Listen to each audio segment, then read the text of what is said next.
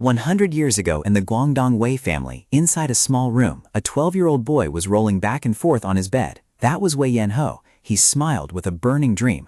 I want to become the #1 in the world. Born into a martial arts family, he realized early on that the only path to achieving his dream was relentless effort. The young boy lay there, sighing, knowing that no matter how much innate talent one had, success was impossible without hard work. However, for a strong-willed boy like him, there was a minor problem. He turned his head to look out the window, where the twilight was gradually fading.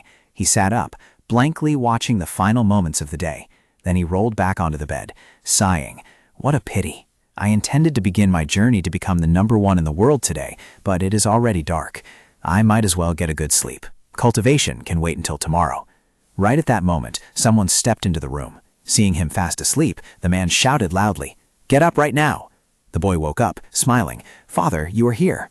That person was Wei Zhangswen, the patriarch of the Guangdong Wei family, also known as Zhang Zhen. He looked at the boy sternly. "Do you know the sun is about to set?" The boy scratched his head. "I know." The man asked again. "And you can still lie there lazily?" The boy replied calmly. "Because the sun is about to set. What else?" Wei Zhangswen was furious, veins popping on his forehead. "Do you know how long you have been lying lazily in your room?" The boy was a bit confused. 2 or 3 days? Probably just 2 days. The man roared in anger. 4 days! It has been 4 days, you little bastard! For 4 whole days, you only knew how to stay cooped up in your room, wrapping yourself tightly in blankets and rolling around.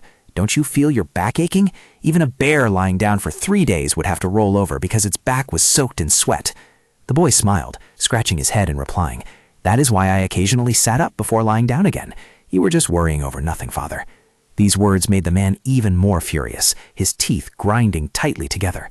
Seeing this, the boy hurriedly changed his tone. "It is not what you think, father. Actually, I also plan to cultivate, but every time I opened my eyes, the sun had already set. When the sun sets, one has to sleep. What else can I do?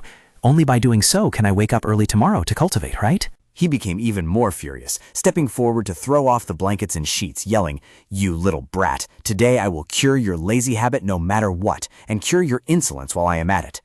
The boy simply fell headlong to the ground in a handstand position. A moment later, he returned to the study, holding his head and sighing. Chief Steward Zhao Fong walked in and asked, "Are you worrying about the second young master's matter, sir?"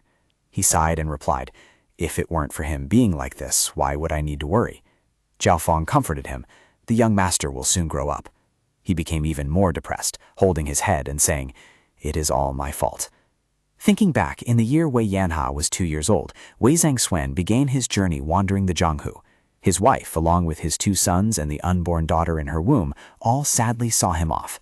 Initially, he thought this trip would last at most 2 years, but then he got swept up in countless events in the Jianghu, taking 8 whole years to finally return home. Thanks to that, he achieved the title of Zheng Sha Zhan, far exceeding his own expectations. However, the price to pay was not small. Upon his return, his once gentle and virtuous wife had become someone more terrifying than a fierce tiger. The son he once loved as his own flesh and blood had now turned into a lazy bum, to the point where he did not even dare to look straight at him. Recalling everything, he could not help but sigh helplessly. Zhao Feng smiled lightly, comforting him. "Please do not worry too much, sir. There will certainly be a solution." He stood up, staring intently at Zhao Feng. "What solution?" Zhao Feng replied seriously. "That's right. Have you forgotten? He is returning soon as well." Hearing this, Wei Jingswan regained his spirits and nodded. "That's right." Zhao Feng continued. "After 3 years of hard work at the Martial Arts Academy, it is now time for him to return." Wei Jingswan smiled sinisterly, nodding. "Exactly. That brat Wei Yanha's days are numbered this time." The only person Wei Yanha feared was his eldest brother, Shanha. Suddenly, Yanha startled, feeling a chill. He turned his head to look back and saw Shanha standing there, staring coldly. "How many hours have you been sleeping?" Yanha broke into a sweat, stammering. "When did you get here?" Shanha kept a strict face. "I asked first." Yanha scratched his head, smiling awkwardly. "About that." Shanha had no intention of joking. His face remained ice cold.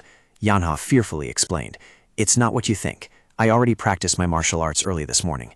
Because I overexerted myself in training, I was too tired and just took a short nap. I'm telling the truth." In his heart, he silently cursed. "Damn it. When on earth did he come back?" Shan Hao was suspicious. "Did you say you have already practiced your martial arts?" Seeing Wei Yanhao nod, he pointed to a nearby lamp. "Then use a move to slice that candle in half for me to see. Let me see how much you have progressed during the 3 years I was away." Wei Yanhao did not dare to refuse, only able to get out of bed, holding his sword and walking up to the lamp. Shen Hao urged, "What are you standing there for? Quickly make your move." Wei Yanhao nervously raised his sword. "But anyway, we are inside the house. It's dangerous too." Shen Hao was annoyed. "I will take care of that. Stop your nonsense and quickly make your move." Wei Yanhao had no other choice, only able to agree. He closed his eyes tightly, telling himself, whatever happens, happens.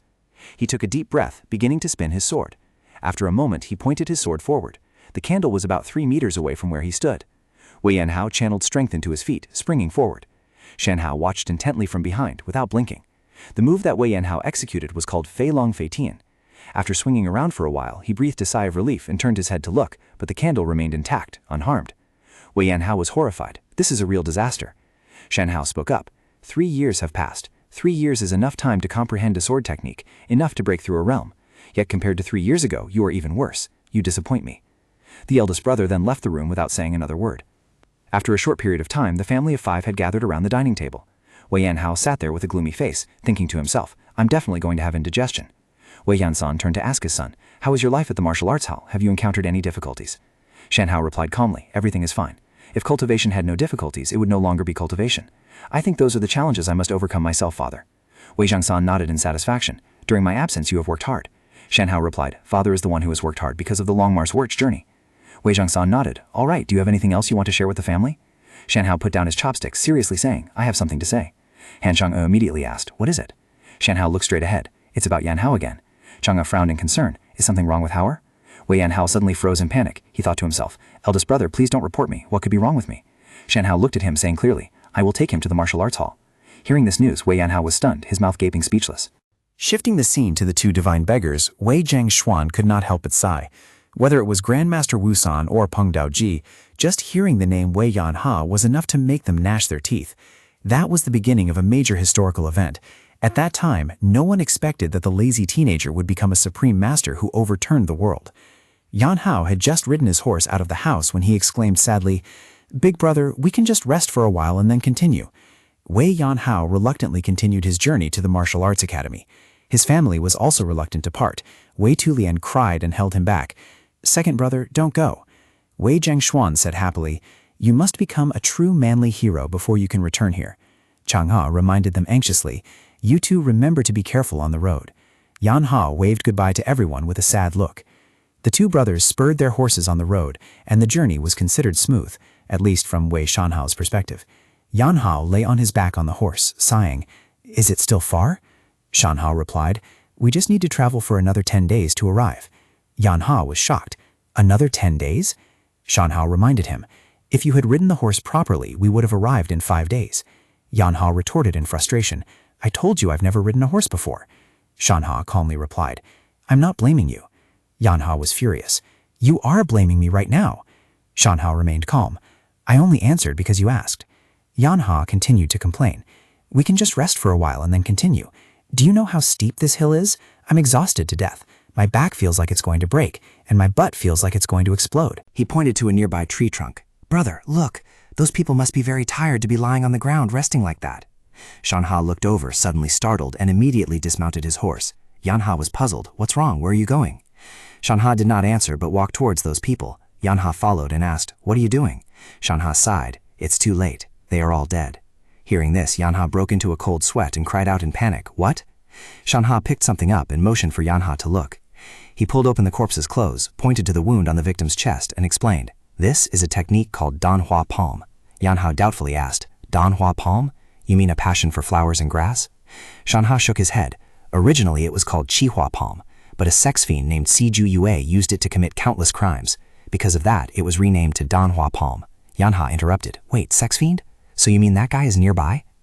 Shan Hao continued, Siju Yue doesn't frequent places like brothels, but specifically targets women walking on secluded mountain paths. The appearance of a corpse hit by the Danhua Palm here proves that he has targeted a certain woman and attacked them. That means right now, there is a woman in danger. After saying that, he immediately leaped away at extremely high speed, leaving an instruction. I will be right back, you just wait here. Yan Hao screamed in panic. Are you telling me to stay here and guard the horses with these corpses now? Big brother, don't joke like this. But no matter how much he yelled, Shan Ha's figure gradually disappeared. Yan Hao nervously glanced at the corpses next to him. The 2 war horses were panting, and countless flies were buzzing around the bodies. The more he observed, the more scared he felt. I'm doomed. I do not know how long it had been, but the sky started to turn dark. Yan Hao looked up at the sky and yelled, "You liar! Why haven't you returned yet? If it was going to be like this, it would have been better if you just took me with you." But then he thought seriously. Could something have happened to Big Brother? Otherwise, there is no reason for him to be this late. Just then, a strong wind howled past. Yan Hao gripped the reins tightly, keeping the warhorse from running wild. I need to think of something. If I keep standing here, I might become prey for tigers and wolves. Right after that, a bolt of lightning struck across the sky, making him scream in terror. It started to rain heavily. Yan Hao looked up at the sky in despair. I am really doomed. His scream echoed through the space. Under the rain, he gritted his teeth and pushed the warhorse up the mountain with all his might. For some reason, he had piled all the corpses onto the horse's back and decided to take them along. Damn it, if I leave the corpses here, they will become food for wild beasts. I cannot just abandon them. He was planning to bury them properly and then leave, but unexpectedly it rained, so he had to find shelter quickly. Right at that moment, the warhorse suddenly stopped. Yan Hao, pushing from behind, yelled in annoyance. What is wrong with this horse now? It really does not listen at all. He had now come close to a stream. A lightning bolt struck, startling the warhorse, which kicked him away with its hind legs. Yan Hao could not react in time. He rolled into a bush and lay there groaning in pain. A moment later, he scrambled to his feet. Oh my God, my back! That blasted young horse really deserves to die. But as soon as he sat up, he was startled to realize something. What is this? A cave? Immediately after, he laughed excitedly like a maniac. Great, I have found a shelter. He turned his head to look outside and saw the two warhorses still standing there. Yan Hao quickly tied the reins of the two warhorses to a nearby rock so they wouldn't run around.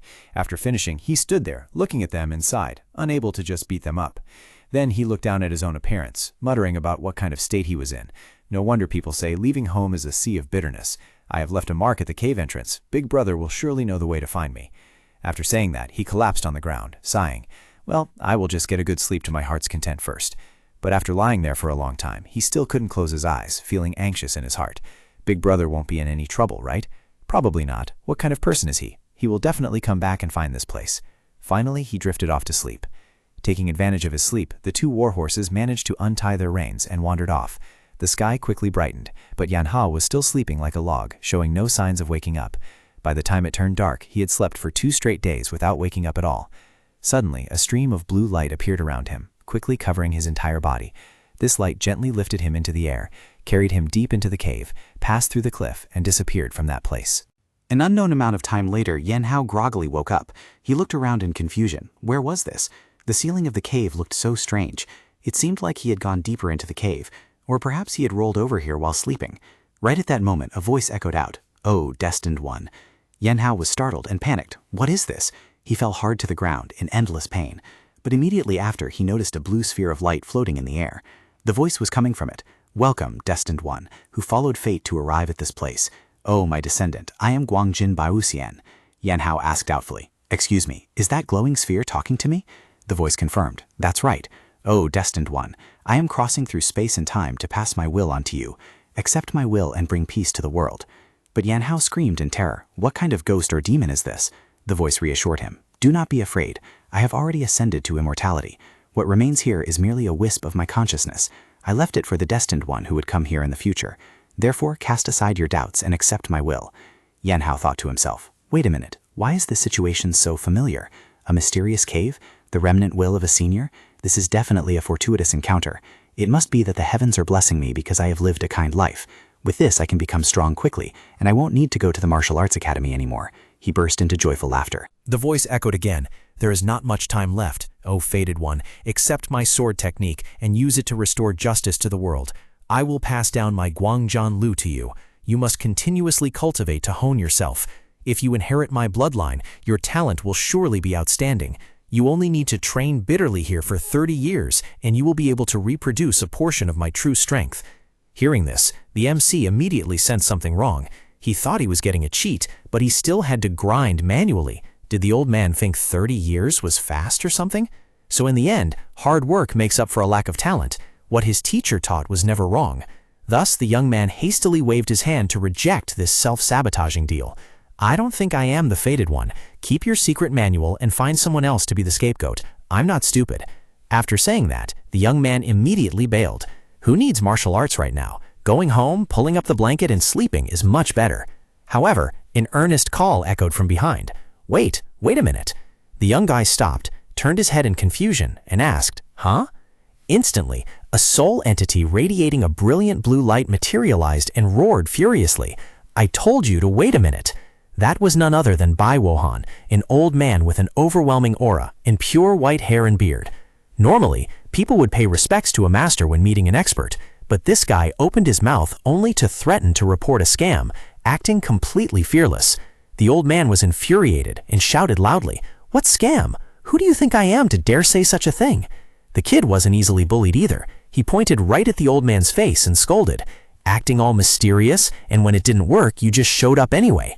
The old man tried to suppress his anger, raised his hand, and explained, "I'm not putting on an act. I am truly a transcended spiritual will." The young man crossed his arms in full doubt, muttering, "Astral projection?" He suddenly closed in and threw a palm strike at the old man's head. Seeing the opponent's overreaction, the old man asked in annoyance, "What the hell are you doing?" The young man, panting and trembling, shouted back, "You startled me. You really are a ghost." The young guy continued to scream miserably, making the old man snap. "No, what do you mean by ghost? This is the mind transmigration technique that only martial artists who have reached the highest realm can perform." The boy kept his stubborn expression and calmly replied, "We have decided to call that a ghost." Furious at being equated with evil spirits and heretics, the old man screamed until his throat went hoarse. Meanwhile, the young boy looked as stoic as if he were arguing online. By the flickering campfire in the middle of the night, the old man slowly spoke up. And so Wei Yanha met his master.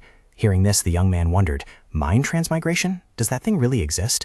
The old man gnawed on a piece of meat and nodded affirmatively. "Only martial artists at the highest realm can do it." The boy asked curiously, "Then exactly which martial artist has that ability?" The old man looked straight into his eyes and asked back in a growling voice, "You? Do you know the Sword Emperor?" Hearing this name, the young man immediately replied excitedly, "The #1 of all time. Anyone can tell he is a legend in the martial arts server, right?" The old man smiled smugly, raising the bone. "That's right. Guangzhen Bai Wuxin, the one later known as the Sword Emperor, is the master of Guanghui Wusun." The boy was stunned, his face changing color due to shock. "Is that true? But he lived 300 years ago, didn't he?" The old man calmly explained, "That's right, a forgotten great man of the previous generation. Anyway, the fact that he met Wei Yanha is true." The young man speculated further. This was indeed an extraordinary matter, so Guanghui Wuzun must have immediately asked to become a disciple, right? Hearing this, the old man revealed a meaningful smile. Wei Yanha. No, it's the exact opposite. Normally, people travel to seek a master and learn martial arts, but this grandpa actually went around begging someone else to be his disciple. The plot is truly surreal. It turned out that, knowing no descendant had come to find him in the past 300 years, the Sword Emperor had made up his mind to take in a disciple at any cost. Wei Yanha at times seemed fed up, walking away while grumbling, "Calm down, old man. I haven't even finished loading, and you're already forcing me to learn martial arts." This attitude made the Sword Emperor furious. He shouted loudly, "Do you think I'll let you go easily?" Instantly, a terrifying burst of power struck down from the old man's hand, creating an earth-shattering explosion right in front of the young man. Wei Yanha stared blankly at the violently shaking ground. Seeing this, Bai Wohan laughed triumphantly. "Ha ha ha, how about that? It's a stone door 1 zong thick. With your current strength, there's no way you can lift or break it." The old man began to offer bait. "But hey, if you learn my martial arts, those stone doors will just be like pieces of paper." Facing that invitation, Yanha just stayed silent and sighed, "Highs, what can I do now?" He quietly drew the sword from his waist. Seeing this, the old man panicked and shouted, "Your current strength cannot break that door." Despite the warning, one would think Yanha was going to unleash some ultimate move, but unexpectedly, the young man chose the persistent grinding method, exactly like playing a hard game where you just slowly climb your way up. Witnessing this bizarre action, the old man asked in bewilderment, "What are you doing?" Yanha calmly replied, "Can't you see? I'm digging. No matter how hard it is, it's still stone.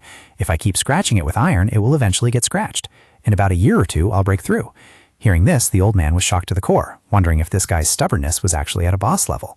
Yanhao sneered. "Haha, you talk so funny. A person telling me to practice for 30 years saying something like that." Looking at the stubborn kid in front of him, the old man trembled with anger but couldn't do anything, so he backed down. "Just give it a try. I promise I won't let you down." Yanhao still looked indifferent. "I don't really like it either. I will try for 20 years then."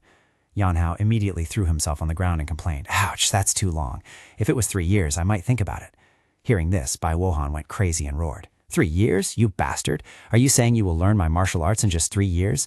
Even if Sang San Fan came back to life, he couldn't do that." Yanhao jumped up and coldly declared, "Then I guess it's not meant to be."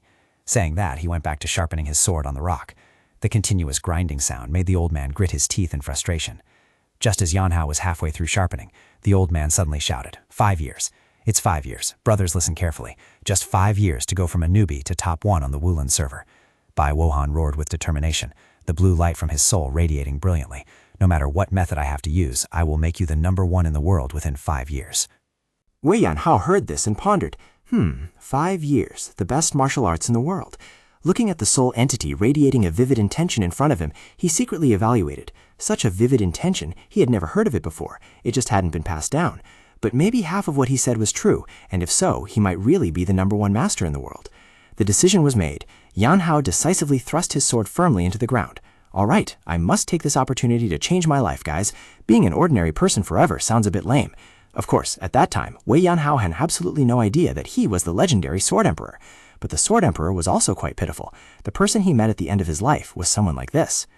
While Bai Wohan was full of fiery enthusiasm, Yanhao rolled over and slept soundly, drooling. The old man furiously roared like thunder in his ears, seeing if there was any disciple who just accepted a master and immediately turned on hibernation mode like this. Yanhao sluggishly opened his eyes, yawning widely. Whoa, yawn, sleepy to death. Can't I just sleep? He even calmly argued. He's already dead anyway, but I am human. Don't you know humans have to sleep? Bai Wohan could only look up at the sky and curse. He had to back down, softening his voice to coax. All right, I apologize, so please try to practice a little bit now. The God-forsaken disciple he accepted at the end of his life was an unreasonably lazy guy. As soon as he opened his eyes, he yelled, "What kind of person practices this early in the morning?" All day long he only slept, and when it came to practicing martial arts, he did it once and then stopped entirely. The Sword Emperor went crazy and shouted loudly, "If you keep being like this, not just 5 years, but 50 years won't be enough." Yanhao swung his sword superficially and asked, "Isn't there a faster way to learn?" The old man choked and replied, "This is already as easy as it gets." People receiving the Sword Emperor's legacy would kneel and bow in gratitude, but this young man stood there picking his ear as if listening to a neighbor complaining. Whenever he opened his mouth, it was like he was going to explode. The Sword Emperor roared in helplessness. "You should have found a good teacher. This is why you should have looked." But then seeing the careless demeanor of the disciple, he just deflated. "It turns out I am really sorry to you." If he could be affected by emotions, Bai Wohan would have probably suffered from T deviation, bursting his brain vessels and dying long ago. He screamed in his mind, what was I dreaming of? Wanting to pass down my martial arts, leaving my intention behind just to suffer like this now." He looked at the God-forsaken disciple, rolling around and laughing on the ground, choking with frustration, regretting recruiting the wrong student at max level, guys. Seeing the old man sighing, Yanhao laughed sheepishly while sitting up and asked, "By the way, master, how did you do that back then?" Bai Wohan was puzzled. "When?" The boy continued, "The time you dropped that stone door down. With that kind of power, why didn't you just control my body and teach me martial arts right away?" The old man calmly explained, "I only pulled a string in a pre-prepared mechanism." Yanhao still wondered, "Without a physical body, how could you pull a string?" The old man replied, "That has nothing to do with a physical body. I just used chi to pull the string, like controlling chi to attract objects." Midway through his sentence, Bai Wohan suddenly stopped. A flash of realization lit up in the old man's mind. Looking at this smile, it was obvious he had just come up with an idea to torture his disciple. Witnessing this horrifying scene, Yanhao turned pale with fear, stepping back and stammering, "What's wrong, old man? Just a moment ago you were preaching morals and now you've turned on final boss mode." But Bai Wohan paid no attention. He started muttering to himself, "I was bound by the concept of having no physical body. Or is it because maintaining my astral projection for 300 years left many parts incomplete? Anyway, thank you. Thanks to you, I have realized something very important." Yanhao frowned in annoyance. "Hey, old man, why do you keep muttering to yourself?" Before he could finish his sentence, a loud bang made the boy freeze. A rock flew grazing past his face, embedding straight into the cave wall right next to him. Yanhao trembled as he looked up and saw Bai Wohan holding a rock glowing with brilliant blue light in his hand. The old man smiled sinisterly. "Thank you. Thanks to you, I have reached enlightenment. I don't have a physical body, but I can still throw rocks like throwing bricks." The boy turned pale and stammered, "Old man."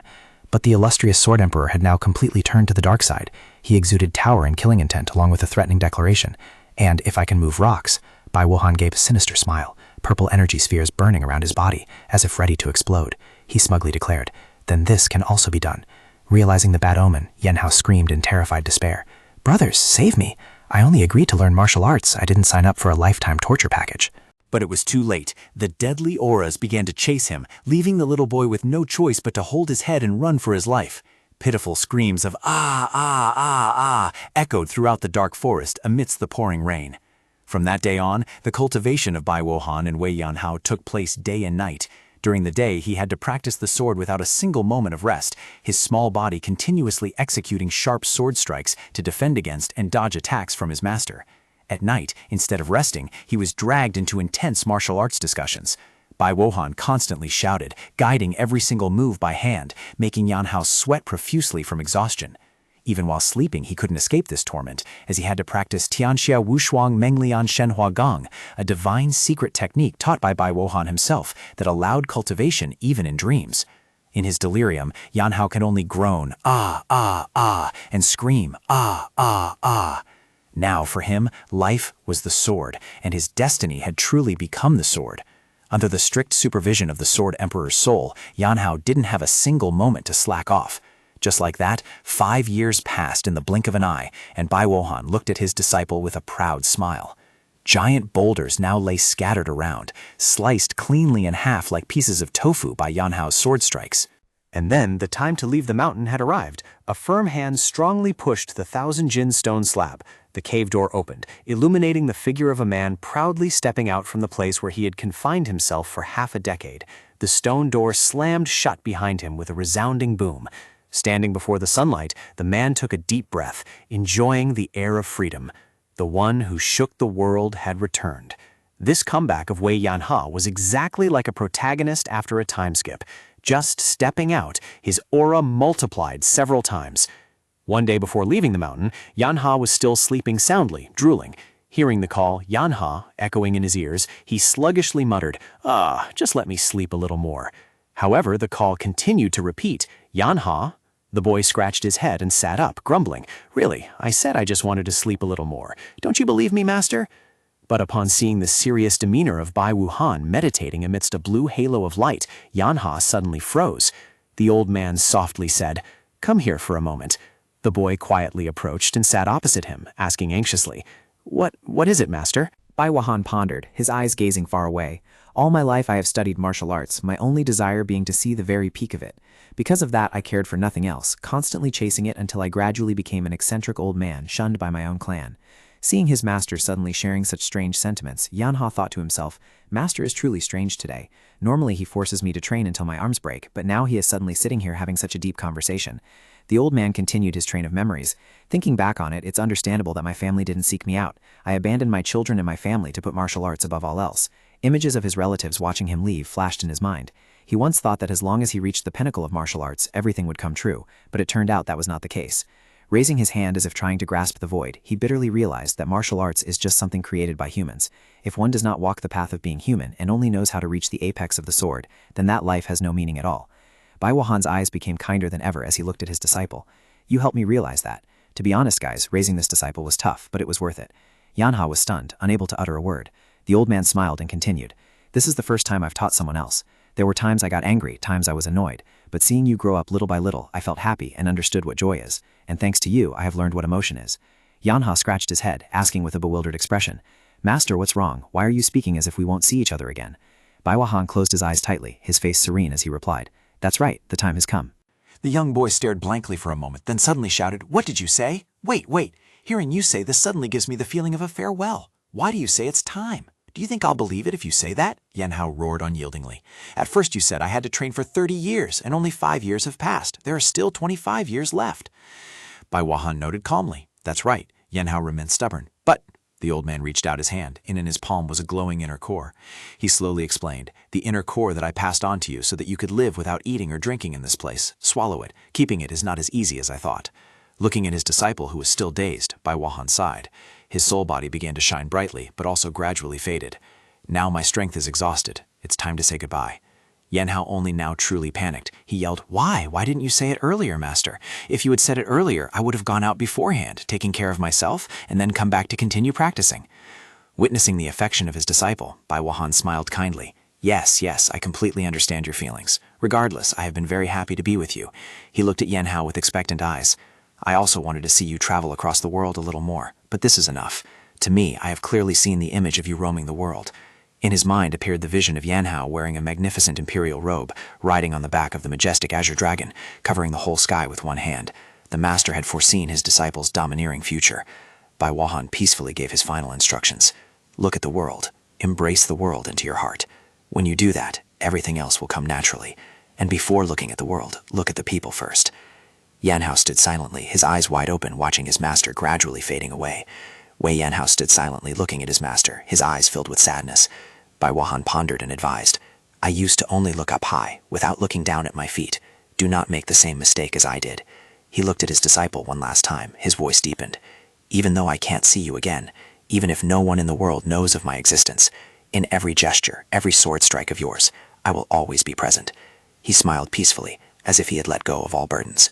Therefore, even if you are not extraordinary, even if you are not great, it doesn't matter. Brothers, remember, being a decent person is even harder than being a master. Witnessing his master's soul gradually fading away, Yanhao panicked and yelled, "Master, you cannot do this." He reached out his hand as if wanting to hold on to the dying breath of his teacher. "There are still many things I haven't learned. No, I don't need to learn any more either. Just please stay a little bit longer." But that figure just faded away and turned into specks of blue light soaring into the sky. Yanhao stood all alone in the cold cave, only able to cry out in despair, "Master!" His tears flowed, his face contorted with regret, if only he had said it a little earlier. However, at this very moment, that emotion suddenly vanished. Yanhao gritted his teeth as he looked down at the clothes he was wearing. Wait a minute, why is my shirt covered in writing like an apartment notice board? So that's why he didn't say anything beforehand and quietly left. He panicked when he saw the dense lines of text written everywhere. Since when did he write all this stuff, you damn old geezer? If you were going to leave, you should have left properly. Standing at the cave entrance, he yelled in frustration, "What the hell are you doing?" It turned out that before disappearing, Bai Wohan had secretly left messages all over the clothes Wei Yanhao was wearing. To sum things up, the martial arts that Wei Yanhao had crash-coursed over the past 5 years were still not truly complete, knowing full well his disciple's nature, that after he disappeared, the kid would be lazy to the bone and wouldn't bother practicing anymore. Bai Wohan had secretly set up a special mechanism right inside his body. That was to use the very inner core that Wei Yanhao had swallowed as a center, so that his martial arts could automatically develop. It sounds like a bargain to be able to automatically get stronger, but the truth is much crueler. If the martial arts experience and knowledge that Yanhao accumulated cannot keep up with the terrifying growth speed of the inner core, conversely, he will be drained of his internal energy to death by Bai Wohan's inner core itself. While Yanhao was still lying lazily, the words on his shirt felt like a splash of cold water. In short, if you are lazy in practicing, you are definitely dead. This is exactly like a lifetime training package. Canceling means fading away. The young boy could only grit his teeth in resentment. This damn old man is playing tricks again. But behind those threats is the final dedication of the teacher. The master instructed through the words. Therefore, travel all over the world to see it. When you see the world, you will feel something, and when you have feelings, you will comprehend something. Do not just be satisfied with small things and become a narrow-minded person, but look at the great things and become a great person. Yanhao looked at the densely packed words on his sleeve, only clicking his tongue. Psst, that damn master. It seems like he is just cursing, but reading carefully, you know the master is sending his final heartfelt message. The old man even planned out a route for his disciple, meaning, just like this, the first place you should go to is Rulin. Seek out the great scholar of the world and stay by his side. Reading up to here, Yanhao was stunned. Huh? What? Wait. The message continued. You will surely feel something, and after Rulin is... Too furious at being imposed upon, the young man screamed in the middle of the mountains and forests. What a damn master! Not only imparting martial arts, he also conveniently set up a whole cultivation tour for his disciple.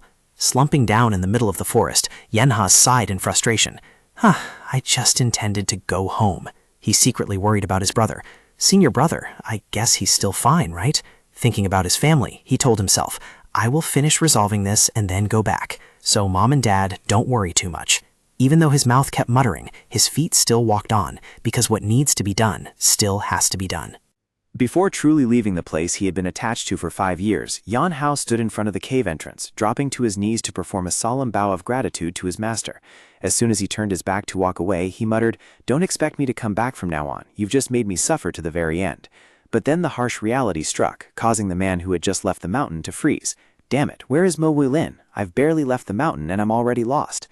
The soul of Bai Wuxin appeared, laughing heartily. Ha ha ha, ha ha ha. He loudly scolded his disciple. You brat, if you don't learn from the world, you will dry up like a mummy. Is there any martial arts like that in this world? You plan to just hide in Chang'e's house forever? I can't let that happen. He looked out at the vast space, his voice deepening with emotion. Because the world is so vast, of course it's a pity to waste your martial arts, you fool. Before completely dissipating, he left his final message. Thanks to you, I have been happy. Live happily. A strong gust of wind blew past, sweeping the leaves and the silhouette of the master into the void. Wei Yanhao stood silently in the middle of the forest, muttering softly, "Where is the scent of wildflowers coming from?" As time gradually passed, the leaf flew far away with the wind, crossing mountain ranges to reach the bustling city of Kaifeng.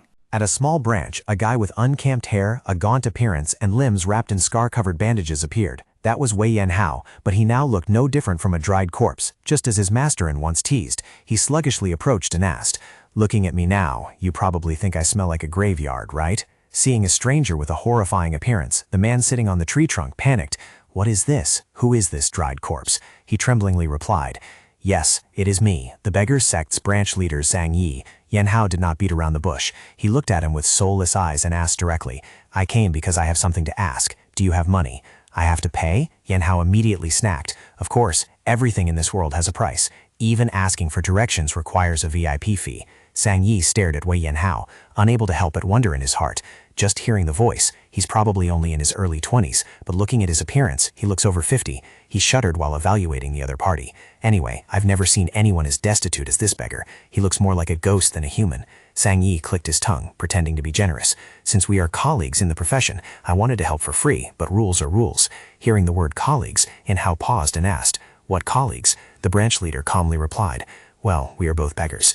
The remark hurt his pride, causing Yanhao to yell, "Where do I look like a beggar?" Zhang Yi was not one to back down. "You look like a beggar everywhere." He waved his hand to shoo him away. "Anyway, if you don't have money, don't ask. Get lost. Go beg for some money and then come back." "I'm not a beggar, so why should I beg?" "You don't have to be a beggar to beg, but once you beg, you become a beggar." He added a sentence full of regret. "Look at your face. Just put a bowl down in front of you and you'll strike it rich. Why waste that talent?" Freezing for a few seconds, Yanhao suddenly rushed forward and tightly grabbed Yang Yi's hands. "Hey, brother, want to work with me?" The branch master was dumbfounded. Work on what? And so an unimaginable business deal began. In just half a day, a pile of sparkling coins had piled up like a mountain in the middle of the abandoned house. Zhang Yi looked at the pile of money and laughed like a maniac. "Ha ha, just half a day and we've earned enough to run the branch for half a year. The god of wealth has arrived." Witnessing the badass money-making ability of the dried corpse, Zhang Yi silently exclaimed, "What in the world? He must really be a top-tier beggar." Yanhao, at this time, was leisurely gnawing on meat while getting straight to the point. "So, what exactly do you want to know?" He began to bring out a lengthy list, including the names and residences of famous great scholars, along with their hobbies and expertise. Zhang Yi nodded. "That's easy enough." But as if that wasn't enough, Yanhao continued, "And also other famous people." Zhang Yi panicked and yelled, "Again? All of them?" However, looking at the pile of money in front of him, he had to accept.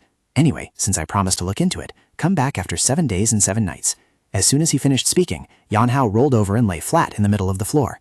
Zhang Yi muttered, "Hey, I didn't tell you to turn on full day laying down mode like that. You're literally crashing here and chilling like it's your own home."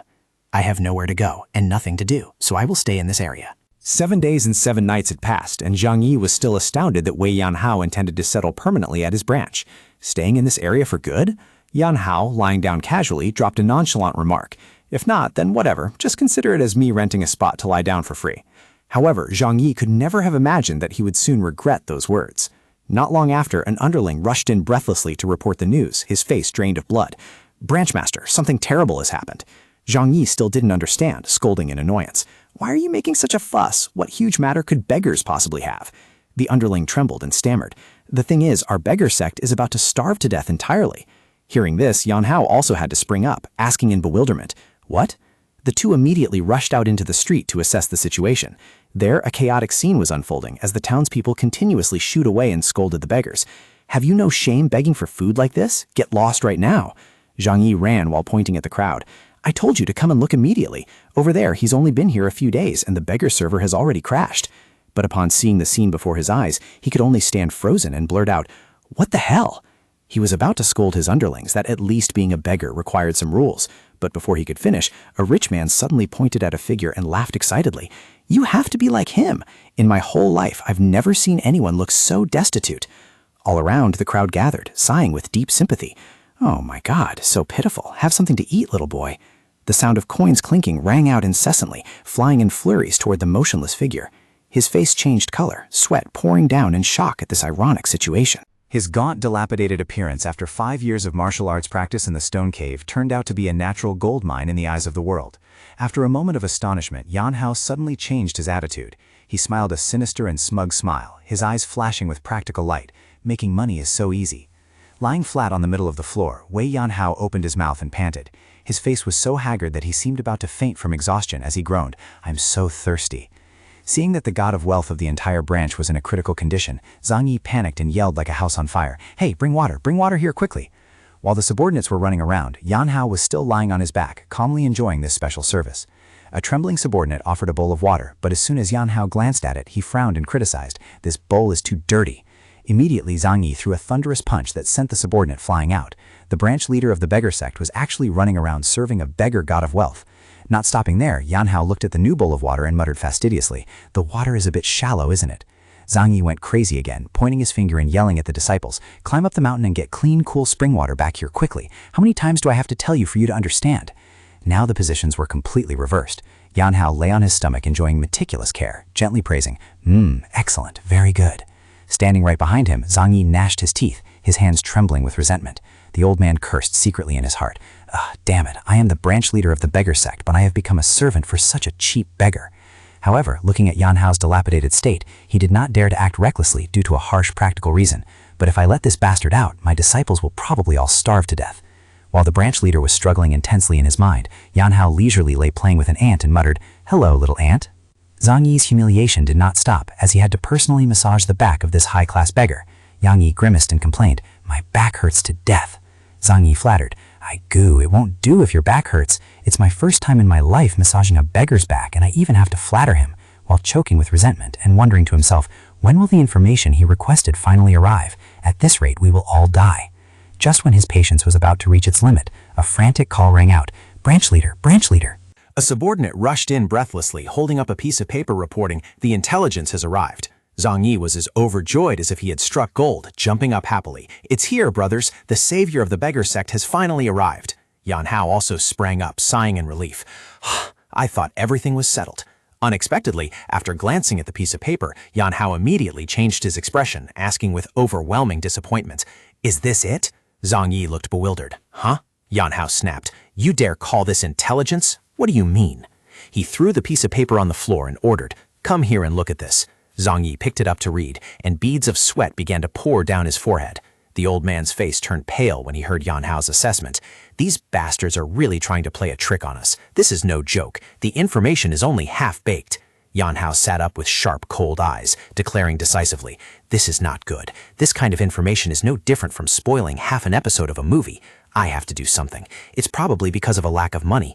I need to earn more money." Seeing Yan Hao about to stand up and go out to cause chaos, Zhang Yi panicked and raised his hand to stop him. Wait a minute!" The old man screamed in despair, before that beggar could cause another huge uproar. Zhang Yi dragged Yan Hao inside, his mouth constantly flattering. "Hey, does a noble person like you have to go begging? Please, come this way." The two of them went deep into a magnificent and splendid room, and Yan Hao didn't even bother to hold back, shouting loudly, "Give me the information." From behind the curtain, a seductive female voice rang out. "What a strange occurrence. Demon dog Zhang Yi has come here again."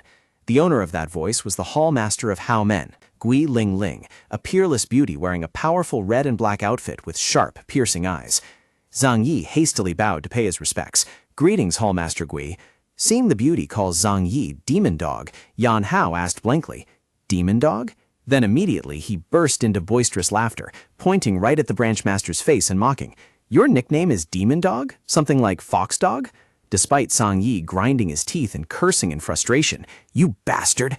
Yan Hao stubbornly repeated like a chanting monk, "Need information, Fox Dog. Need information, Fox Dog. Oh, Fox Dog." Gui Ling Ling looked at the scene before her with a stern expression. This is truly a rare event. The branch master of the Beggars sect coming to the Hao Men Intelligence Organization to ask for information. You know well that the Beggars sect and Hao Men are like fire and water, yet you still came. What is it? Zhang Yi hastily waved his hands to explain. "It's not the Beggars sect asking. I just brought a client here." Seeing Yan Hao still constantly muttering, "Fox Dog," Hallmaster Gui began to lose patience and asked, "Are you joking?" Zhang Yi continued, "It's not the Beggars sect requesting, but the client is a beggar." This statement seemed to touch Gui Ling Ling's pride. She released killing intent and snapped, "Is this mocking our Hao Men or a provocation? We do not sell information to the Beggars sect." Yan Hao nonchalantly retorted, "I'm not a member of the Beggars sect," despite Zhang Yi turning pale with fear and trying to stop him. "Please don't." Gui Ling Ling coldly turned her back and stepped up the stairs. "If you continue to tease like this, you won't be left in peace. Please remember, our Hao Men also has its pride." Right at that moment, Yan Hao delivered a finishing blow that made her freeze. How Men is an intelligence organization, yet you don't even know if I'm from the Beggar sect or not, so what right do you have to sell information? He smirked, throwing out a sharp, sarcastic remark. Working in intelligence, but your information is as lacking as a coffee shop's Wi-Fi during peak hours. Gui Longlong smiled mysteriously and called out loudly, Gong Wu. Immediately a subordinate appeared and replied, yes. She pointed coldly at Wei Yan Hao and asked, who is this person? The subordinate quickly reported, identity unknown, only know that he is not from the Beggar sect. Hearing this, Gui Longlong's face darkened with annoyance. Seeing this, Yan Hao smugly asked back, see? The young man held out both hands in a friendly manner and continued, now you can sell the information, right? However, answering that expectation was a look of disdain and a decisive reply from Hallmaster Gui, not selling. Both Yan Hao and Zhang Yi exclaimed in astonishment. Huh? Gui Longlong shouted, I'm too annoyed, so I'm not selling. Get out. Yan Hao let out a cold laugh. Ha! Business ethics have hit rock bottom. People pay money to buy, and you won't sell? He didn't hesitate to throw out a threat. How Men's days are numbered. Tell the top brass to watch their limbs, or they'll be registering their residency in the underworld. Then he suddenly called out after Gui Longlong in a highly provocative tone. Hey, old auntie. This sentence hit a sore spot. Gui Longlong went crazy, green veins popping all over her neck, and she gritted her teeth, repeating, old auntie. Exploding in anger, Hallmaster G roared, how dare you insult our house sect? Yan Hao just calmly turned his head and asked, huh? She immediately ordered her subordinate, Kong Mu, teach him a lesson. The masked assassin appeared and decisively replied, yes, ma'am. Instantly, streams of attacking auras rushed toward Yan Hao at a terrifying speed. A dark shadow descended from above with a powerful kick. Witnessing the dangerous scene, Zhang Yi panicked and cried out, ah, no! However, Yan Hao still maintained a strangely calm expression. He reached out, pushed Zhang Yi hard to the side and coldly ordered, step aside. Yan Hao unleashed a powerful palm strike onto the ground, creating a terrifying explosion of power that shook the entire room. Ji Longlong and Zhang Yi froze, completely stunned by the scene before their eyes. The assassin was lying flat in a deep crater. Zhang Yi trembled in fear. A master. Yan Hao casually apologized. Oh crap, my apologies. It was just a natural reflex of my hand. If you had told me beforehand that you were going to attack, I would have held back. Zhang Yi broke into a cold sweat. He secretly assessed. I thought you had practiced martial arts, but I didn't expect it to be at this level. In his eyes, this haggard beggar was truly a monster. Yan Hao muttered while scratching his head as he walked. It's all that old man's fault. Seeing the opponent's terrifying strength, Ji Longlong's attitude changed immediately. She stammered, I didn't know you were an expert who had reached this level. Yan Hao heard this and interrupted. What? You were just talking a whole bunch to me earlier. Ji Longlong narrowed her eyes suspiciously. Anyway, it seems Zhang Yi's purpose for coming here is not for anything good. Zhang Yi panicked and waved his hands. Oh, come on, Hallmaster G, believe me, I don't have the free time to come here and cause trouble. It's just that the Beggar sect couldn't swallow this information, so I had to bring this big bro here to resolve the incident. Looking at the injured subordinate being carried away, Ji Longlong pondered. So that's how it is. You drag a tiger into a rabbit hole and then say you only need its fur? Zhang Yi hurriedly affirmed. It sounds hard to believe, but it's the truth. After a moment of calculation, the Hallmaster coldly said, all right, I will trust the branchmaster of the Beggar sect. Zhang Yi joyfully clasped his hands. Thank you. But the joy was short-lived, as Ji Longlong added a sharp sentence. Be happy, but don't be too happy. Selling information is a different matter.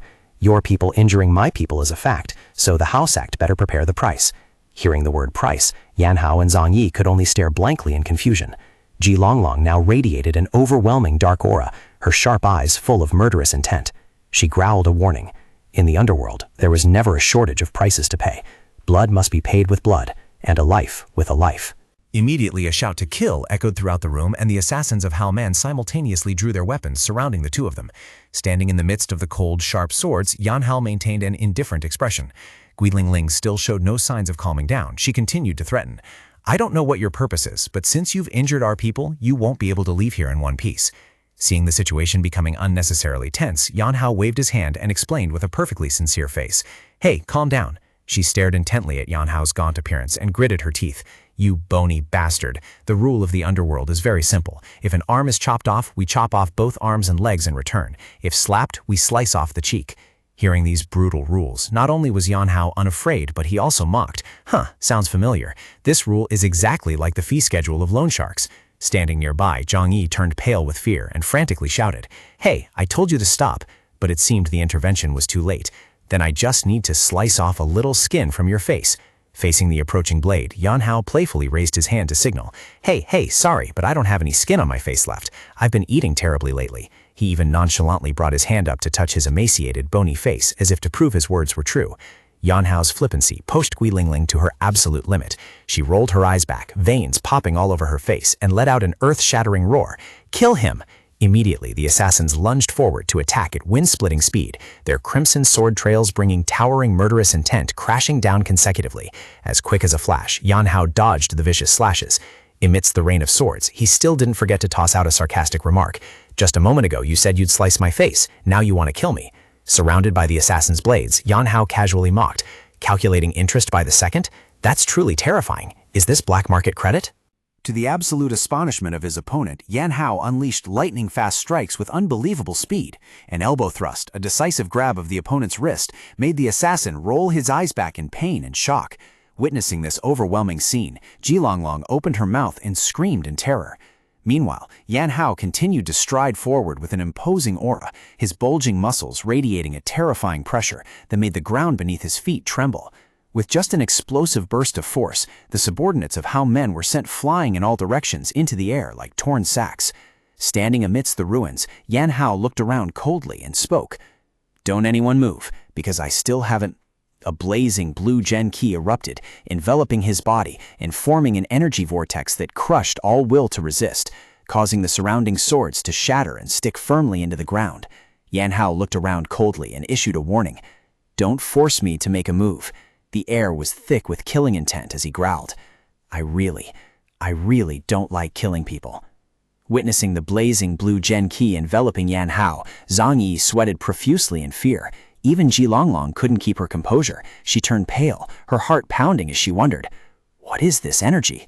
In Yanhao's mind, the majestic figure of his master, Bai Wuhan, reappeared.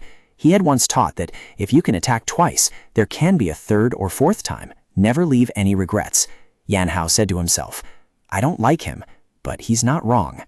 At this moment, Jilonglong was fully aware of the danger. Drenched in cold sweat, she trembled and thought to herself, I picked the wrong person to mess with. He is not someone I can afford to provoke. I must calm down. Looking at Yanhao's imposing back, she understood that just one thoughtless action, just one wrong step, and the entire Kaifeng branch of Hao Men could be wiped out today. Suppressing her fear, Jilonglong spoke up and asked, What do you want? Yanhao decisively replied, Information. She continued to probe. Then what kind of information? At this moment, Zhang Yi suddenly held out a stack of documents and said, I have the documents right here. Fill in the blanks. Holding the paper in her hands, Jilonglong was shocked to the core, her eyes rolling back in disbelief at what she was seeing. What is this? She turned and snapped at Zhang Yi. You couldn't handle him, so you dragged that monster back to ruin my house? Despite her shock, faced with Yanhao's overwhelming strength, she had to yield. It's not difficult, but I need some time to gather the information. Can you wait? Yanhao briefly replied. Yes. Jilonglong concluded. Then please give me 1 day. However, as soon as Yanhao and Zhang Yi turned their backs, Jilonglong's face completely changed. A sinister smile appeared on her lips, her eyes flashed with a vicious light, and surrounded by a purple dark chi, she schemed inwardly. As for the branch master of Kaifeng, can you follow me for a moment? The next scene made everyone fall backward in shock. Yanhao held his stomach and laughed uproariously. Ha ha ha ha! Your face looks like a steam bun. Did you get beaten up? Ha ha ha!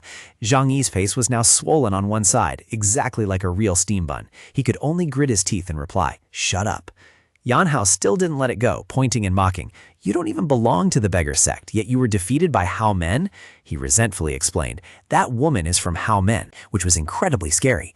Looking at the image of Jilonglong exuding a powerful, glowing purple killing intent behind him, he helplessly screamed, How could I possibly fight against her? Despite a little scuffle, Jilonglong finally brought out what they needed. I have the information you need right here. Yanhao happily grabbed it. Oh, thank you. However, the beauty of Hao Men immediately reminded him, but we also have conditions. Yanhao asked blankly, What? He leaned in to whisper to Zhang Yi about the information fee, only to receive an answer from Jilonglong. 5 taels of silver. With the nature of someone who had just left the mountain, Yanhao casually took out a few loose coins. Not much, take this. Zhang Yi looked at the pile of coins in his hand and almost passed out, yelling, It's taels of silver, silver. Yanhao was stunned. Huh? Jilonglong calmly explained that it turned out to include confidential information, so the price was a bit high. Having no other choice, Yanhao bitterly accepted. Then I just have to bear it. Saying so, he quietly stood up and walked away. Zhang Yi panicked and asked, Where are you going? Yanhao turned around with a haggard face and bluntly said, Where else? In this day and age, without silver, even a master martial artist has to chase KPIs to make a living. Seeing the god of wealth about to leave, Zhang Yi rushed over and hugged his leg tightly, screaming in despair. "Ah, no, wait! You bastard, do you know why I brought you here?" Yan Hao irritably asked. "What? So what do you want me to do?" Zhang Yi frantically held him back. "Just wait." Even though he was furious, Yan Hao could only grit his teeth and endure it. Damn it. To get the 5 taels of silver to pay for the information fee, he had to use up all the money he earned previously, even emptying his hidden slush fund and promising to pay more just to gather enough. Looking at the sparkling silver ingots about to leave him, my heart hurts so much. This kind of pain, probably the guys who used to pay rent at the end of the month would understand my feeling. Seeing that miserable appearance, Ji Longgong couldn't help but tease. "Hey, are you crying? I've emptied my entire slush fund, and this is all I get?" After receiving the money, Ji Longlong began reviewing the files and nodded in satisfaction. "This is standard quality. You really get what you pay for. Professionals work with much more dedication, looking on a completely different level." He stated that he wanted to send a letter to Guangdong. Yan Hao anxiously asked right away, "Is it expensive?" She explained that it was more expensive than traditional standard delivery services, but he could pay by answering a few questions. The first question was about identity. "Can I ask your name?" He calmly replied, "Wei Yan Hao." When asked about his age, he answered, exactly 17. Hearing this, Gui Lingling was stunned, sweat running down her cheeks. 17. She couldn't believe there was someone in the world at that age who exuded such an overwhelming aura. She muttered the name Wei Yan Hao, then suddenly slammed the table and stood up, looking at him with astonished eyes. "Guangdong, Wei Yan Hao? Could it be that you are Wei Yan Hao, the second young master of the noble Guangdong Wei family?" Yan Hao asked blankly, "Huh? You know me?" Gui Lingling affirmed that of course she knew, because the Wei family in Guangdong had once asked them to search for that missing young master. She continued to ask rapidly, "Wei Yan Hao, the second young master of the Wei family in Guangdong? Are you Shan Hao's younger brother?" Seeing Yan Hao ask in surprise, "Huh? You know him?" Zhang Yi immediately chimed in to confirm, "Of course, he is my friend." Gui Lingling informed him that a letter sent back to the Wei family would take at least 10 days to arrive. Zhang Yi looked at Yan Hao's nonchalant attitude and thought to himself, "This kid, why is he still talking like that?" But Yan Hao simply replied calmly, "It's fine. I've waited for 5 years. Another 10 days is nothing." Gui Lingling reached out, took a red silk ribbon, and said, "And this is a sign that you are a VIP client of Hellman. If you tire it where you stay, one of our members will come find you."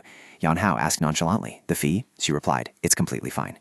Gui Lingling couldn't help but think in astonishment. A 17-year-old who can overwhelm even civil and military officials. There is no one like that in the current Orthodox faction. Having a relationship like this can't possibly be a bad thing. Well then, next time we will provide information to you for free. Hearing the sweet deal, Yan Hao asked back joyfully, "Really? This deal smells even better than midnight snacks." Gui Lingling looked straight into his eyes and affirmed, "We are making a special exception for you. We don't want what happened here to affect the relationship between the Ha family and you." Stepping out of the Ha family, Yan Hao smiled brightly. "It's no big deal, so it's fine." Zhang Yi held his head in agony. "Damn it, my money!" Seeing the old branch master going crazy with regret, Yan Hao calmly dropped some wisdom. Money is something you can have but not have, or not have but still have. In short, the wallet is empty, but the philosophy must be full. Zhang Yi gritted his teeth in frustration, his killing intent radiating wildly. "I can't beat up this bastard in broad daylight." He tried to suppress his anger, waved his hand, and asked, "Anyway, you have enough information now." Just as he was about to turn his back and walk away to escape the debt, Zhang Yi was suddenly grabbed tightly by the shoulder by Yan Hao. The old man turned around and snapped, "What is it now?" With a radiant face, Yan Hao boldly declared a harsh truth. "I don't have money. To put it simply, my wallet right now is even cleaner than the search history of a cultivator." Zhang Yi froze, his face distorted from extreme shock. The old man could only look up at the sky and scream in despair. Oh, gods and demons. From above, Gui Lingling quietly observed the silhouettes of the two people. A subordinate approached respectfully, and Gui Lingling immediately gave an order to the subordinate. "Send a message to the main hall right away. The news about the second young master of the Wei family in Guangdong, who has been missing for so long, has finally seen a development."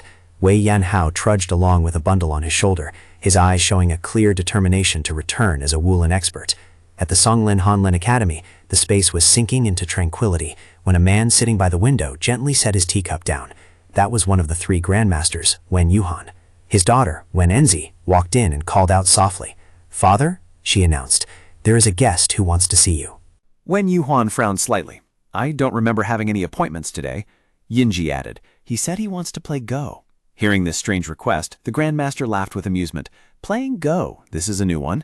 Right after that, Yinji led the guest in. "I have brought the guest." Wei Yan Hao walked in with a weather-beaten appearance. He softly spoke, "I am not sure if my visit is causing any trouble." Wen Yuhan stood up with an extremely leisurely demeanor. There is no such thing. Guests come to me because they are attracted by the handsomeness and elegance of a true Confucian scholar. He pointed to the board and asked, "So you said you want to play Go with me?" Yanha looked at the board, calmly replying, "That is the only thing I know how to do." Wen Yuhan smiled slightly, full of confidence. "Good, then let's play a match." The old man reached out his hand toward the board, generously yielding. "I will take the white pieces. You go first." Yanha licked his lips, his eyes turning sharp and full of concentration. "Then let's begin." The clinking sound of Go pieces colliding in the jar rang out. Yanha decisively reached out and picked up a black piece. Witnessing that posture, Wen Yuhan silently evaluated. Looking at his appearance, he's probably just here to get a meal, not to play. Well, I'll just play easy on him. Consider it an act of charity to help him keep up. However, right when the first piece was placed, Yanha slammed it onto the wooden surface with a terrifying amount of force, leaving Wen Yuhan stunned. Beads of sweat began to stream down his forehead. The Grandmaster asked himself in astonishment, "Wait a minute, what kind of novice makes a move that sounds like driving a pile into the table? Is anyone who just started playing this fierce?" The match began to shift at a dizzying speed. When Yuhan started stroking his beard, his face clearly showing tension as he realized his opponent's formidable strength. So he is someone who likes to play fast, but his ability to control his inner energy does not quite match his age. The space was left with only the rapid sound of Go pieces colliding. Yanha continuously launched attacks, giving Wen Yuhan no time to react. The Grandmaster was sweating profusely, his breathing became heavy, and his hand trembled over the chess jar, hesitating to place a piece. When Yuhan rolled his eyes back, his face contorted in horror as he stared at the deadlock position. He screamed out in panic in his mind, "What the hell is this?" While the Grandmaster was frozen in shock, Yanha rested his chin on his hand, smiled arrogantly, and sarcastically asked, "Why haven't you moved?" Looking at the Go board in a fierce tug of war, Wen Yuhan could not help but be astounded. Sweat poured down his forehead. He muttered to himself in disbelief. Truly astonishing. In the eyes of the great Grandmaster at this moment, the match was no longer just inanimate Go pieces, but a real battlefield. The black and white pieces poured down like rain, creating a soul-stirring scene, like a raging storm creating waves, the aura from the opposite side surging toward him like a ferocious sea storm. Wen Yuhan clearly felt that this was obviously not a situation for combat, yet the opponent attacked fiercely like a madman in a life-or-death battle. If he revealed even the slightest opening, that person would immediately rush in like a demon, tearing and biting without hesitation. The image of Yan Hao sitting silently at the chessboard suddenly turned into a giant monster with glowing red eyes, baring its fangs and brandishing its claws right behind him. Wen Yuhan fearfully admitted in his heart, he is truly a war demon. Playing chess is as stressful as fighting a final boss in a game. When the final chess piece was placed, the Grandmaster breathed a sigh of relief, his eyes full of admiration. "The match just now was very good. You truly possess a very special aura." Yan Hao bowed his head slightly in response. "Thank you."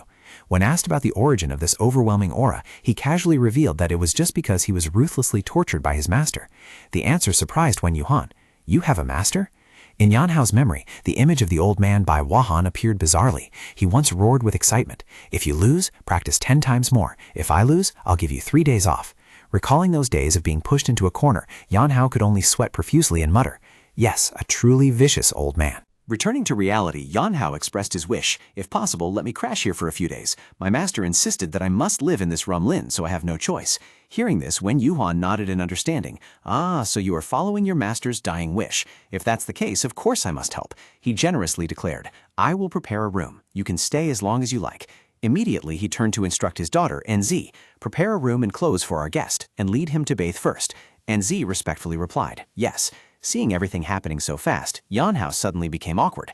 But I don't have any money." His honest to the point of naive statement made Wen Yuhan laugh heartily. "Ha, you are too polite. Even if you didn't say it, I was planning to keep you here for fun." He looked at him with kind eyes and continued, "I only hope you can occasionally chat and play chess with me or passing guests. That is enough."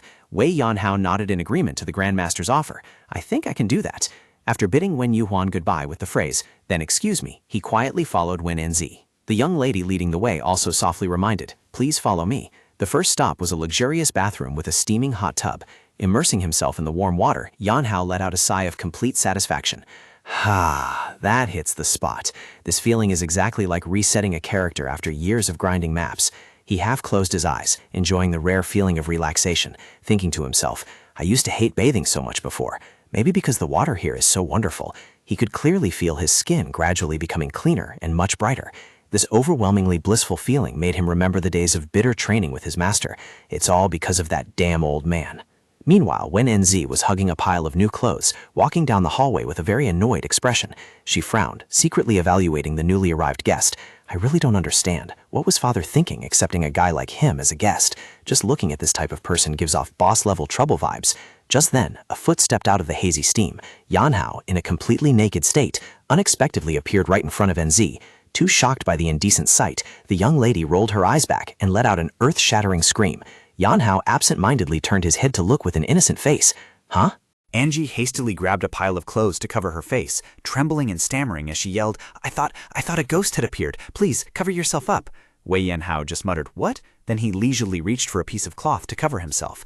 However, when she looked closely at the man in front of her through her fingers, Angie suddenly froze, her cheeks flushing red with shyness. Under the white steam, Wei Yanhao's physique, after 5 years of bitter training, appeared incredibly robust with bulging, firm muscles. He leisurely wrapped a towel around his waist, his wet, long hair falling over his rugged, masculine face. He looked straight at Angie and asked, Is this okay? His overwhelmingly attractive appearance left the young lady of the Wen family completely stunned, dropping the stack of fabric from her hands to the ground. She could only utter unconsciously, Who are you?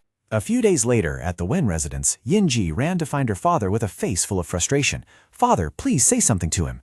Wen Yuhuan remained calm beside the chessboard. He looked up and asked, Him? The daughter snapped, That newcomer. He hasn't stepped out of his room all day. Meanwhile, inside the room, Wei Yanha was sleeping soundly, drooling profusely. Yinji kept complaining. Except for meal times, the rest of the time he just sleeps all day. He looks like he's regretting coming here. Hearing this, Wen Yuhuan just thoughtfully muttered, Come to think of it, I haven't even asked his name yet. Yinji still refused to let it go. She repeated her father's own teachings to question him. You yourself said that laziness is a sin, and diligence makes up for a lack of intelligence. So why are you defending him now? What kind of guest is this lazy, causing the whole residence to be in a mess like this? At this moment, Wen Yuhuan slowly explained, Yinji, your father loves playing chess, because when playing chess, one can see through the opponent. Words can be hidden, facial expressions can also be hidden, but aura cannot be hidden. He slammed a chess piece onto the rosewood surface with a powerful thud. The hot-tempered cannot be calm. The overly leisurely have no desire to fight. Just by looking at how they play, you instantly know a person's nature and their life. His aura is extremely fierce and belligerent. In all my life, I have never seen anyone with such an extreme disposition. Therefore, he is absolutely not a lazy or sluggish person. Perhaps he has lived a life so brutal and bitter that I cannot even imagine it. Looking at the chess pieces on the board, he continued philosophizing. The brighter the sun, the deeper the shadow. If he is living indulgently now, perhaps it is because his past life was too arduous. If a bird comes into the house to seek shelter from the rain, just let it perch. Who would force it out into the open sky to struggle? So, can you let him rest a little longer? Faced with her father's thorough understanding, Yinji had to bow her head in reply, I understand. However, right as she turned away, she let out a quiet sigh of utter weariness. Deep down, she still couldn't fully accept it. That was my reply to him, but why do I get the feeling that this situation smells like incoming drama? Heading towards the dark room, the scene before her eyes made Yinji want to explode. Yanhao was rolling around on the floor amidst a messy pile of dishes, sleeping soundly with steady snores. She gritted her teeth and thought to herself, her father had been deceived by him. How could such a lazy person be a hidden true dragon? I will definitely chase him away at all costs.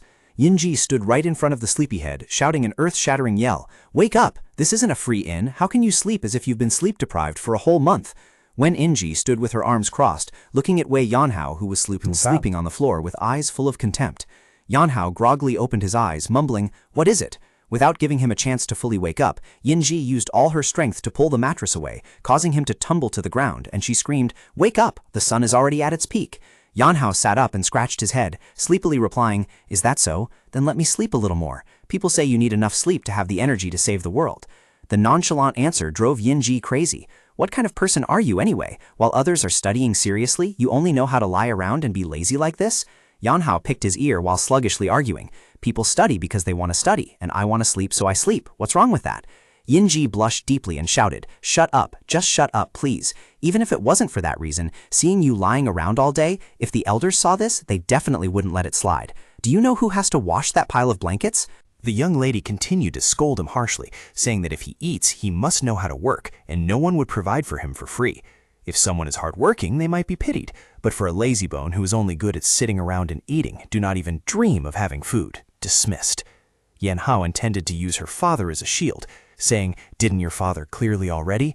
But Enzi immediately bent down and shouted right in his face, I am the one managing the money. Facing the power of the one holding the purse strings, Yanha broke into a cold sweat and had to back down, asking, "Then what must I do?" Enzi led him to the well area, where dozens of sacks of dirty clothes were piled as high as a mountain, and casually said, "You just need to wash these clothes." Yanha looked at the pile of clothes in panic. "All of this?" Enzi smiled sinisterly. "It is not that much." Yanha muttered bitterly, "Is this the price of a meal?" He could only complain. "It's not like I'm eating gold-plated rice." Enzi gleefully reminded him, "Then I'll leave it to you. Remember to wash them really clean." She turned and walked away with a triumphant smile, not forgetting to threaten, "If they are not clean, I will make you do it all over again. They must be squeaky clean." In her mind, Enzi secretly felt smug, thinking that he definitely wouldn't be able to finish it today.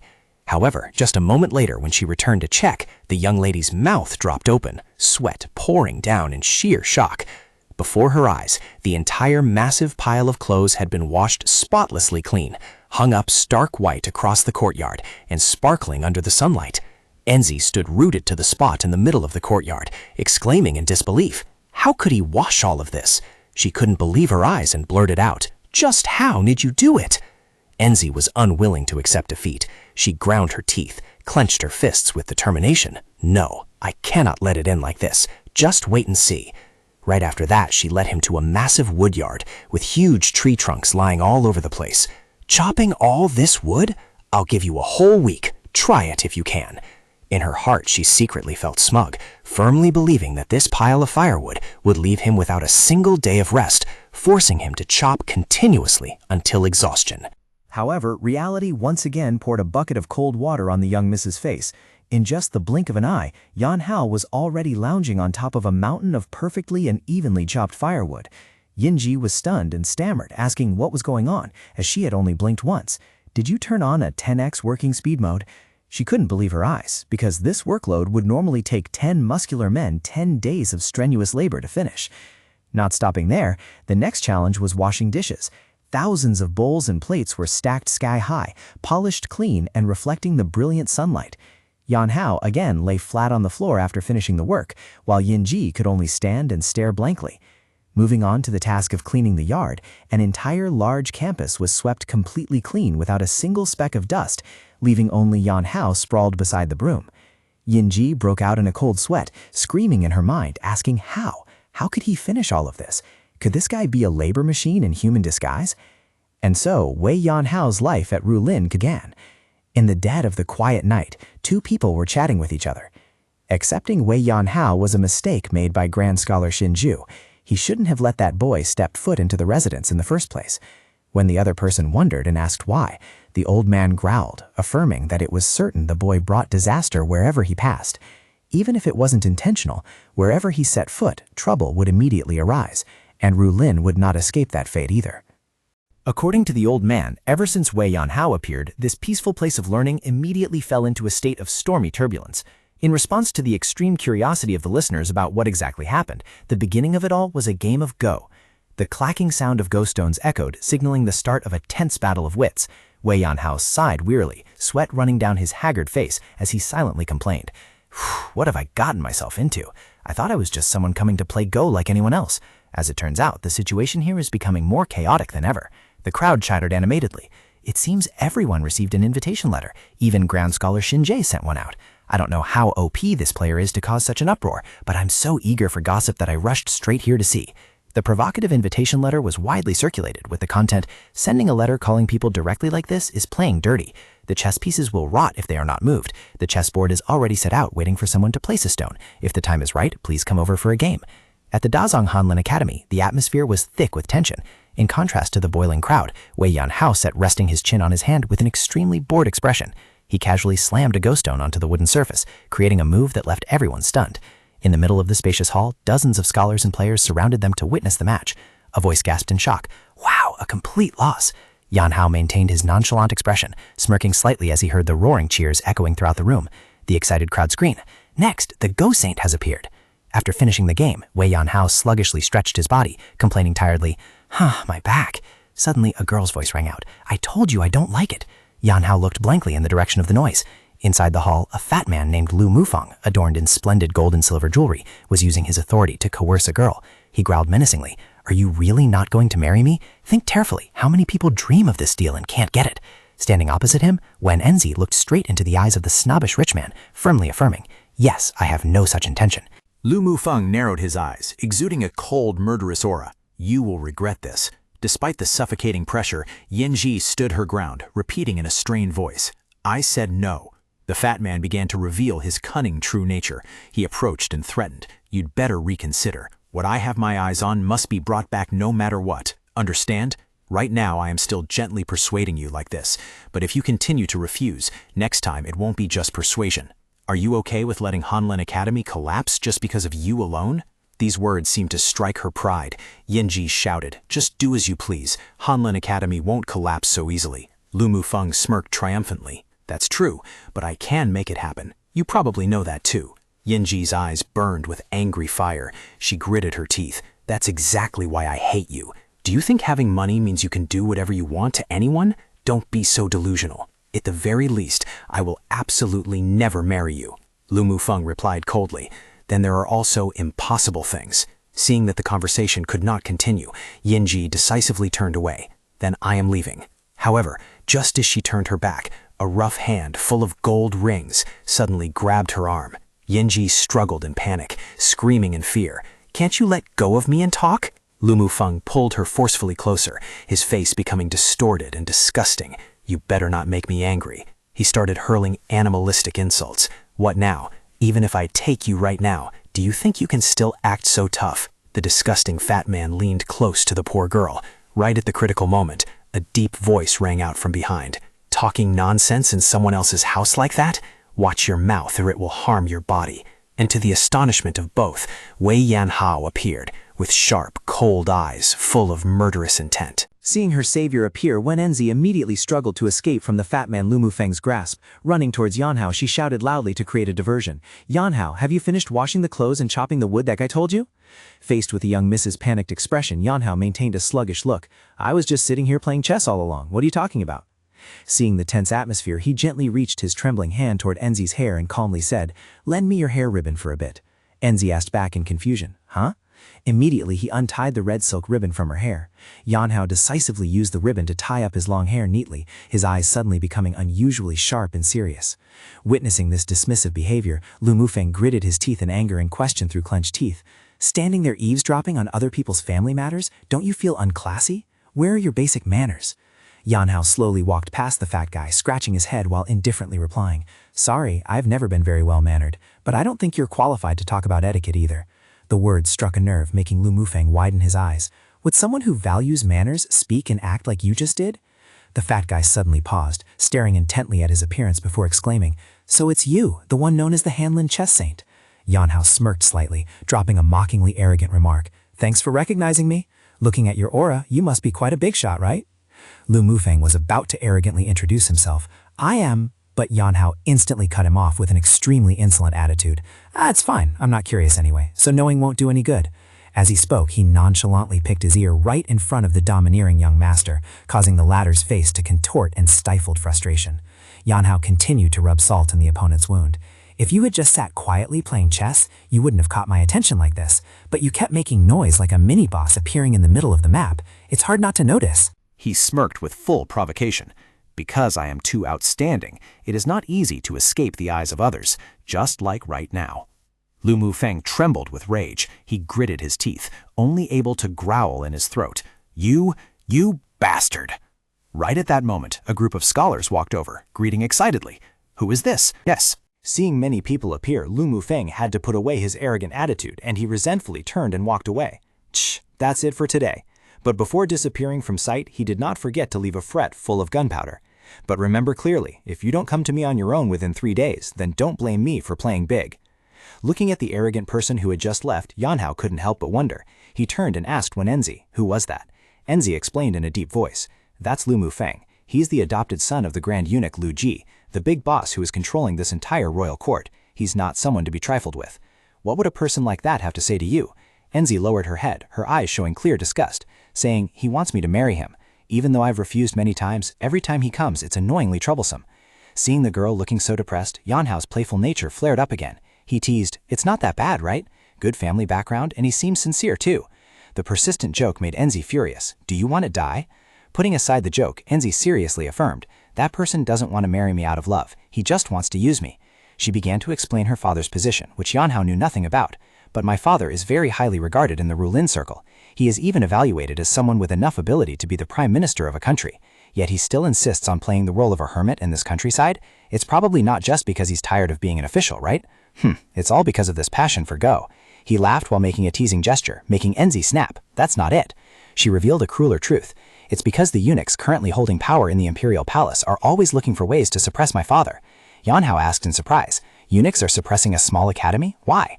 Enzi immediately refuted. It's not a small academy. The Hanlin Academy is not like ordinary Rulin factions. According to her, the Hanlin Academy originally did not belong to any faction, so building the initial foundation was very difficult. But precisely that neutrality helped the Academy build broad and deep relationships with many different factions.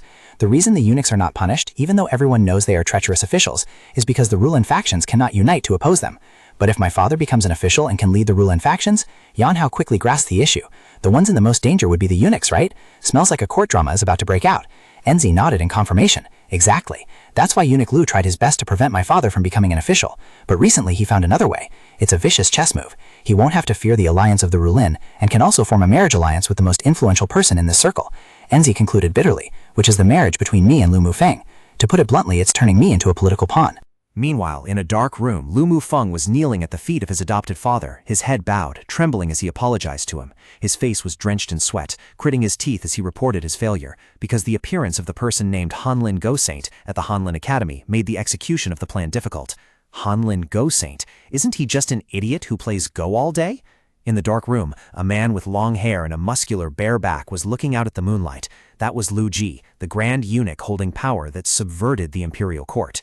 Kneeling at his feet, Lu Mufeng tremblingly reported, he is not the problem, but for some reason, people from all over the world flock to play Go with him, is crowded as a village festival, so whatever I want to do gets scrutinized. Sweat pouring down his face, Mufeng anxiously explained his delay. Those human surveillance cameras scrutinize too much, causing me to freeze up, not daring to act rashly for fear of ruining everything. Hearing this, Lu Ji slowly turned around, his voice deep and commanding. Then I understand why you hesitated. Mufeng bowed his head in apology. I admit my fault. Lu Ji's eyes turned sharp and cold. He growled and asked, but hey, do you think this mission is just to protect my safety? Controlling the royal family is the mission entrusted by him himself. There can be no failure in this mission. Standing in the middle of the hall, Lu Ji's shadow enveloped his adoptive son who was kneeling and bowing. He emphasized, not only for me, but also for you. I fear disappointing him more than death itself. Do you understand what I mean? Under the suffocating pressure, Mufeng could only shout loudly, yes, I understand clearly. A sinister smile appeared on his lips. Sometimes it's necessary to use drastic moves. Mufeng asked tremblingly, by drastic moves, you mean? Lu Ji's eyes suddenly flashed with a deadly light. He coldly ordered, just take advantage of the situation. Meanwhile, at the academy, the atmosphere was completely different. In the middle of the Go match, a voice rang out, breaking the silence. Hello, young master, wake up. You're playing Go, not sleeping in a hotel. Why are you resting in peace like that? Wei Yanghao was currently sitting and dozing off right on the chessboard. Amidst the majestic palace scenery by the tranquil lake, a weighty conversation was taking place. The head of the censorate, Grand Censor Li Wang, the powerful younger brother of the emperor, looked straight at the person opposite with a stern gaze and asked, so you still have no intention of entering the court to take an official post? Li Wang sighed softly. He closed his eyes as if to suppress his helplessness, then spoke in a deep voice. Listen, Wen Yuhuan. Recently, their movements have been highly unusual. Even within the military and the scholarly circles, there are those who show signs of disloyalty. Hearing this, Wen Yuhan looked up slightly and asked, is Lu Ji leading them? Just hearing that name gives off final boss vibes. Mentioning this name, the atmosphere suddenly turned chilling. Wen Yuhan was still a bit skeptical, but Prince Li immediately interrupted, hitting the most illogical point. But you want to ask why a eunuch with no descendants would always rebel, right? Wen Yuhan nodded in confirmation. Exactly. Prince Li's eyes deepened as he put forward a shocking hypothesis. Then what do you think if the real boss pulling the strings behind the scenes is a completely different name? In the shadows of the imperial court, the power struggle among the eunuchs was far more cruel than anyone could imagine. Yet Lu Ji, a man with no roots, was able to wipe out all his peers to climb to the position of absolute supremacy today. But the strange thing was, anyone who opposed him died in accidents, and those who did not oppose him also frequently fell suddenly ill and died. All of Luji's promotions did not look like personal effort, but rather as if an invisible hand had prepared the steps for him to step up. Wen Yuhuan pondered deeply and then said softly, "It could just be a coincidence, but this kind of coincidence sounds a bit suspicious." Prince Li bitterly admitted, "I used to think so too, until recently, seeing his actions lately, I started to reconsider. What if there is someone else backing him up?" He looked straight into Wen Yuhuan's eyes, making a final, urgent request. "That's why I need you to step up and reform the Scholar Faction team. Only then will we be at a high enough level to combat them." Beside the unfinished Go board, Wen Yuhuan pondered deeply, and then softly dropped a sentence. "I will think about it a little more." The atmosphere became quiet, with only a gentle cough echoing from the opposite side. After a moment of consideration, the great envoy stroked his beard, deciding to temporarily set aside political calculations. "All right, let's put that aside. What kind of person is the talent you mentioned?" Hearing this, the accompanying high official suddenly became unusually excited, his eyes clearly showing admiration. "He is truly a rare find." Such high praise made Wen Yuhuan undeniably curious. "Since you value him so much, I also want to see for myself. When can I meet him?" The guest official smiled and replied, "I think Yinji has already gone to welcome him." As soon as he finished speaking, Yinji's silhouette appeared by the doorframe. She called softly, "Father." Hearing his daughter's voice, Wen Yuhuan became excited. "Oh, the person is here. Quickly bring him in." Wei Yanhao walked in looking as unkempt as possible, his hair messy and soaked, his clothes disheveled, exposing his muscular chest. He asked sluggishly, "Did you call me?" Yan Zi, standing behind him, looked at his image-ruining appearance and could only sigh in frustration. Both of them stood frozen, looking at this talent, thinking the universe had sent the wrong signal. To break the awkward atmosphere, the guest official greeted him. "Please forgive the early morning intrusion. Did you sleep well?" Yanhao calmly replied, "Yes, I slept very well." He even added a regretful remark that left everyone speechless. "If only someone had splashed water to wake me up, otherwise I would have slept full option until noon." The high-ranking official laughed heartily. "Haha, so that's how it is. Anyway, it looks like you've rested well." At this moment, Wen Yuhuan officially got straight to the point. "The reason I called you here is to introduce someone." He humbly introduced himself, saying he was just an old man passing by. Looking at the Go board placed in the middle of the room, Yanhao made a meaningful remark. "That explanation sounds like it holds many stories. Why are you here?" "You ask what I'm here for? What business would I have with the Hanlin chess saint? I just want to play a game of Go." As soon as the challenge ended, Yanhao's expression suddenly changed. He opened his mouth and exclaimed, I'm afraid I can't." "You can't?" The astonished question rang out in the face of Wei Yanhao's blunt refusal. He nodded affirmatively. "Right." Yanhao explained the reason, leaving the other party stunned. "You have to line up, uncle. There is no priority system for acquaintances here." Yanhao maintained a calm demeanor, waving his hand to explain, "I didn't say I wouldn't play chess. I mean it has to be in order. Someone arrived before you, so please wait." As he spoke, he casually pulled open his shirt to reveal a muscular chest covered in scars, making the atmosphere suddenly serious. "Haha, if it's just about that, I can resolve it. I will ask for the opinions of the others." However, the Grandmaster's smile instantly vanished when Yanhao looked straight into his eyes with an extremely cold expression. He growled, "So you're using your power to physically force others. Who would want to play like that?" The man paused, beads of sweat running down his forehead, astonished by the young man's reasoning. Yanhao continued to press. "Looking at your demeanor, you must hold a high position, so if you just speak up, others will have to yield, but they won't be convinced in their hearts." He firmly asserted the path he was taking. "Even though I might not look like it, I have my principles and my promises." This young man was truly unyielding, indeed a golden backbone when it comes to keeping promises. The Grandmaster had to lower his voice and give in. "Can't there be an exception just this once?" But Yanhao remained completely unmoved. He crossed his arms and declared decisively, "I already told you to just wait." Wen Yuhuan could only sigh. Looking at this situation, he knew today would not be peaceful. "Father, I think I can handle this." The Grandmaster asked back in surprise, "You?" Meanwhile, Wen Enzi stood watching from afar, secretly wondering about this strange person. Principles? Promises? What exactly was he? Suddenly Enzi approached and placed her hand on Yanha's shoulder, making him jump. "Huh?" She made a decision that left everyone stunned. "All the Go matches scheduled for today, including this one, I will cancel them all."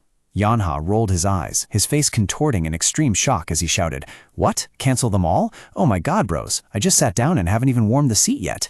Wei Yanhao asked blankly, "Really? The offer is very tempting, but I have my principles and duties. If we postpone until tomorrow?" But before he could finish his sentence, Wen Enzi decisively cut him off. "No, not until tomorrow." The young lady stepped closer, her face suddenly becoming extremely terrifying with piercing eyes, as if wanting to see through her opponent's soul. She threatened in a low voice, "If you want to rest today, don't play tricks." Enzi gave him no further opportunity to back out. There will be no more negotiations. Decide right now. Under the suffocating pressure from the young lady, Yanhao had no choice but to sit at the chessboard. Enzi stood behind him with a smug smile, while Yanhao let out a breath and decisively slammed a chess piece onto the wooden surface with a powerful smack. Witnessing the young man's initially somewhat superficial attitude, Li Wang frowned slightly, his face clearly showing disappointment. He thought to himself, "This is incredibly bad. Isn't this just a guy who is all talk?" The Grandmaster felt impatient. "I just want to stand up and leave." But looking at the chessboard gradually forming a formation, he told himself, "Since I've already thrown the spear, I have to follow it. Let's see what level this young man is at."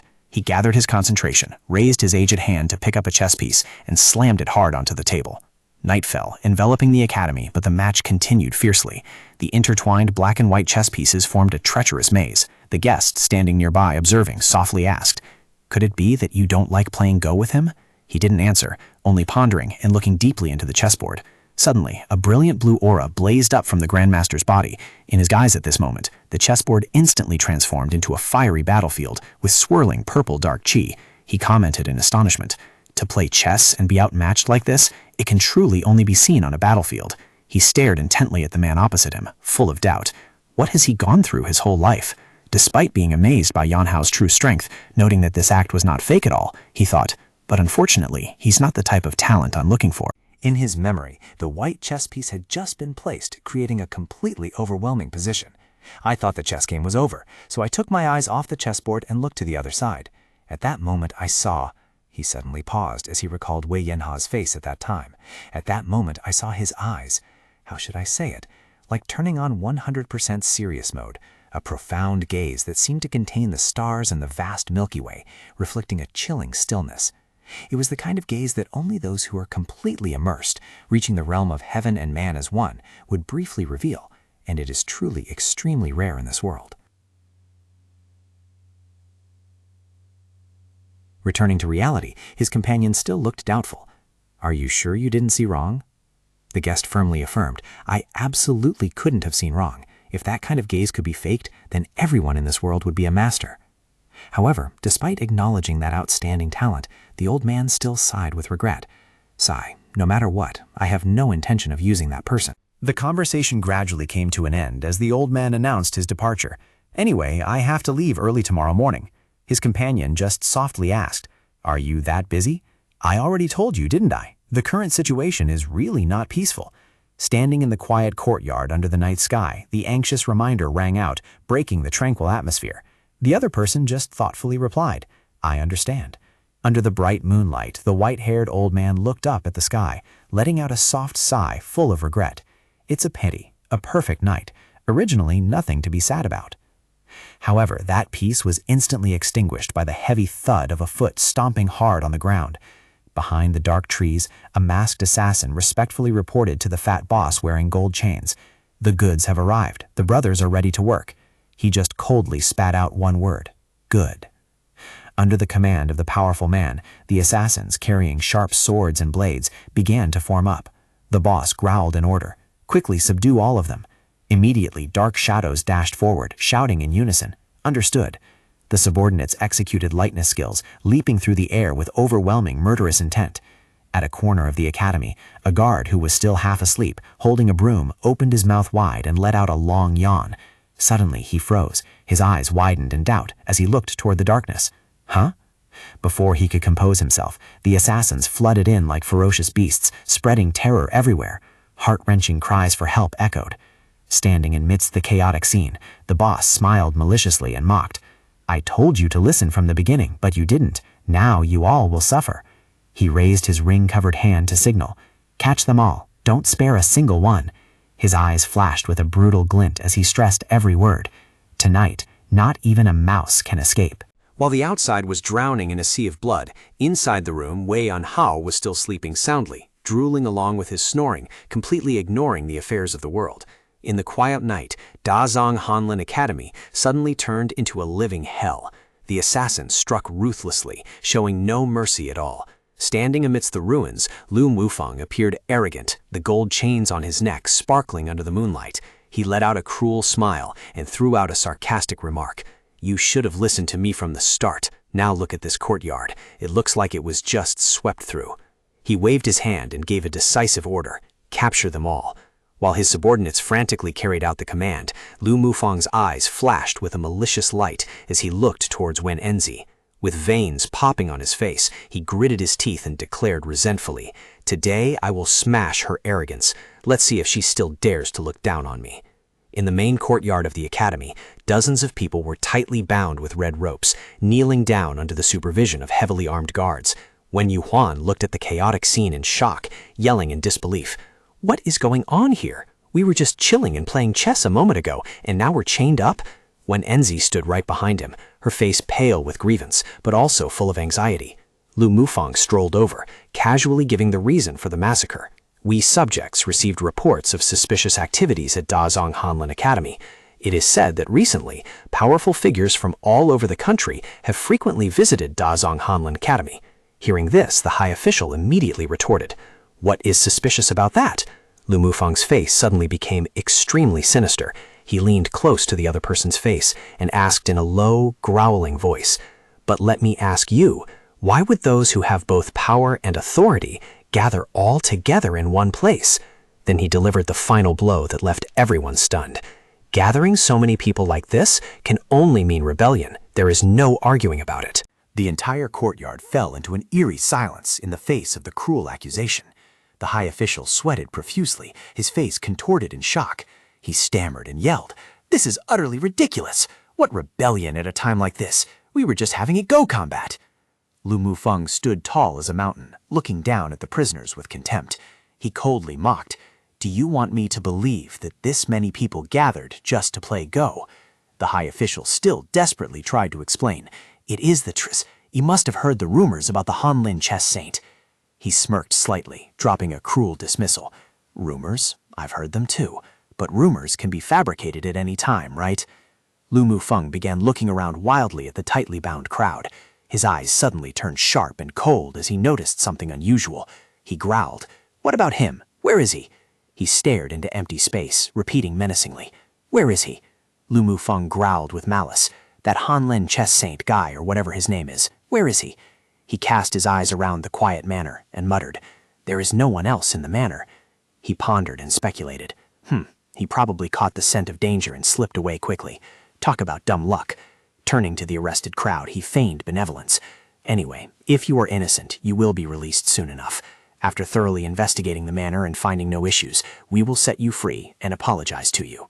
Right at that moment, a soldier rushed over breathlessly and cheered, "Found it!" He presented a notebook titled Contract Register. Lu Mufang smugly declared to the entire crowd that this was the contract register of the rebels. The scholars went weak in the knees, screaming in despair. "A contract register? This is the first time we've heard of it." Lu Mufang coldly held out the notebook to press them. "This thing is right before your eyes, and you still deny it?" He secretly understood the bitter truth. From the very beginning, they had planned this conspiracy. "I have been framed! I have been framed!" Cries of injustice echoed throughout the courtyard. "We are innocent! This is so unfair! I knew nothing! I didn't come here for this!" Amidst the chaos, a deep, authoritative voice rang out from behind. "Lu Mufang, you are doing something truly interesting. I've been standing here watching for a while, and I see you are overacting." Lu Mufang turned around in shock, his face suddenly contorting in horror, sweat pouring down when he realized who the tied-up person was. "You are—" That was the Grand Censor, the Chief Censor, Prince Li Wang, the Emperor's younger brother. He roared with full authority, terrifying the soldiers. "You should call me Chief Censor. Did you hear clearly? One wrong word and your whole life is over." The captured crowd felt like drowning men catching a straw. They clamored with hope. "Your Highness, Chief Censor, Prince Li Wang, we are saved! We are saved! Since you have witnessed everything, you will surely know we are innocent."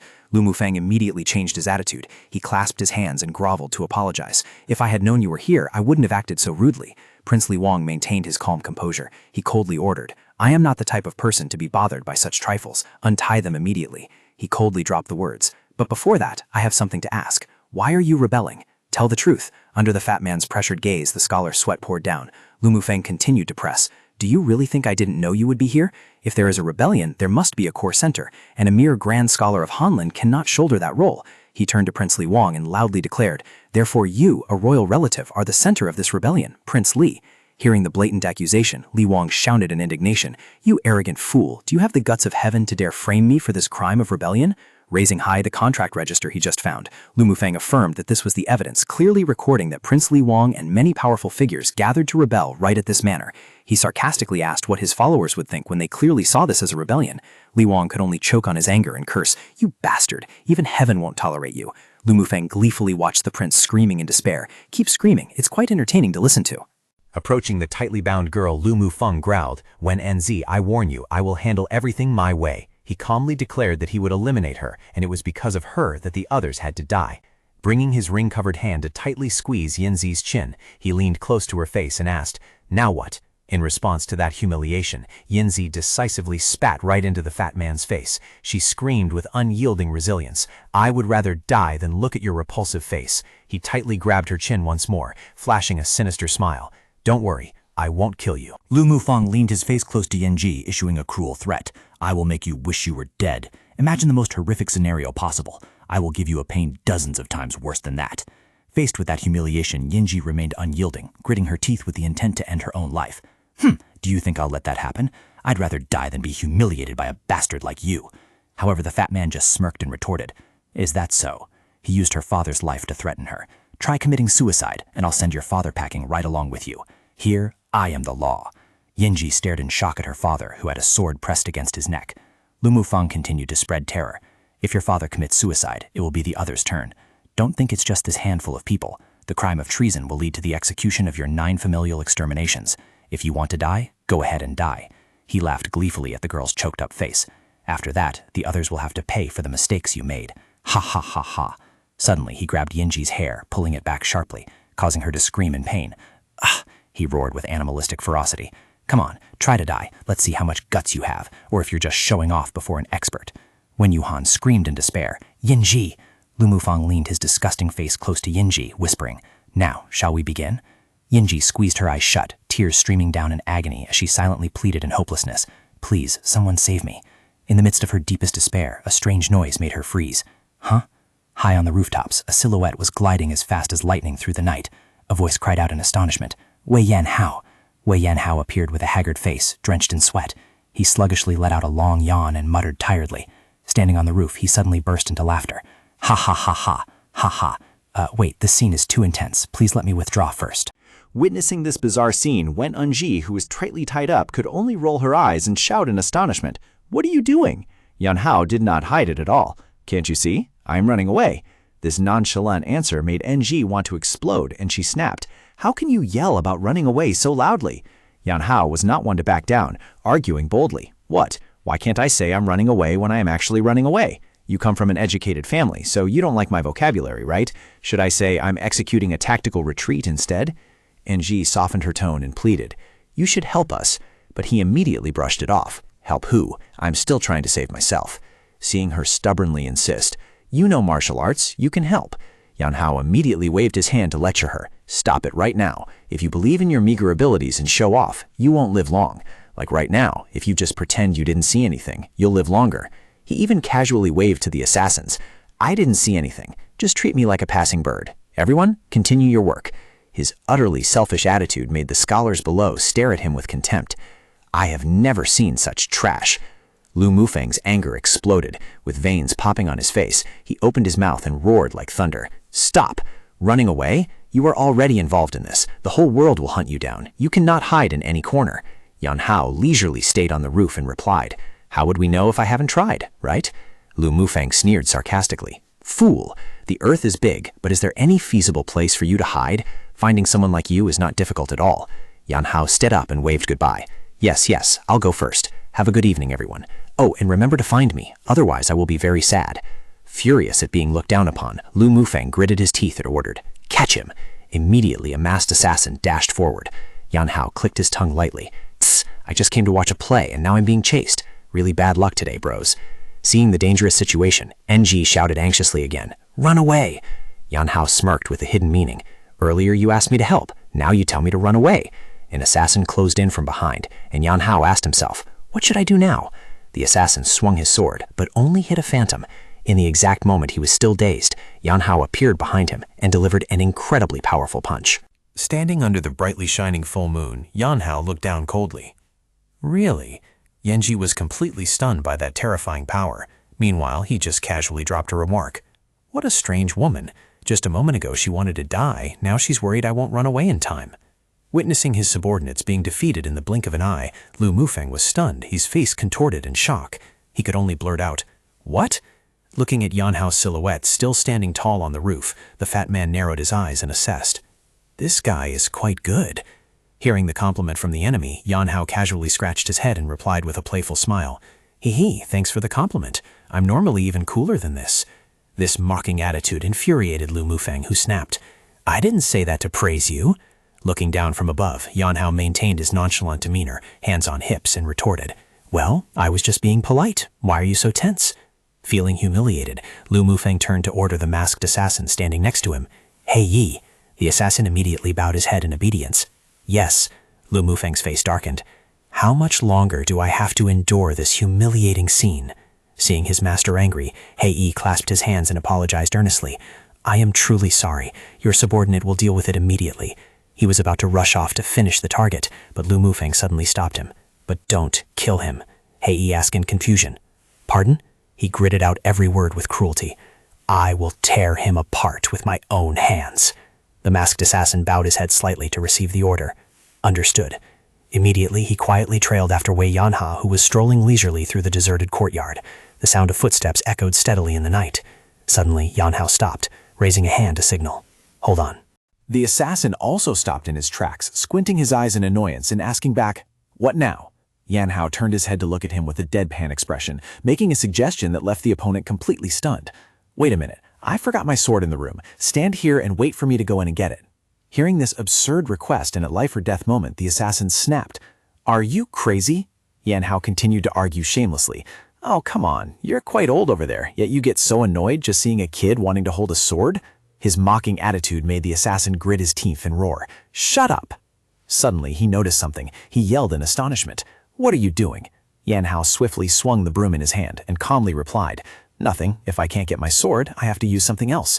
Witnessing the scene of his opponent using a broom to face him, the assassin felt tremendously humiliated. He roared, Are you looking down on me? Yan Hao looked at him sluggishly and asked back, Why are you getting mad? Then let me go get my sword. The assassin exuded a cold, murderous aura, declaring through gritted teeth, I won't kill you, but I will make you taste enough suffering that's worse than death. Later on, even if you cry and beg. Before he could finish his threat, Yan Hao let out a long, exhausted yawn and interrupted. I know. So can we start now? I'm really sleepy. If you talk too much, I'll actually fall asleep. This attitude of extreme contempt drove the assassin crazy, veins bulging all over his face. He gritted his teeth loudly in absolute fury. He let out an earth-shattering roar and charged in to attack. You bastard! The assassin swung his sword, emitting a radiant blue aura, its razor-sharp blade closing in right before his eyes. But Yan Hao still calmly received the attack. Yan Hao forcefully swung the broom in his hand, delivering an incredibly heavy blow straight to the assassin's face, completely deforming his face and sending him flying backwards. The assassin collapsed to the ground, his eyes rolling back in extreme shock, and he stammered, What is this? Witnessing this unimaginable scene, Lu Mufeng froze, his face distorted in shock, sweat pouring down in terror. Yan Hao stood towering there, looking at the defeated enemy lying flat on the floor. He tightened his grip on the broom handle, casually dropping a sarcastic remark. Oh, a broom is definitely the best tool for sweeping up trash. I might as well sweep you guys up to clean the courtyard today. Yan Hao's face became extremely sharp and arrogant. The assassin now could only hold his head and fall to his knees, trembling in disbelief. What is this? Yan Hao looked down from above, starting to lecture with a condescending attitude. You should be thankful that you met me, so it only stops at this level. If you had met my master, you would be reporting to your ancestors by now. You can't just charge straight in like that. You must probe your opponent first. The assassin numbly reached out towards Yan Hao, stammering in despair. He went mad with anger and let out an earth-shattering roar. You bastard! Seeing the opponent furious, Yan Hao kept his expression completely unfazed and replied playfully, I was just kindly explaining it to you. He pulled out a short sword radiating an evil green light, growling threateningly. Fierce poison. Kibu bai hun xie. Today I will let you taste it. Wei Yanhao still calmly rested the broom on his shoulder, slightly curling his lips in mockery. Oh, poison! How truly despicable. The assassin did not care in the slightest, his eyes turning frantic. Go ahead and blame me. Looking at the poisonous blade drawing near, Yan Hao still calmly assessed. but perhaps that won't work on me." The assassin asked back in astonishment, "Are you saying you are invulnerable to all poisons?" Yanhao burst out laughing and retorted, "No, I didn't boil and eat 1,000-year-old ginseng root. How could the poison be ineffective? It's not that the poison has no effect, but rather, Before the opponent could regain his senses, Yanhao disappeared in a flash of green light. He closed in right in front of the assassin with an arrogant smile. A wind-tearing whoosh rang out, and Yanhao launched an attack that sent the assassin flying backwards. "We were having a nice conversation, yet you insist on taking a beating." Murderous intent erupted, and Yanhao swung the broom to create a series of lightning-fast consecutive strikes. In just a split second, the enemy was beaten black and blue. The crowd around witnessing this scene all froze, their eyes rolling back in terror. In the middle of the courtyard, Wei Yanhao stood there toweringly, holding the sweeping broom with the demeanor of a true supreme master. A heavy thud resounded as Hei collapsed to the ground, falling unconscious after Wei Yanhao's lightning-fast strike. In the middle of the courtyard, Yanhao stood there calmly with the broom in his hand, causing the entire group of guards and Lu Mufang to widen their eyes in astonishment, unable to believe what had just happened. The young man casually leaned on his broom, calmly explaining his action. "So my master once told me that when an opponent seems to be preparing something big, don't wait, just smash them down immediately. Simple as that." Witnessing this scene, Lu Mufang was dripping with sweat, trembling in absolute shock. He screamed in his mind, "Impossible! He took down Hei that easily? He is the dark leader that my father spent decades of meticulous effort to build up." Yanhao looked straight at the fat guy, offering a final way out.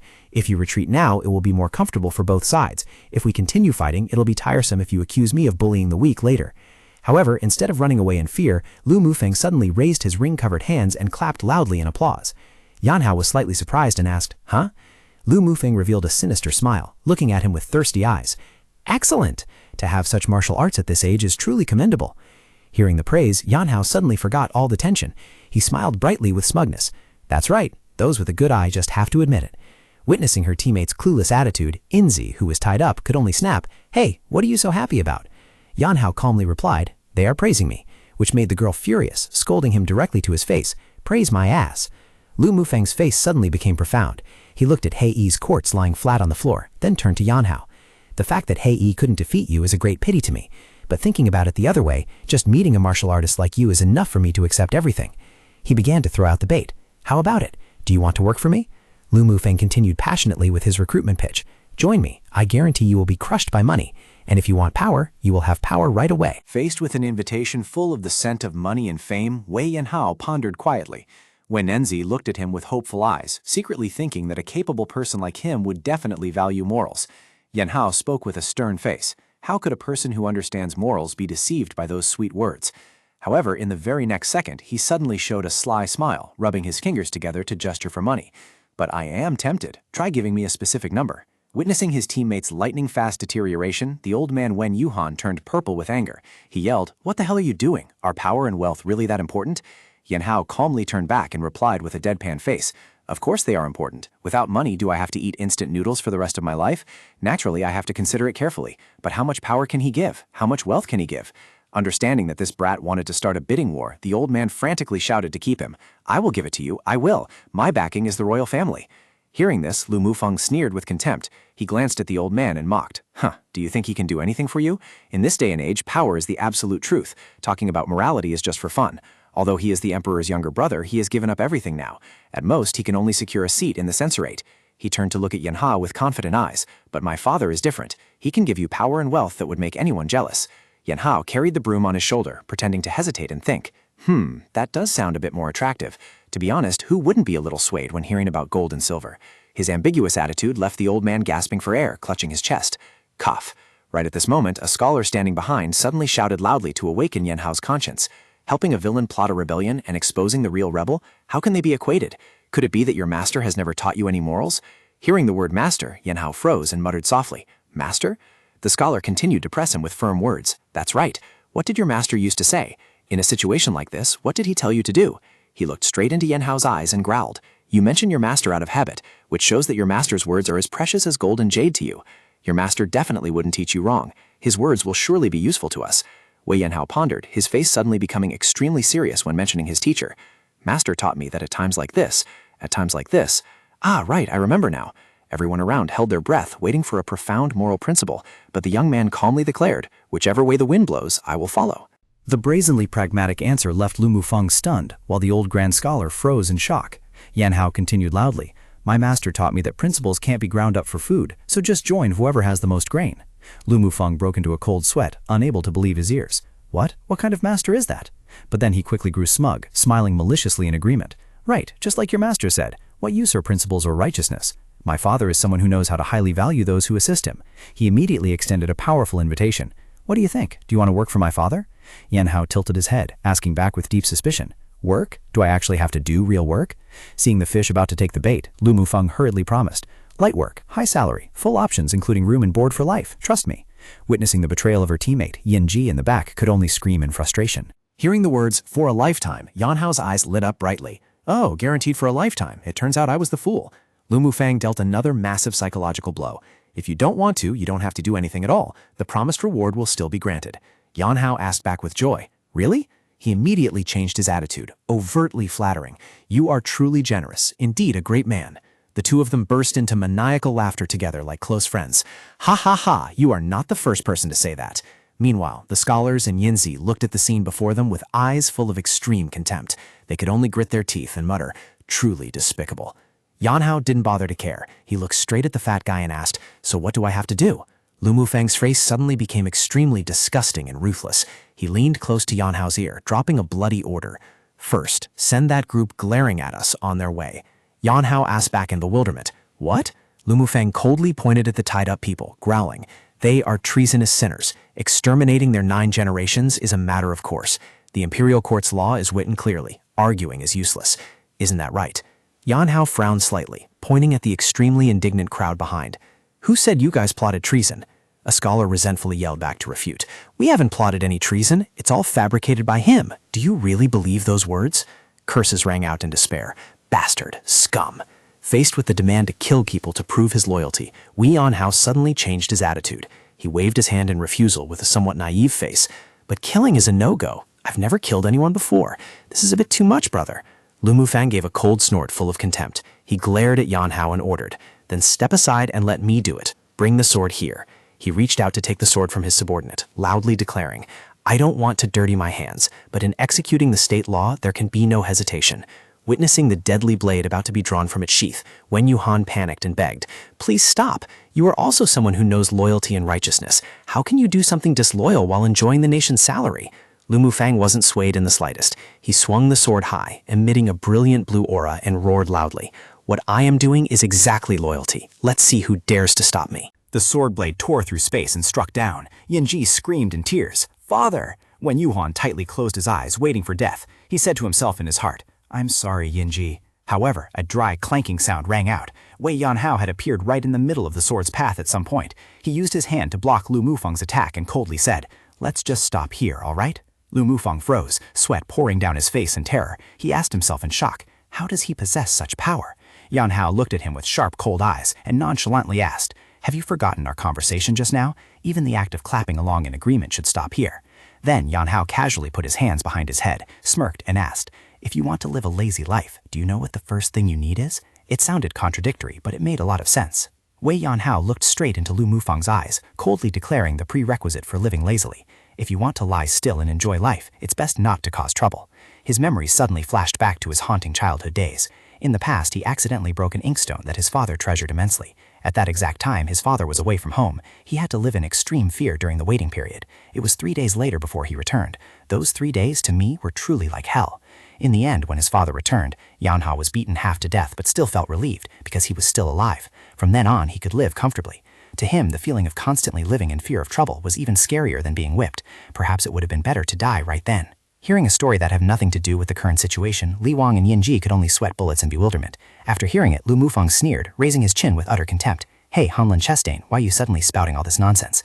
Yan Hao tightly closed his eyes, his voice suddenly becoming somber and authoritative. My master once taught me, grudges must not be forgotten. He reiterated his master's teachings about the debts of gratitude, and favors must definitely not be forgotten either. Those who do not repay what they have received will one day have to pay back many times over. In his mind, images appeared of the people at the academy who had sheltered and treated him well during the past time. Yan Hao looked up at the night sky, affirming firmly, piling up debts is very tiring, so today I've decided to clear them all at once for peace of mind. Before his firm declaration, Wen Yuhan was so stunned that he was speechless, while Inji and the people around looked at him with eyes full of astonishment. Lu Mufeng smirked sinisterly, nodding as if he had figured it out. So in conclusion, you want to go against me to play the hero, right?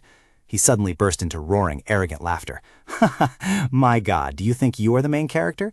If it were me, I would have run away.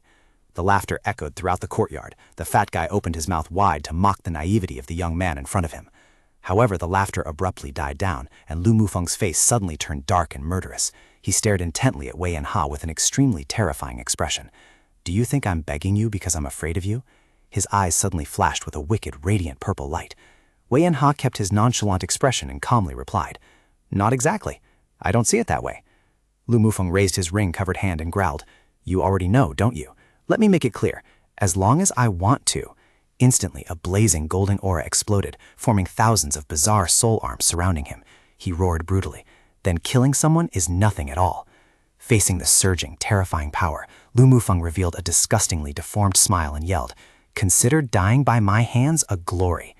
Witnessing this scene, Wen Yuhan was shocked, unable to believe his eyes. Could it be that this Lu Mufeng also knows martial arts? Lu Mufeng channeled all his kinetic energy into his palm, delivering a fatal strike from above. A giant hand formed by tens of thousands of souls crashed down on Yanha's position, causing an earth-shattering explosion. However, Yanhao was as quick as lightning, darting his body out of the attack range in the blink of an eye. Lu Mufeng had completely lost his mind at this point. He opened his mouth, laughing maniacally with triumph, and threw out a sarcastic remark. Remember to work harder in your next life. Being this lazy will only get you logged out early. Wei Yanhao landed on the ground, slightly bowing his head, his long hair falling to cover his eyes that were gradually becoming incredibly sharp and cold. Witnessing the terrifying power of the attack, the surrounding crowd could only tremble in shock. Amidst the smoke and dust, Wei Yanhao still maintained a strangely calm expression, muttering softly to himself, Strange, I feel like I've seen this somewhere before. Lu Mufeng was now dripping with sweat, gritting his teeth and tightly clenching his fist, which was radiating a bright yellow energy. I knew it. He glared at Yanhao, growling with sheer arrogance. You do have some skills. I used my ultimate move right from the start, and you couldn't react at all. But just before his words even faded, Yanhao had turned into a phantom, moving at a terrifying speed that created surreal afterimages amidst the surrounding aura. A clack sound rang out as Yanhao gently blocked his opponent's attack with his hand. Lu Mufeng rolled his eyes back, his face contorting in shock. What? Are you kidding? How could you block it so easily? Yanhao looked straight at the trembling figure in front of him, his eyes as cold as ice. Is that all? Lu Mufeng stammered in despair. No. Why? How is this possible? Yanhao replied nonchalantly. You clearly saw everything, yet you still ask. Anyway, without giving his opponent time to gather his wits, Yanhao spun around and delivered a lightning-fast kick. Lu Mufeng only had time to scream in terror, Wait! Wait! Before being swept away by a blazing blue genki. The fat guy soared into the sky, crashing through a series of roofs, creating chain explosions accompanied by a long, agonizing shriek. In the middle of the courtyard, Wei Yanhao stood tall, his legs still blazing with genki. He coldly declared, I was planning to go easy for one strike, but my foot slipped and sent you flying a bit too far. A deathly silence enveloped the courtyard, leaving the scholars and literati wide-eyed, completely frozen in absolute shock at the overwhelming power of the normally lazy young man. From within the cloud of dust and smoke, Lu Mufeng staggered to his feet with a bruised and torn face, looking extremely miserable. Seeing that his opponent could still move, Yanhao casually brushed his hands. Oh, you can still hold up? Then let's do another round to warm up. Seeing the Grim Reaper approaching, Lu Mufeng's will to fight completely shattered. The fat guy was sweating profusely, his face distorted with fear. He gulped and then made a shameless proposal. How about we delete everything that just happened and pretend nothing occurred? The entire courtyard fell into a dead silence at the blatant treachery of the man who had just demanded the extermination of someone's entire 9 generations. Lu Mufeng now had not a shred of arrogance left. He fell to his knees, begging pathetically toward Li Wang, Please let me go, Your Highness. However, the chief censor only looked at him with half an eye, coldly retorting, Have you ever seen a censor release a traitor? Knowing that begging wouldn't work, Lu Mufeng immediately changed his attitude. Gritting his teeth, he issued a final threat. If I do not return, my father will think this has failed. Then he will make his final wager. Under the cold, full moon, he growled a warning about a disastrous consequence. Regardless of the outcome, the royal family will suffer irreversible damage.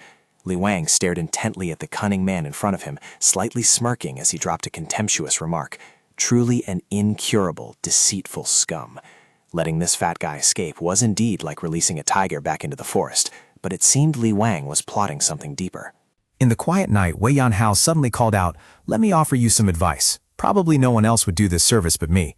He casually pointed out the fatal flaw in the opponent's martial arts. Rojia Gong is indeed a peerless skill, but when circulating Jugo Gong at the same time, the power is obviously reduced. If you really want to fight me, you'd better dispel your Bian Rong first. Lu Mufeng froze, his face contorting in shock as the secret of his disguise technique was exposed. He gritted his teeth and left a hateful threat. "I will remember this. Until next time."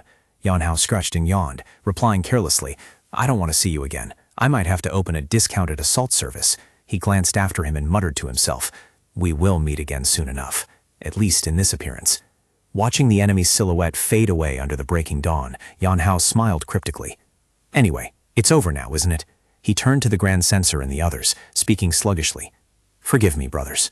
Witnessing that lazy attitude right after the intense battle, Wen Enji went mad with anger and yelled, "Sleeping again?"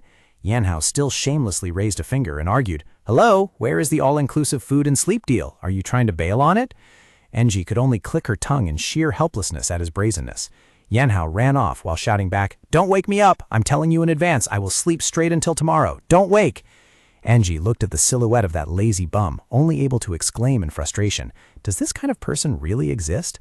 The Grand Censor and the accompanying official could only look at each other and nod in agreement. Indeed. The next morning, Yanhao sluggishly opened his eyes, muttering in annoyance, "Ugh, what is it?" Enji coldly informed him, "My father is calling you."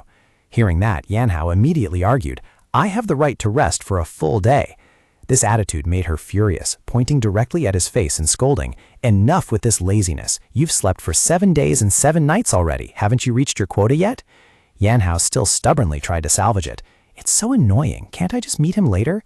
Her patience finally running out, Enji let out an earth-shattering roar. She lunged forward, grabbed the edge of the blanket, and pulled it off with all her might. Having no other choice, Yanhao had to trudge along with messy hair, constantly scratching his head in a sleepy daze.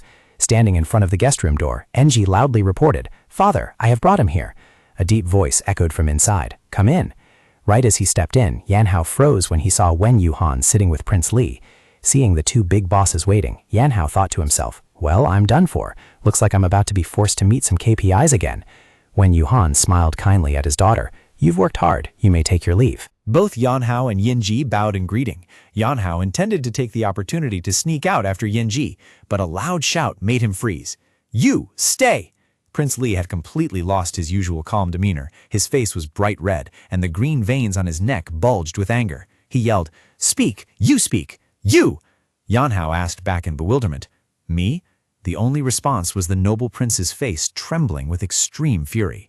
Wei Yanhao sluggishly walked into the room, holding his head that was still buzzing from lack of sleep. "Ouch! My head! My brain is running slower than free Wi-Fi right now." While the boy was still half asleep, Prince Li and Wen Yuhan were already sitting there waiting with extremely serious expressions. Suddenly, the prince reached out and brought out a very solemn item. It was a sword placed in a pitch-black scabbard with sparkling gold-plated dragon and phoenix motifs. He stroked his beard, his eyes full of determination. I know. Right after that, he decisively pushed the sword toward Yanhao. "Here." Yanhao curiously picked up the precious item to examine it. Prince Li asked slowly, "Do you know what this is?" The boy casually replied, "No." The nonchalant answer made the prince angrily snap. "Then why do you dare to take it without asking anything?" In Yanhao's mind right now, there were only images of sparkling gold ingots. He muttered with a dreamy expression, "It looks valuable. Taking it to the market could probably be exchanged for a whole cart of gold." The boy began to rationalize using the teachings of his late master. "Master told me that whenever I see something that can be sold, I should grab it immediately without needing to ask." Yanhao held the sword tightly in his arms, making Prince Li hold his head in helplessness. He tried to explain, "That sword," but Yanhao immediately cut him off. "Gifts given are non-refundable. No gentleman does that." Even though the prince tried to explain, "No, that sword," the kid continued his moral lecture. "You are a dignified prince. Why are you acting like a child, wanting to take back what you've already gifted? No way." Yanhao even did an extremely unhygienic act by spitting on the sword. "Pff, I've marked it with my spit. It's mine now." His patience finally exhausted, Prince Li slammed the table and stood up abruptly, yelling in a fit of rage, "Listen to me first. You really are a god-forsaken brat, a clan destroyer." He roared with majesty. "That sword is the divine artifact of the incensorate. Anywhere you go, just drawing it out will get you treated as my equal. Hearing about the ultimate power of the item, Yanhao appeared extremely disappointed. He looked at the sword with soulless eyes. Prince Li asked in bewilderment, "What is it? Is there a problem?" Yanhao retorted, "Is that it?" The prince was stunned. "Yeah." The boy started complaining about its practicality. "Can this thing be exchanged for rice or a land deed? You are a high-ranking official but give such senseless gifts." Yanhao started taking the upper hand. "I have done a great service, and if you just use this to brush me off, it puts me in a tough spot." When asked what should be done, he boldly preached his philosophy on life. Give and take keeps everyone happy. That's just the way of the world. Nowadays, people value practical benefits more. He feigned a sigh. Sigh, this is so awkward. It's not convenient to say it bluntly. Then his true colors finally showed. "Let's drop the divine items. Just transfer cash straight to my account to keep it practical." Prince Li ground his teeth loudly, his hand gripping the table and trembling. "You want money?" Seeing the situation going south, Yanhao immediately did some damage control with a deadpan expression. "No, saying it out loud like that would be a bit impolite. I do know basic manners after all." Yanhao picked up the inkstone and admired it, his eyes shining brightly as if he had seen gold. "But is this also for me? It looks expensive. This kind of thing would make a fortune if put up for auction." Prince Li awkwardly explained, "That is a precious inkstone." Seeing that this brat only cared about material value, he cleared his throat, and then sternly repeated, "That is the divine item of the censorate. In any government office, you will be treated on equal footing with me, which means I am granting you a position equal to the Grand Censor." Hearing about titles, Yanhao looked bored again. "I hate working the most, especially work that doesn't pay in gold." Prince Li emphasized, "I said it's granting an official position."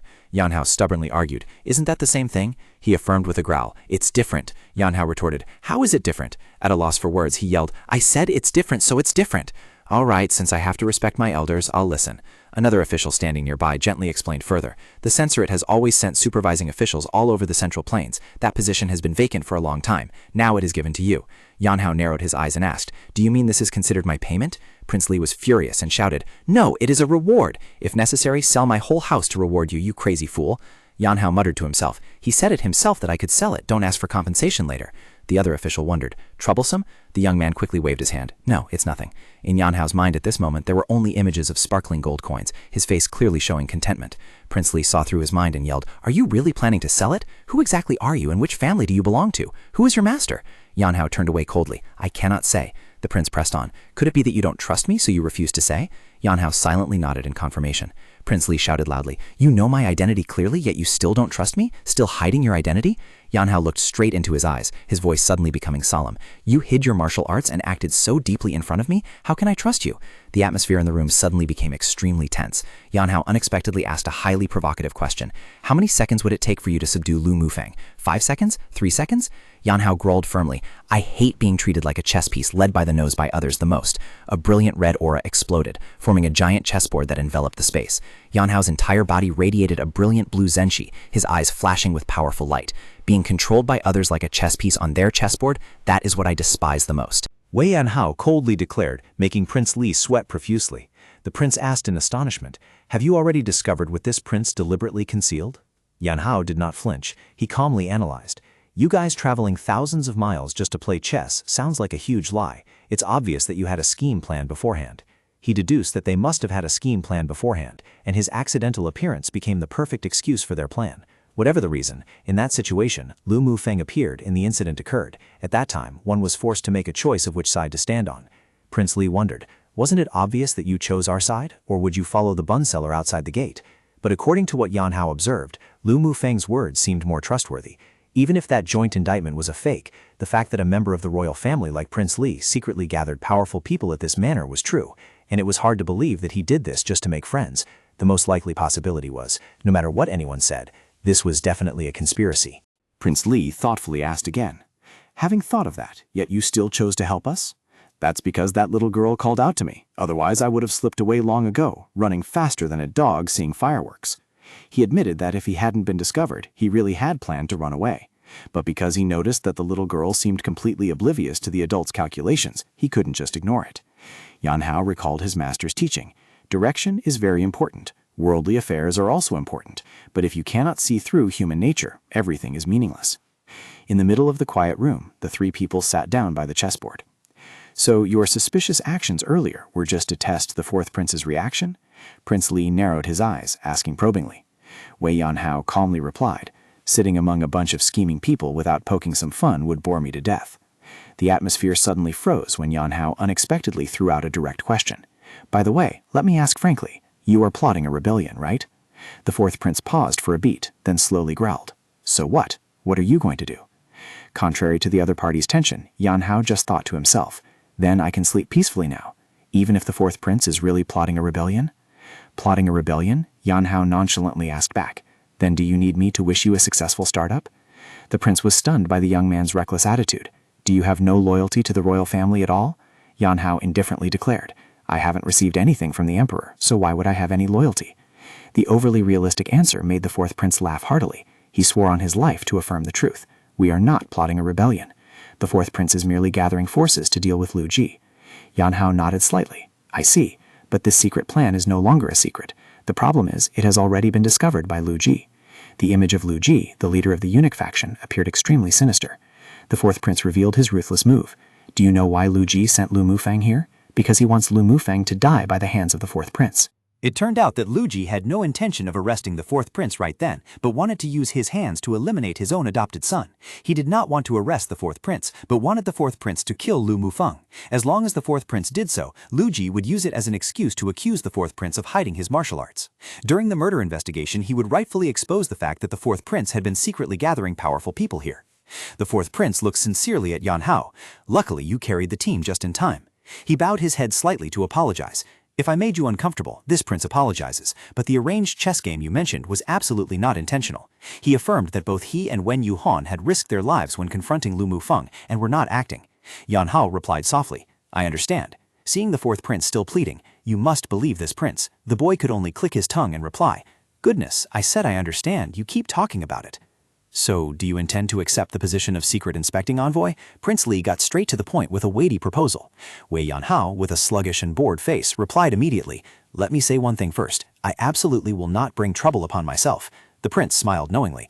"It is fine, because even if you do not want to, the world will not leave you alone." Yanhao narrowed his eyes suspiciously. "Are you cursing me?" Prince Li calmly affirmed, "No, that is the path of a great hero." Maintaining his trademark lazy nature, Yanhao firmly said, "Then I refuse. I will just sleep at home." But the prince only dropped a sentence as if he had seen through the future. "Destiny is not something you can refuse." Seeing that he could not argue further, Yanhao stood up. "Then I will take my leave first." He quietly walked away, leaving Prince Li and Wen Yuhuan at the tea table. The prince called out after him, "Just decided that way. Today this prince will also leave." Yanhao muttered with full disgust as he walked, "I sincerely hope to never see you again. Meeting again will definitely cause drama." Prince Li smirked slightly. "For some reason this prince feels that we will meet again soon." A cold draft ran down his spine, giving Yanhao goosebumps. He walked quickly past the two lords without even looking back.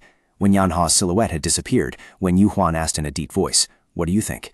Prince Li retracted his smile, his eyes becoming extremely sharp and profound, beyond imagination. He admitted he had guessed Yanhao's martial arts were very high, but didn't expect him to be so formidable as to see through his own martial arts. Prince Li silently evaluated with full wariness. "Thought I picked up a dragon. Who knew I brought the wrong monster home? A slight opening and I'll be swallowed easily." However, that danger made him even more determined. "That danger is completely worth us taking a risk for." When Yuhuan nodded in agreement, the old man further commented, "If it was only martial arts, then it would be just that, but his scheming mind also far surpasses ordinary people. He grasps everything but doesn't act until the last minute. He is not merely a strong person." As both walked in the silent courtyard, the old scholar couldn't help but wonder, exactly who raised such a monster? Prince Li immediately ordered an investigation. "Regardless, you must investigate everything about him. Even if you can't find the traces of his dead master, you must find his family background. Do you understand?" Wen Yuhuan respectfully replied, "Yes." That night, under the bright full moon shining on the tiled roof of the Hanlin Academy, a figure was lying leisurely, enjoying the tranquility of the night. Suddenly, a voice rang out, shattering the silence. "Are you planning to leave?" Yanhao startled and sat up, looking down. Seeing the patriarch standing there, he smiled softly, his eyes softening with sincerity. "You gave me free food and lodging for so long. It would be weird to leave without saying a word." Under the quiet silver moonlight on the roof, Wen Yuhan spoke thoughtfully.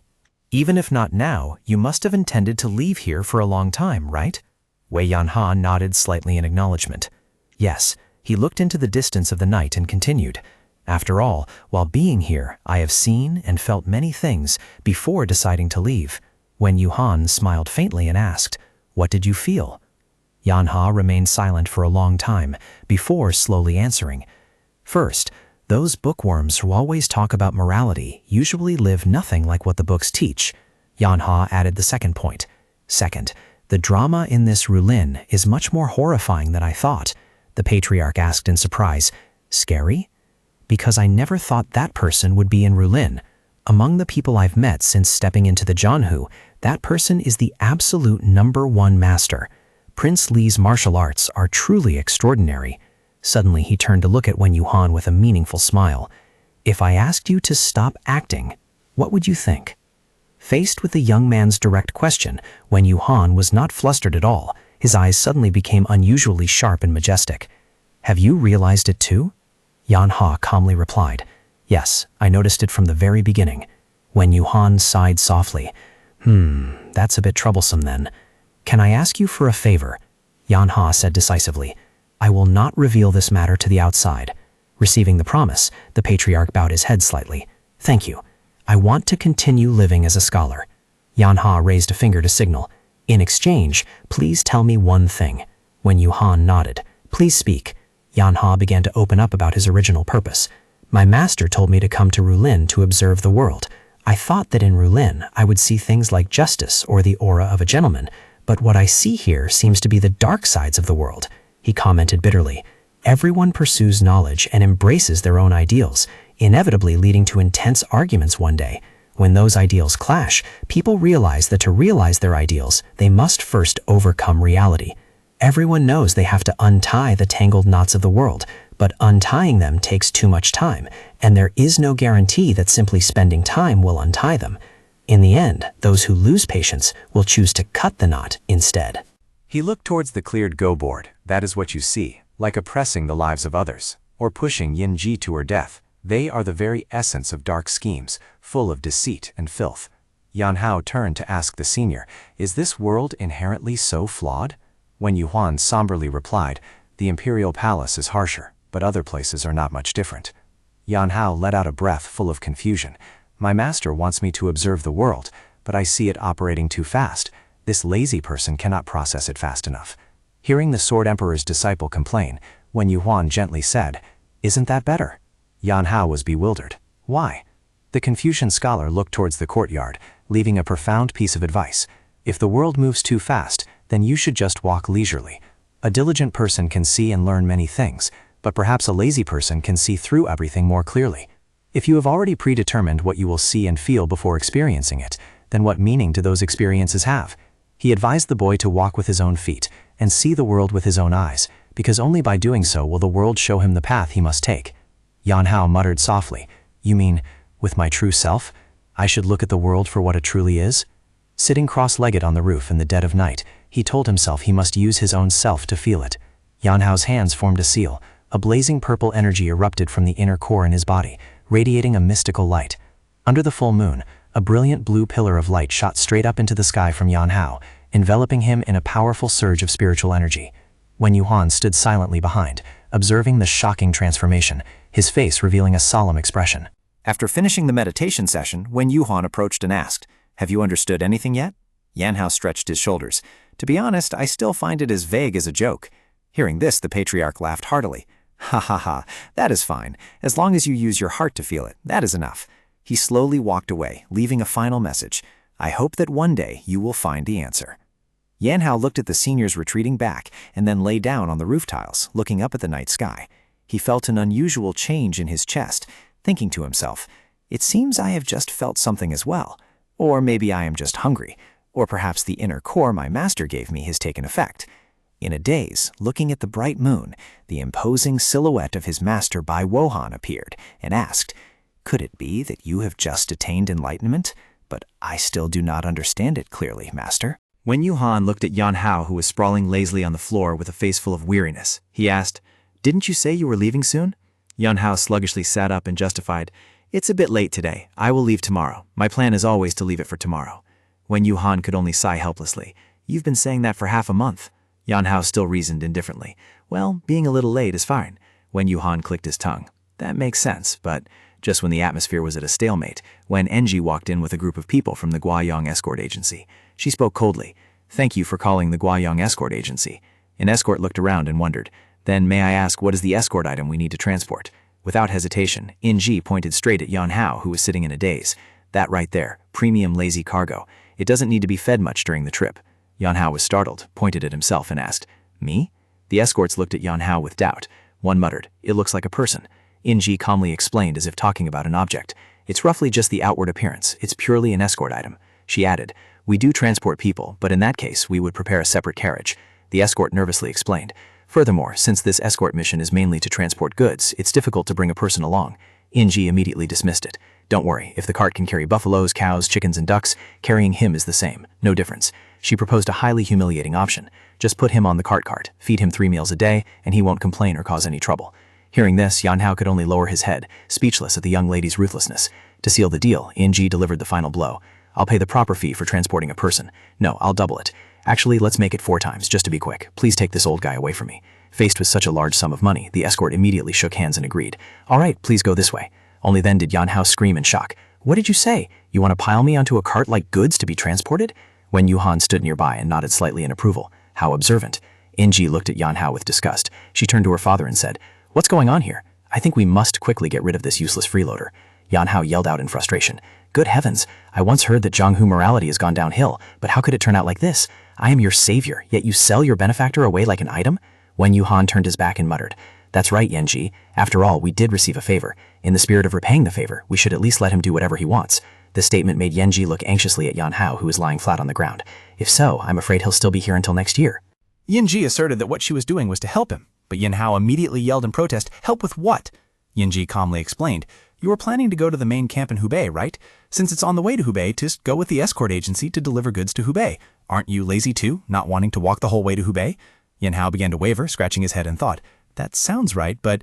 Yan-ji smirked slightly, flashing a calculating smile. "You get to ride in a carriage, the escort agency earns money, and I conveniently get rid of you. This outcome benefits everyone." Faced with this extremely sharp logic, Yan Hao sweated profusely, secretly admitting that it was indeed very convincing. Even though he was pressured to stop talking, he still mumbled in hesitation. "But my mother told me not to follow strangers." At this moment, Wen Yuhan had to personally step forward to reassure him. "It's fine, they are all trustworthy people with clear identities. You can rest assured and go with them." Although still grumbling, Yan Hao finally clicked his tongue in acceptance. "All right then, let's go." He didn't expect to have to leave so hurriedly. Even while sleeping, he was forced to go deliver goods. Sitting high up on the escort agency's pile of wooden crates, he heard Wen Yuhan's instructions. "Have a safe trip. Please take care of yourself." Seeing Yan-ji smiling radiantly without hiding it, Yan Hao said sarcastically, "You look very happy, don't you?" She didn't bother to deny it, and even asked back, "Is it that obvious?" Yan Hao could only let out a helpless, "Mm-hmm." The escort carriage began to roll, emitting steady clattering sounds. Being inherently lazy, Yan Hao immediately lay down on the pile of goods to take a nap. As the carriage passed through the city gate, Wen Yuhuan and his daughter stood from afar, watching it go. Yan Hao lay on his back in the carriage, his lethargic eyes watching the maple leaves drifting by. Suddenly, a voice called out from behind, "Hey!" Yan Hao slightly lifted himself to look, and saw Yin-ji waving and calling after him, "Take care of your health." Witnessing this scene, his face twisted in confusion. He muttered, "You chased me away, and now you're wishing me well." Yin-ji still wouldn't stop, shouting her final reminder, "And remember to fix that lazy attitude of yours." Yan Hao waved back casually, I know, this laziness is my trademark now. It's hard to change." The escort carriage gradually disappeared behind the brilliant golden forest, while Yan Hao still lay sprawled on the carriage, waving goodbye. Wen Yuhuan softly told his daughter, "All right, let's go inside." Yin-ji respectfully replied, "Yes, father." The father and daughter quietly walked into the residence, but just before the doors closed, Yin-ji still turned her head to look back at the old road one last time, her eyes full of deep thought. Yin-ji watched Wei Yanhao's retreating back, smiling softly as she bid farewell to this peculiar lazybones. Meanwhile, at the formation of the Guiyang escort agency, escort leader Gu Bixiang was staring at the new cargo with a face full of doubt. He growled and asked, "Hello? Is this the package you guys were talking about?" Before him was Wei Yanhao, sleeping soundly on the roof of the cargo carriage, ignoring the world. Gu Bixiang irritably snapped, "Are you guys messing with me? Don't you know that just adding one person to the escort journey will increase the amount of preparation needed?" A young escort guard hurriedly explained, "We wanted to refuse too, but since this is a request from the Dazong Hanlin Academy, we couldn't turn it down." Gu Bixiang looked at the soulless body dozing off there and curiously asked, "But since when has he been like this?" The escort guard replied, "He's been exactly like this since right after we left the Dazong Hanlin Academy." Gu Bixiang silently evaluated. "Doesn't he feel uncomfortable? From a certain perspective, it's really bizarre." The escort guard added a blunt remark. Just treat him like cattle or poultry. Give him 3 meals a day, and he'll be as obedient as a puppy. No need to worry about him causing trouble. Gu Bixiang could only exclaim, I really don't understand. He stepped closer, smacked the cargo box hard, bang, and shouted, Hey! Wei Yanhao sluggishly opened his eyes, looking upside down from above, and asked, What is it? Gu Bixiang cleared his throat and introduced himself. I am escort leader Gu Bixiang, the person in charge of this escort journey. Wei Yanhao nonchalantly replied, So what? The escort leader explained the inconvenience of carrying an extra person on the cargo carriage, but Wei Yanhao immediately reassured him, Don't worry, uncle. I don't count as a person. Just treat me as a package recorded in the ledger. Gu Bixiang was still worried about the inconvenience, but Wei Yanhao clearly showed his ultimate lazy nature. Well, I don't mind taking a little disadvantage, lying perfectly still in one place while someone takes me directly to the destination. What could be better? Witnessing this thick skin, Gu Bixiang could only click his tongue. What a bizarrely optimistic guy. Fine then, let's set off. Wei Yanhao waved his hand perfunctorily. Yes, please take care of me. Having left the Hanlin Academy for 5 days, life on the escort carriage seemed to be draining Wei Yanhao's patience. He opened his mouth and let out an earth-shattering yawn, then muttered, Doing this stuff isn't that great either. Wei Yanhao stretched and sluggishly sat up amidst the piles of goods. When awake, he was sleepy, but when he slept, he was haunted by that cunning old master in his dreams. In his stupor, the figure of Bai Wafan appeared again, shouting, When facing multiple enemies, even if your sword chi is a bit diluted, you must swing faster. How many times have I told you? Wei Yanhao held his head in exhaustion, cursing inwardly. Damn this dream cultivation. How long do I have to endure this? Finally, he clicked his tongue and gave up. Whatever, let it be, and then went back to sprawling lazily on the rolling escort carriage. Suddenly, Escort Chief Gu Feixiang ordered the carriage to stop. Hold on. He looked toward the dense forest and spoke loudly. Which hero is there? I am Gu Feixiang of the Guilong Escort Agency. Pleased to meet you. Yanhao groggily opened his eyes, wondering to himself, Oh my, is it bandits? Or are Zhonghu fans coming out to ask for my autograph first? The space remained frighteningly silent. Gu Feixiang frowned. No one showing themselves was not a good sign. He secretly analyzed that if the enemy kept dragging out the time like this, there were only 2 possibilities. One was that they were inexperienced bandits, and the other was an extremely dangerous person targeting the carriage. His hand tightened around the hilt of his sword. If it was the former, it would be fortunate, but he couldn't read any clear aura in the forest, so the opponent was definitely no amateur bandit. Gu Feixiang roared once again. I repeat once more, I am Escort Chief Gu Feixiang of the Guilong Escort Agency. Whoever is hiding in that forest, step out, otherwise I will consider you to have intentions of ambushing the Guilong Escort Agency. Following the rustling of bushes, a large figure wearing red clothes and carrying a giant broadsword strode out imposingly. Gu Feixiang exclaimed in astonishment, Ha! The stranger landed on the ground with a loud thud, then respectfully cupped his hands. I am Pang Daoji of the Heibai Pang family. Pang Daoji's face showed clear urgency. I am being hunted by enemies and I cannot escape them alone. Please lend a helping hand. This matter could become a disaster for the entire Zhonghu. Escort leader Gu Bixiang asked anxiously, But what should we do? Pang Daoji earnestly proposed. Someone is hunting me. As long as you get me out of this mountain, I guarantee the reward will not disappoint you. Seeing the critical situation, Gu Bixiang decided decisively. I will help. First, please hide quickly in that pile of goods. Pang Daoji nodded, and quickly moved to the back of the carriage. He paused when he saw Wei Yanhao lying there, sleeping leisurely. Pang Daoji stared at the lazy young man with a tense expression. Gu Bixiang quickly opened the lid of a large wooden crate. Please get in here. Pang Daoji replied softly, Thank you, and slipped inside. The escort leader did not forget to give a thorough warning. Stay absolutely silent. Even a heavy breath could get us all killed. Wei Yanhao, lying above, lazily replied, I understand. Looking at the back of the escort leader, Yanhao silently evaluated. They truly are a group that likes to meddle in other people's business. But well, good people like this are rare nowadays. The escort carriage continued to roll clumsily along the dirt path. From inside the wooden crate, Pang Daoji's voice rang out full of hesitation. Involving all of you in danger because of me, I feel truly uneasy. If everything goes smoothly this time, I will definitely repay everyone here. Yanhao immediately mocked. What's the use of a reward if you're dead? About that, Pang Daoji gritted his teeth and whispered through the crack. Do you have no conscience left? Putting all these people in danger? At least if you had a conscience, you should pretend not to see it. Yanhao snapped. All right, stop nagging. I need to rest. Who saves who can be decided later. Right now I'm prioritizing saving my aching back first. The escort leader could only sigh. Fine. As the convoy went deep into the bamboo forest, Gu Feixiang kept sweating profusely, silently praying in his heart. We are almost down the mountain now. Fortunately, until now, no one has tracked down Pang Daoji's whereabouts. Have we successfully made it through? However, the newly kindled hope was extinguished by a thunderous shout right by their ears. Halt! Yanhao startled and sat up straight amidst the pile of goods. A long-haired man in dark blue robes stood imposingly, blocking the front of the carriage. Immediately, a series of black cloud assassins swooped down from above, tightly surrounding the escort carriage. The leader, with a long scar over his eye, coldly unsheathed his sword, his towering killing intent enveloping the entire forest. Seeing the group of people blocking the way, Gu-Face Young's face changed color, sweat pouring down in terror. What is that? Lulin, my luck must have expired. Despite trembling, the escort leader tried to stay calm, clasping his hands in greeting. I am Gu-Face Young, the escort leader of the Guayang Escort Agency, paying my respects to the heroes of Lulin. The Lulin leader with the long scar over his eye coldly asked directly, have you seen a young man wearing red robes? Gu-Face Young immediately denied it. Red robes? We have never seen such a person. The bandit's eyes became sharp and full of suspicion. You better tell the truth. If you dare put on an act with me, don't blame the earth for being cold. Gu-Face Young hurriedly explained, this humble one doesn't understand what you are saying, but I have no reason to lie. The Guayang Escort Agency has long maintained a good relationship with Lulin. Then why would we have to hide the whereabouts of that stranger, who we have absolutely nothing to do with, only to incur enmity with Lulin? The leader narrowed his eyes at the carriage, where Wei Yanha was sprawling out, and pressed, who is that guy? Gu-Face Young startled and replied, he is just an escort item. Seeing that the Lulin group still looked suspicious, the escort leader leaned close to the leader's ear and whispered, don't mind him, he's a bit crazy. I'm transporting him to a mental asylum. The leader repeated with a probing look, so you just said there is no reason to form a grudge with the Lulin. Gupi Xiang affirmed firmly. That's right, would we really do something so foolish? He nodded slightly. Yeah, it's true there is no reason. But the problem is that disaster has already struck, and it's all because of the guy lying on that carriage. He growled.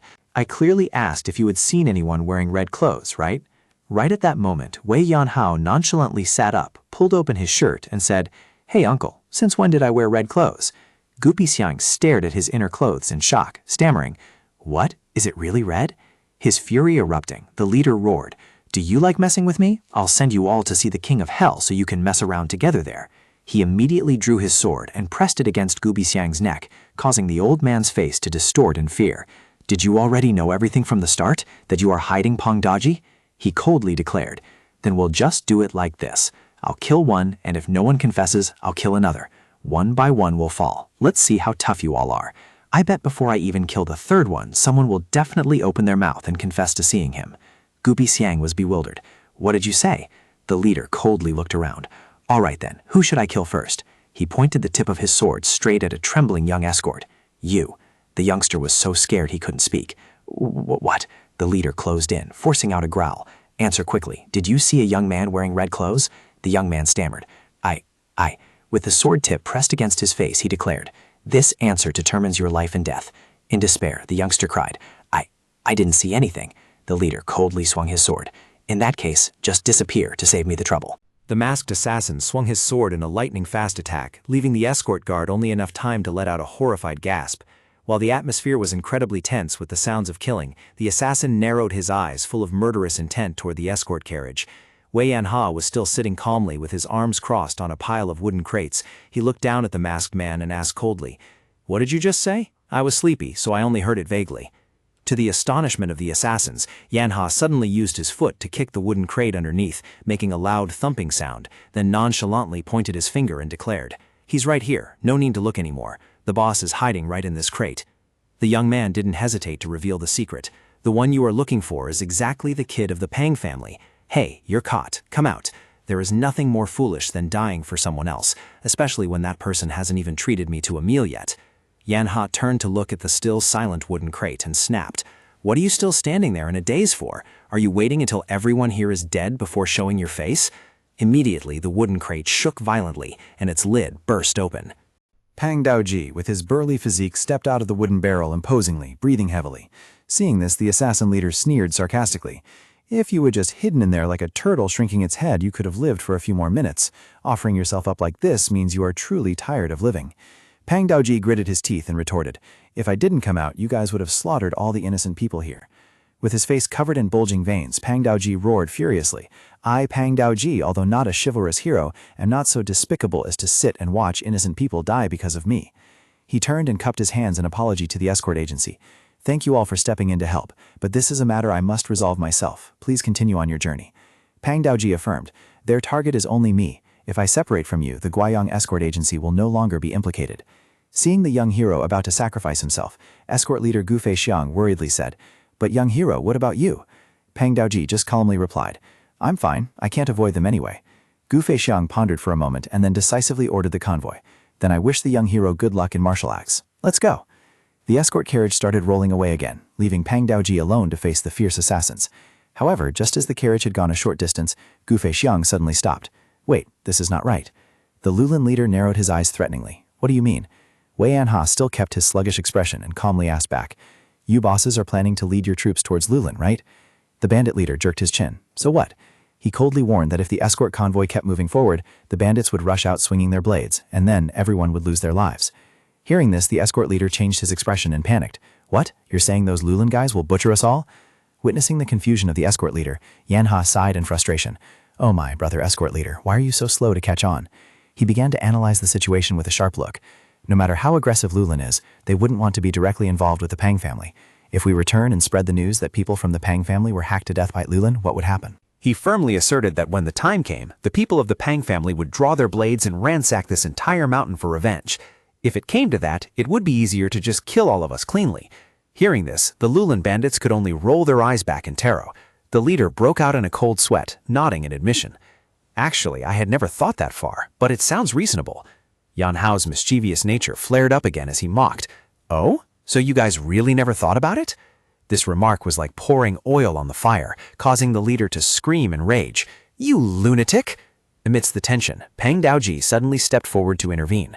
Wait, whoever tied the knot must untie it. Since I started this matter, I will resolve it. Let me stop them right here. Yan Hao looked at his back and secretly mocked him. He was truly ridiculous. He was the one who sneaked into the escort group and caused trouble, and now he was claiming that whoever tied the knot must untie it? He inwardly compared him to someone who threw a person off a cliff and then tossed down a rope to act like a savior. He couldn't even endure it and ran away initially, so how long did he think he could last now? He was no different from a water ghost, dragging others down to die together. Yan Hao corrected his thoughts. No, at least a water ghost wouldn't drag so many people down. So what should he call him? He realized that if they continued to run away, the reputation of the Guiyang escort agency would be smeared, and before the news even reached the Pang family, this escort agency would probably have been crushed long ago. Seeing Yan Hao deep in thought, the escort leader asked worriedly, Then what should we do? Yan Hao's eyes sharpened as he decisively made a decision. We'll just have to fight, because running away anymore would be too embarrassing. The escort leader was stunned. With them? Yan Hao explained that if they fled, only the people of the escort agency would resist, but if they fought right now, there would be support from that water ghost Pang Daoji. Hearing this, the escort leader nodded in agreement. It indeed made sense. He turned to the Lulin group and asked in a low, harsh voice, Do you really have no intention of letting us leave? The leader smirked. Why state the obvious? Pang Daoji let out a resounding roar. Even if you die, don't complain. Pang Daoji swung his blade to defend against the dangerous sword strikes of the Lulin leader. In this life-or-death moment, bitter reflections on his life flashed through his mind. People say that Zhonghu is vast. If he had known earlier that the world was both so vast and so dangerous, he would never have gotten involved in this matter. Make a wrong choice on a mission and you're wiped out instantly. Ever since he was praised as a highly anticipated genius, an illusion had quietly invaded his mind like a deadly poison. Now, standing surrounded by enemies, Pang Daoji could only exclaim in regret, Ah, this is all because of me. Everyone here is because of me. The Lulin leader raised his blade high, coldly declaring, It's over, you greenhorn. Pang Daoji tightly shut his eyes, giving up. I'm sorry, everyone. Suddenly, a tragic scream from the Lulin leader echoed as he was knocked far away, his sword falling to the ground. Pang Daoji looked up in astonishment. On the roof of the escort carriage, Wei Yanhao was sitting cross-legged, gently swirling mystical blue genki in his hand. He looked down at the chaotic scene below, softly uttering an arrogant remark. What a bunch of tricks. Witnessing this bizarre scene, both Gu Bixiang and Pang Daoji were stunned, only able to utter in amazement. What is that? What's going on? Sweating profusely, Pang Daoji stared straight ahead with unbelievable eyes. What on earth is this? Right on the ground, the assassin who was just acting aggressive was now knocked out cold, unconscious. Right next to him was a porcelain bowl emitting a mystical blue aura, spinning on the ground. Pang Daoji shockingly realized, was the one that defeated him that bowl? On the roof of the escort carriage, Wei Yanha was still sitting cross-legged with a bored expression, holding two porcelain bowls in his hands, staring down absent-mindedly. What are you daydreaming about again? Are you turning on the life reflection mode? Below, the continuous clashing of weapons could still be heard. Yanhao looked at the water ghost Pang Daoji struggling amidst the encirclement and silently mocked. You dragged all kinds of enemies here, and now you sit there daydreaming just to lose your soul and die? Truly a water ghost in every sense. The young man even loudly reminded him, "Oh my god, hey old man, doing that will get you killed and going AFK will doom the whole team." Witnessing Yan Hao continuously waving his hands and feet wildly with two bowls up high, Pang Daoji fought while wondering in confusion, is he cheering up there or cooking porridge in the middle of the battlefield? He looked around the ruins, full of doubts. What the hell is going on? The masked assassins also began to sense the abnormality, reminding each other, "We need to snap out of it. Now is not the time to satisfy our curiosity." A purple murderous aura suddenly flared up from Pang Daoji's eyes, and he gritted his teeth with determination. Now there is only one thing left for me to do. A giant tiger-shaped spiritual energy appeared behind his back, exuding terrifying pressure. Pang Daoji swung his saber and let out an earth-shattering roar. "Even if it's just one, I must drag them down with me." A burst of white energy suddenly exploded, blowing the Lulin crowd away in shock. The porcelain bowls radiating bright blue Zenki continuously exploded like mortars, wiping out the enemies in the blink of an eye. Seeing Yan Hao still sitting peacefully enjoying himself, Gu Face Yang snapped, "Hey, you over there, how long are you going to sit there watching the show? Come down and help me carry the team." Yan Hao blankly replied, "Huh? I am an escort item." The nonchalant answer rendered Gu Face Yang speechless, and he yelled, "What? Are you crazy? What kind of escort item is this?" It turned out that his biggest fear was not the Lulin bandits, but the fierce young lady Wen Unji. Before coming here, that wicked brat of the Wen family warned him that if anything happened, he shouldn't cause trouble or step down from the escort carriage. If he did anything careless that implicated the people at the Dazang Hanlin Academy, she would chase him down to hell to torture him. While busy arguing, Peng Daoji was approached by an assassin who pressed a sword against his neck. Turning pale, he pleaded with Yan Hao, I will take responsibility. Please lend a hand." Yan Hao pondered. "This is really awkward. I have a habit that whenever I promise something, I must keep my word." Seeing Yan Hao still hesitating, Peng Daoji continued to launch psychological attacks. "Look, if we die here, who will take you to Hubei to eat well and dress well?" Yan Hao muttered, "I don't feel comfortable right now either." Seizing the opportunity, Peng Daoji threw out his final tempting card. Right. Sitting still on the carriage like that probably isn't comfortable either. Help us get through this and I will treat you to a 2-day stay at an inn to relax." Hearing the word relax, Yan Hao immediately changed his attitude, asking back with a face full of interest. 2 days? Peng Daoji added, "You can eat whatever you want. Eat as much as you like." Peng Daoji yelled while struggling to fend off the enemy's sword. "So help us, you donkey-faced guy. Get down here and carry the team." Witnessing this messy bargaining taking place right in the middle of a life-and-death battle, the Lulin leader standing nearby could only sweat profusely, exclaiming in disbelief, "What kind of weird conversation is this?"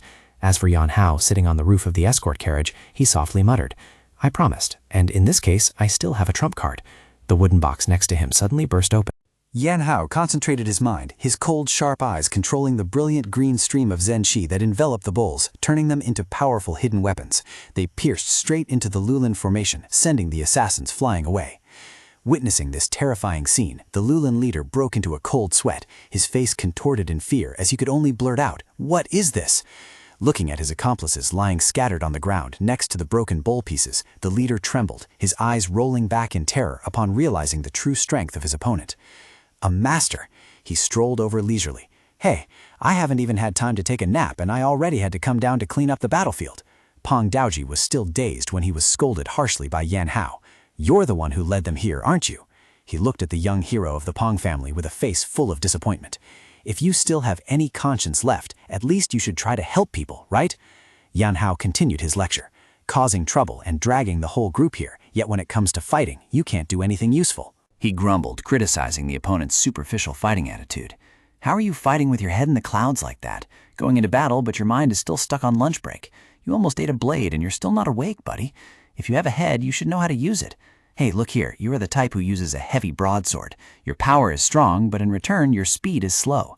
Yan Hao began analyzing combat techniques like a master. Facing a whole group and you open with a blade swing as slow as an internet cafe's loading Wi-Fi. Who are you trying to scare? Seeing Pang Daoji only stuttering a yes, he continued to point out the mistake. "No, in that case, you have to wait for the right moment to strike. Otherwise, you should at least confidently take down one of them." Yan Hao added another harsh critique. "That move of yours just now was the same. Why swing at empty space?" To illustrate, he decisively declared, "Here, it should be like this." In just a split second, with a swift slap sound, Yan Hao closed the distance and snatched the heavy broadsword from the opponent's hands. Pang Daoji froze. Looking at his empty hands with sweat dripping down, he yelled in shock, The blade in my hands! You snatched it faster than I could even react?"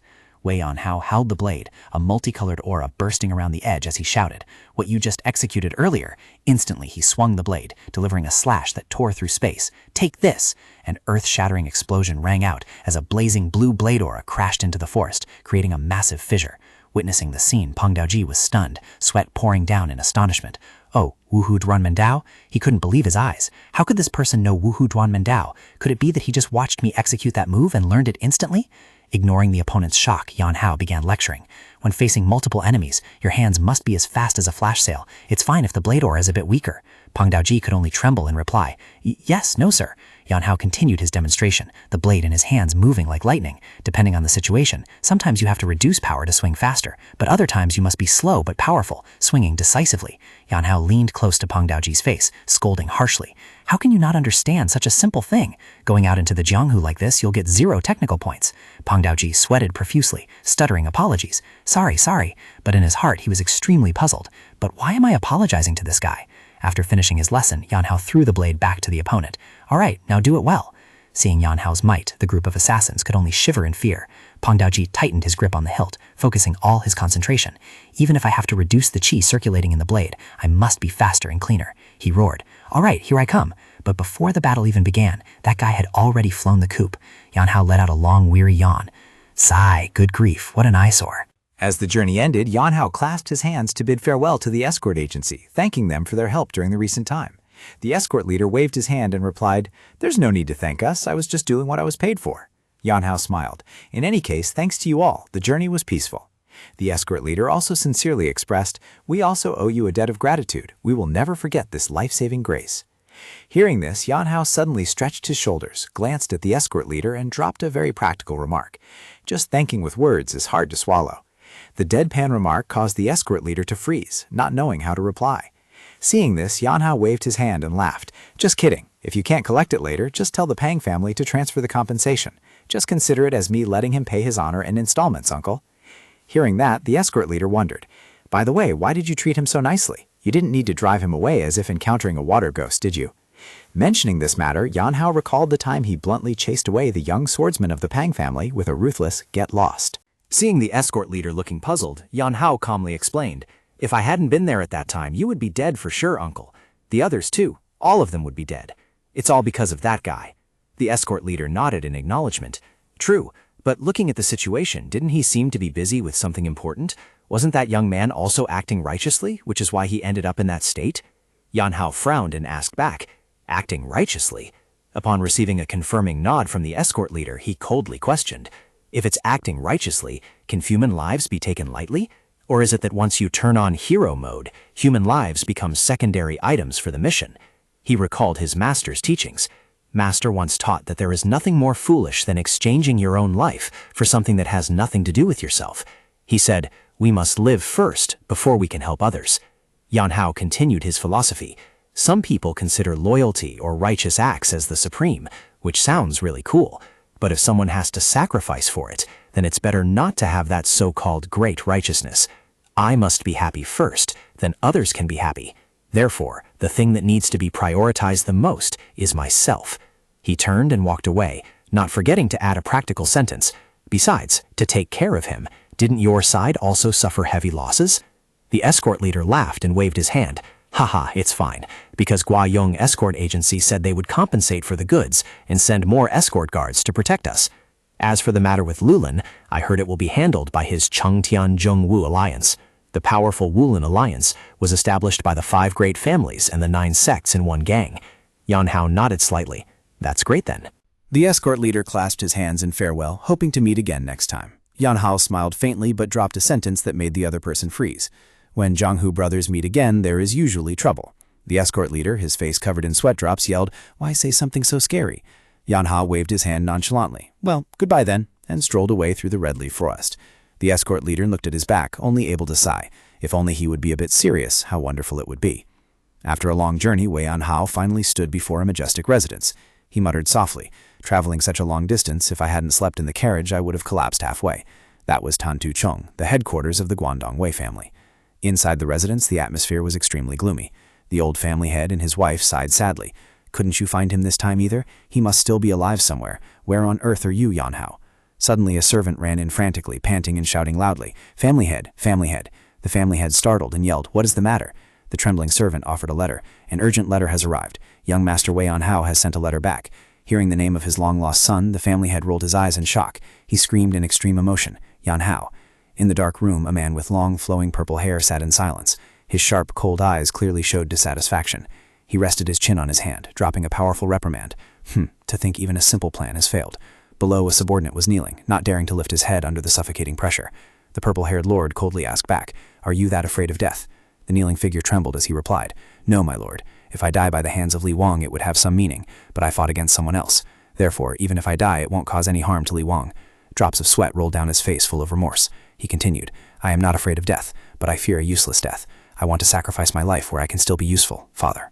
Hearing the word father, the purple-haired lord kept a stone-cold expression, his voice stern with a threat. "Remember well, I do not raise useless dogs. If you want to stay by my side, you must have the ability to fetch at least a bone. Otherwise, if you just stand around like an NPC, you will vanish immediately." Before this stern warning, the subordinate bowed respectfully. "I will engrave this in my heart." Seeing this, the lord simply dropped a brief sentence, "Go," and received a bowing compliance, "Yes." Once left alone, the purple-haired lord smirked slightly, a blazing blue dark chi flaring up around his body. He calculated secretly with malicious eyes. In the end, they will all turn into wine anyway. Feeding these guys must cost a lot of rice. Out in the hallway, the person who just walked out of the room gritted his teeth in anger, his face distorted with resentment. He silently cursed. That fool really doesn't know the immensity of heaven and earth. Lu Ji still has his uses. A masked assassin suddenly appeared from the shadows, reminding him, "You must keep him alive." The other paused, asking coldly, "You're here?" The two began to discuss their next moves, and the guide frowned, asking, "Crown Prince Li Wang? With his power already exposed like that, what else can he do?" The assassin calmly explained, "Master said that his mere existence is enough to hold back the royal family." However, this made the companion feel dissatisfied. He snapped, "Couldn't I do that? Why must I continue to endure and flatter that lowly scum?" The assassin immediately stopped him. "The Grand Duke has another specifically assigned mission." A silence enveloped them as the assassin delivered important information. "There is a recall order from the main city. The order is to return to the main city as soon as possible." Hearing this, he looked up at the sky, his eyes flashing with excitement. If that's the case, I can finally escape this annoying appearance." He smirked slightly, dropping words of contempt. "Anyway, Lu Ji is just someone who will be eliminated when his value is gone. Once used, he will be erased. Let him live as long as he is useful. After that, everything belonging to Lu Ji will be mine." He strolled through the night, completely confident. "There's probably no rush on the royal family side. And what are my older brothers doing?" The subordinate walking behind reported, "Although it's not very clear, I heard that recently he has been messing with the Wei family." His steps suddenly halted, his eyes narrowing thoughtfully as he repeated the name. The Wei family? In the distance, the magnificent great hall, radiant under the lantern light, seemed to witness the darkest plots about to erupt. Standing in a pharmacy named Xingshou Zhuang, Wei Yanhao was dumbfounded when he heard the old manager bluntly say, "Young man, this is not the place you were looking for." The young man could only exclaim in astonishment, "Huh?" The old man held the paper in his hand, squinted, and explained, "This is a recommendation letter to Shengshou Zhuang, but this place is Xingshou Zhuang." Yanhao stood in stunned silence, recalling the confident instructions of the Grand Lord earlier. He had firmly asserted, "You said you want to go to the medical faction? In Hubei, there is Shengshou Zhuang, a place with illustrious fame throughout the world in the medical community. As it happens, the current manor lord of Shengshou Zhuang is an old acquaintance of mine. Taking this recommendation letter, they will surely treat you well." However, reality splashed a bucket of cold water on him. Yanhao stammered and asked, So this isn't the real Shensho Hall? How could I travel all this way just to get the wrong address?" The old manager sighed. "It used to be Shensho Hall in the past, but the place you were looking for has declined. It's not here. Cross the street, turn into the small alley, and go to the real Shensho Hall. But even if you go there, you'll probably just be disappointed."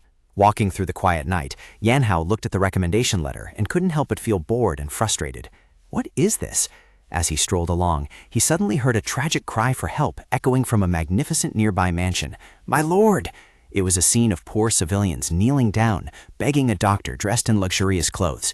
They cried out earnestly, "We will definitely pay. If you don't help, our father will die." In response to their despair was only the doctor's cruelly cold attitude. "I already told you, without money, I can't help. I cure illnesses, I don't do charity. Please understand." Witnessing that scene, Yanhao slightly narrowed his eyes, his mood suddenly becoming deep and somber. He thought medical families were places that saved people unconditionally. Who knew you also had to swipe your wallet to unlock healing skills? He turned his back and walked away, ignoring the heart-wrenching wails of "Doctor, boo-hoo" behind him. Yanhao muttered bitterly to himself. Sure enough, Human life ultimately still revolves around money. Following the old man's earlier instructions, he muttered, "Anyway, he told me to cross the street and turn into the inner alley." Yanhao walked while looking around searchingly. Finally, he stopped in front of a dilapidated wooden sign, covered in dust and cobwebs, carved with the words, Shensho Hall. He wondered in shock. So this is the Shengshou Hall with a 500-year tradition of great physicians? It looked like an abandoned shop. Stepping into the quiet and desolate courtyard, Yanhao called out, "Is anyone here?"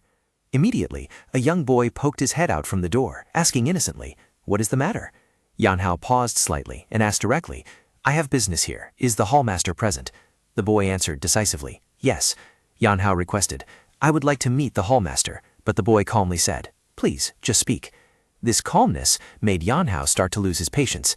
He looked around and snapped, "What do you mean, just speak, when I want to meet the hallmaster? Is your father not here?" The boy suddenly fell silent, his eyes revealing a solemn and sorrowful look. "My father passed away last year. I am now the hallmaster of Shengshou Hall." "What? You were the hallmaster? A child version of the hallmaster?" Wei Yanhao yelled in extreme frustration. "I knew it. How could I have the luck to be treated decently? I am lucky enough not to be struck by lightning walking down the street." He held his head, complaining with full regret. "Good heavens, why did that damn master force me to do these things? This is no different from being scammed into chasing KPIs." While Yanhao was throwing a tantrum, the boy Qin Xiaoya asked confusedly, "What is going on?" The boy turned inside and called out loudly, "Sister, we have a guest. He says he wants to meet father." Hearing the call, the woman slowly walked out. She asked softly, "You came to meet our father?" The moment he saw the beauty of the girl in front of him, Yanhao froze. The girl with an elegant, unearthly beauty softly spoke, "Do you have some business with my father?" Facing Qin Ruelan of Xingshou Zhuang, Yanhao stammered, yes, and awkwardly handed over the letter. "This is—" Qin Ruelan took it and read it attentively. After a moment, she looked up and said, "Looking at the recommendation letter, it seems you came here to try joining the medical faction." Yanhao scratched his head and forced a smile. Roughly so." Ruelan thoughtfully explained, "As you can see, our Shengshou Zhuang is no longer what it used to be, but since you were recommended by Uncle Wen, how could we let you leave empty-handed?" She looked around the desolate courtyard and sincerely invited, "Although this place is poor, I hope you will stay for a while." Yanhao waved his hands in refusal out of embarrassment. "No, I'm fine. I can house somewhere else. If it's bothering you, I'll leave right away." "We can't have that, however." She was firm. "If we turn away a guest looking for my father, the whole world will laugh at Xingshou Zhuang." Facing the beauty's decisiveness, Yanhao could only reply awkwardly, Well, if it's truly inconvenient, it's really okay." Ruelan affirmed firmly, "That is absolutely out of the question." That night, Yanhao sat alone in the old room. He sighed and muttered to himself, "I should have been suspicious the moment I heard that Scholar Wen knew them. Oh well, since this is the medical faction anyway, staying here is fine too." Right after speaking, he collapsed onto the floor, intending to take a nap. Suddenly a knocking sound echoed. "Knock, knock, knock." Yanhao sluggishly replied, "Yes?" Qin Ruelan walked in with a sumptuous tray of food full of roast chicken and delicacies. She said gently, "You look hungry, so I prepared a meal. Although it's nothing much, please help yourself." Yanhao rolled his eyes at the humble meal she mentioned. He screamed internally, "Nothing much?" He hurriedly invited, Hey, eat with me a bit. If I handle this alone, it'll turn into a mukbang livestream." Ruelan smiled softly, turned her back and walked away. "I have eaten. Please take your time and enjoy your meal." Sitting before the dazzling, lavish feast, Wei and Hao secretly evaluated. Even so, it seems they aren't as poor as the rumors say. With this kind of poverty, maybe I should just ask to marry into their family. However, right at that moment, his ears twitched as he heard whispers from the inner room. A young male voice asked anxiously, "Sister, what about all that food?" Qin Rulan's voice softly replied, "Keep quiet. The guest is eating right there." The boy still wondered, "From this far away, how could the guest hear us? We ran out of rice, too. Where did you buy all that?" Yanhao sat sweating profusely when he heard the continued scolding. Men shouldn't interfere with household matters. Just focus on eating it all. The boy still couldn't stop worrying. "Even if I don't want to care, sister, what about your necklace?" Rulan just replied briefly, "I temporarily put it away." The answer made the boy panic. "That is mother's relic, something she never let leave her side even for a moment. How could you pawn it? Don't tell me you sold it." Yanhao froze, his mind in turmoil. "Huh? Mother's relic? This meal is too stressful." It turned out that to get money for the banquet, Rulan had to pawn her mother's treasure. She reassured her younger brother, "I only left it at the bank to borrow a little silver. When things get better, I'll just go redeem it." The boy was still resentful. "Even if it's an honored guest, how could you sell mother's relic to host a banquet?" Rulan snapped, "What are you talking about? He is a guest looking for our father. Are you saying I shouldn't entertain such a guest?" Hearing this, Yanhao felt the food in his mouth suddenly turn bitter. He silently lamented, "Man, I can't swallow this anymore." Right at that moment, the sound of the sliding door echoed, and Chin Rilan walked in with a worried look. "Oh, is the food to your liking? Wait a moment, I'll make another dish right away." Yan Hao hurriedly waved his hands in panic. No, it's not because the food isn't good, but after hearing the story, I naturally feel indebted." He squeezed his eyes shut and crammed the food into his mouth, silently wondering, can I exchange these dishes back into money now? After wiping his plate clean so as not to disappoint the host, Yan Hao strolled down the street with a full stomach. I finally finished it all, truly eating out of loyalty. He couldn't help but feel guilty. That girl, if she doesn't have it, so be it. Why host such a grand meal? My stomach is so heavy now. Recalling the boy's wonders, Yan Hao looked around. She said it was the Yinhei Bank, right? He found his way to the Yinhei Bank with a determined face. The manager stepped out and asked, "What business do you have here?" Yan Hao stated firmly, "I am here to retrieve a deposited item." When asked what it was, he immediately replied, "It's the jade necklace I deposited yesterday at Shengshu Hall." Hearing the name Shengshu Hall, the manager invited him inside to talk. In the reception room, the branch manager of Yinhei Money Exchange, He Da-peng, appeared with an oily face full of cunning. He coldly announced, "Unfortunately, that item is not for sale, but was pawned. Therefore, unless someone from Shenzhou Zhuang comes, I cannot hand it over." Yan Hao, sitting opposite, calmly replied, "I am from Shenzhou Zhuang." He Da-peng narrowed his eyes scrutinizingly. "You look like a newcomer, don't you?" He nodded. "I just arrived yesterday." Yan Hao decisively placed a pouch of money on the table, emitting a heavy clinking sound. "Is this enough?" Yan Hao glanced around and added, "Hear this clinking? It's real money, not some sound effect downloaded from the internet." The chubby old man opened the pouch to examine it, then shook his head slightly. Still a bit short." Yan Hao frowned and asked, "There are more than 2 taels of silver in here." He Da-peng smirked triumphantly. "Of course, the amount of silver that person took was only 1 tael." Yan Hao pressed, "And then what?" The old man simply raised 2 fingers to gesture, his eyes flashing with a greedy glint. Shadabong narrowed his eyes, casually stating an exorbitant price. When customers came to redeem their items, the amount to be paid would be 3 times the borrowed amount. If 3 months passed without redemption, they would have to pay an additional 3 times that amount. Yan Hao widened his eyes. "Huh? Hello? How is this any different from an online loan app? Just hearing it makes my wallet tremble." Wei Yan Hao frowned, bluntly questioning, "Isn't this usury?" The fat old man laughed it off and waved his hand. "Oh my, no, it's just the official rule of the bank." He even made a sinister suggestion. "If you don't want that, you can always just sell it completely." Yan Hao looked at him and pressed again. "You mean, with this amount of money, I cannot redeem that item, right?" Shadabong nodded slightly to confirm. "Unfortunately, that is correct." Yan Hao pondered, silently thinking about the situation of the Qin sisters. Shengshu Zhuang was still worrying about their daily meals. There was no way they would ever have the money to redeem this jade necklace. But he also realized Miss Qin's sacrifice. But surely Miss Qin couldn't have been unaware of this yet still pawned it, right? Yan Hao sighed softly and muttered, "So miserable. People pawn things to survive, but this guy probably pawned his conscience as well." Deciding to make a move, Yan Hao asked, "So, do you accept my pawned item?" The fat old man answered gleefully, "Of course, as long as you pay back 3 times the amount within 3 months. Yan Hao reached into his clothes and pulled out a sparkling cylindrical object. "For the missing amount, I'll use this as collateral. It's gold, so it must be quite valuable." Shadowpang took the item, his eyes shining brightly. "Oh ho, it's real gold indeed. Good stuff. All right, with this thing, I can lend you 1 tael of gold." The old man started using an extortionate tone, "But when you return it, you must pay 3 taels of gold." Suddenly, the old man froze, his eyes rolling back in terror. Shadowpang was sweating profusely, his face drained of all color as he looked closely at the item in his hand. Under the bright light, the delicately carved words "censorate" on the gold bar were clearly visible. The fat old man trembled and screamed out in panic. "Oh my God, the censorate." Yan Hao leaned close to the old man's face and asked coldly, "Oh, did you just say 3 taels of gold? You were bargaining so confidently just a moment ago." Holding the divine item of the censorate in his hand, he looked at the cunning man who was scared out of his wits, as Shadowpang could only scream in despair, "I'm doomed, doomed." In the silent night, a tense conversation was taking place between 2 figures. The leader with a silver beard whispered in a low voice, "There has been a problem. The control of the imperial palace has failed." Hearing the shocking news, the subordinate exclaimed in astonishment, "The imperial palace? Could it be that Lu Ji has not completed the mission?" He hurriedly reported the details of the actual situation. The Grand Censor showed a tough attitude, causing Lu Ji's influence to shrink. "Perhaps we will have to abandon the entire plan to take over the imperial palace." The leader sighed softly. "Besides, there is also some trouble on the Lulan side. While controlling Lulan, a few people belonging to Shalu Bink's faction interfered and caused disturbances." The subordinate asked anxiously, "Has the Pang family caught wind of it?" But after careful consideration, he concluded, "Looking at the situation, it seems it is not the Pang family, but people from the Zhengu alliance. They did not know our plan and intentionally sent people. Perhaps they just bumped into us by chance while on their way to wipe out bandits." Facing these unforeseen variables, the leader still maintained a calm demeanor. When a great cause is pushed forward, it will inevitably generate hundreds of such complicated issues. The important thing is how we arrange and handle them. Doing big things auto-attracts drama. The subordinate bowed respectfully. This subordinate will keep this in mind. The white-bearded old man looked into the distance, his voice full of confidence about the other chess pieces.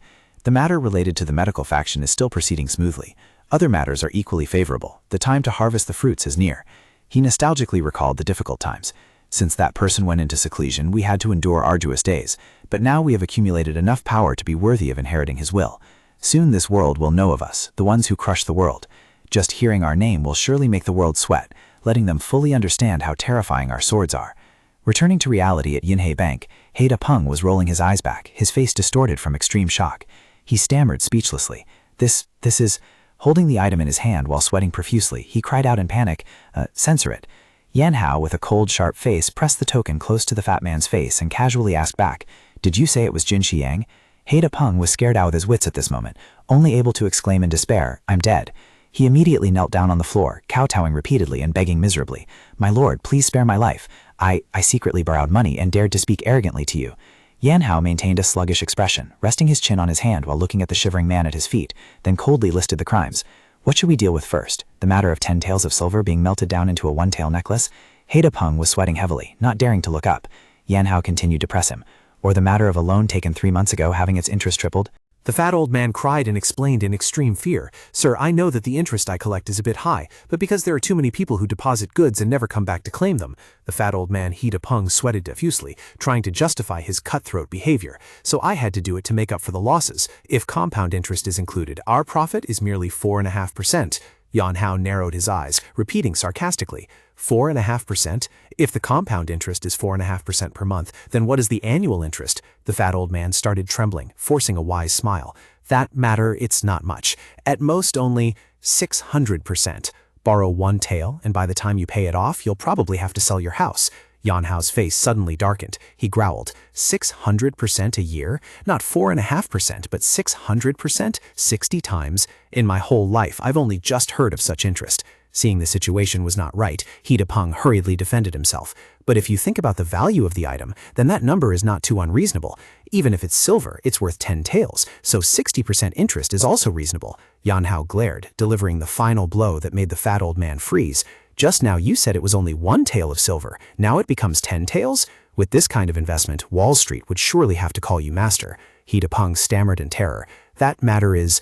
Not letting him explain further, Yan Hao roared loudly, "Lock the door. Today I must settle this properly right here." Inside there were only miserable pleading sounds left. "Please spare my life, my lord." But Yan Hao did not calm down at all.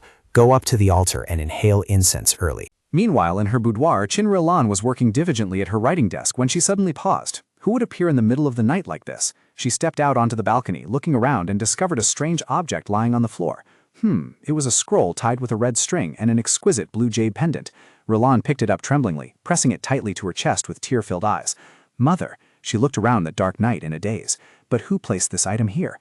Up on the roof, Wei Yanhao was lounging, observing everything. He smirked slightly, feeling relieved as he thought to himself, "At least this is enough to pay for my meals."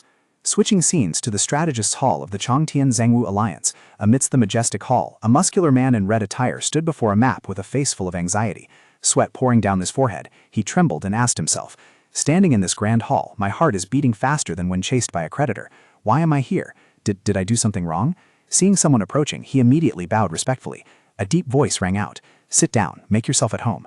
The man in red shivered, hastily replying in fear, "Yes, sir, you say make myself at home, but if I get too comfortable, I'll probably lose my head naturally later." He sat down timidly, not daring to look up at the person opposite him.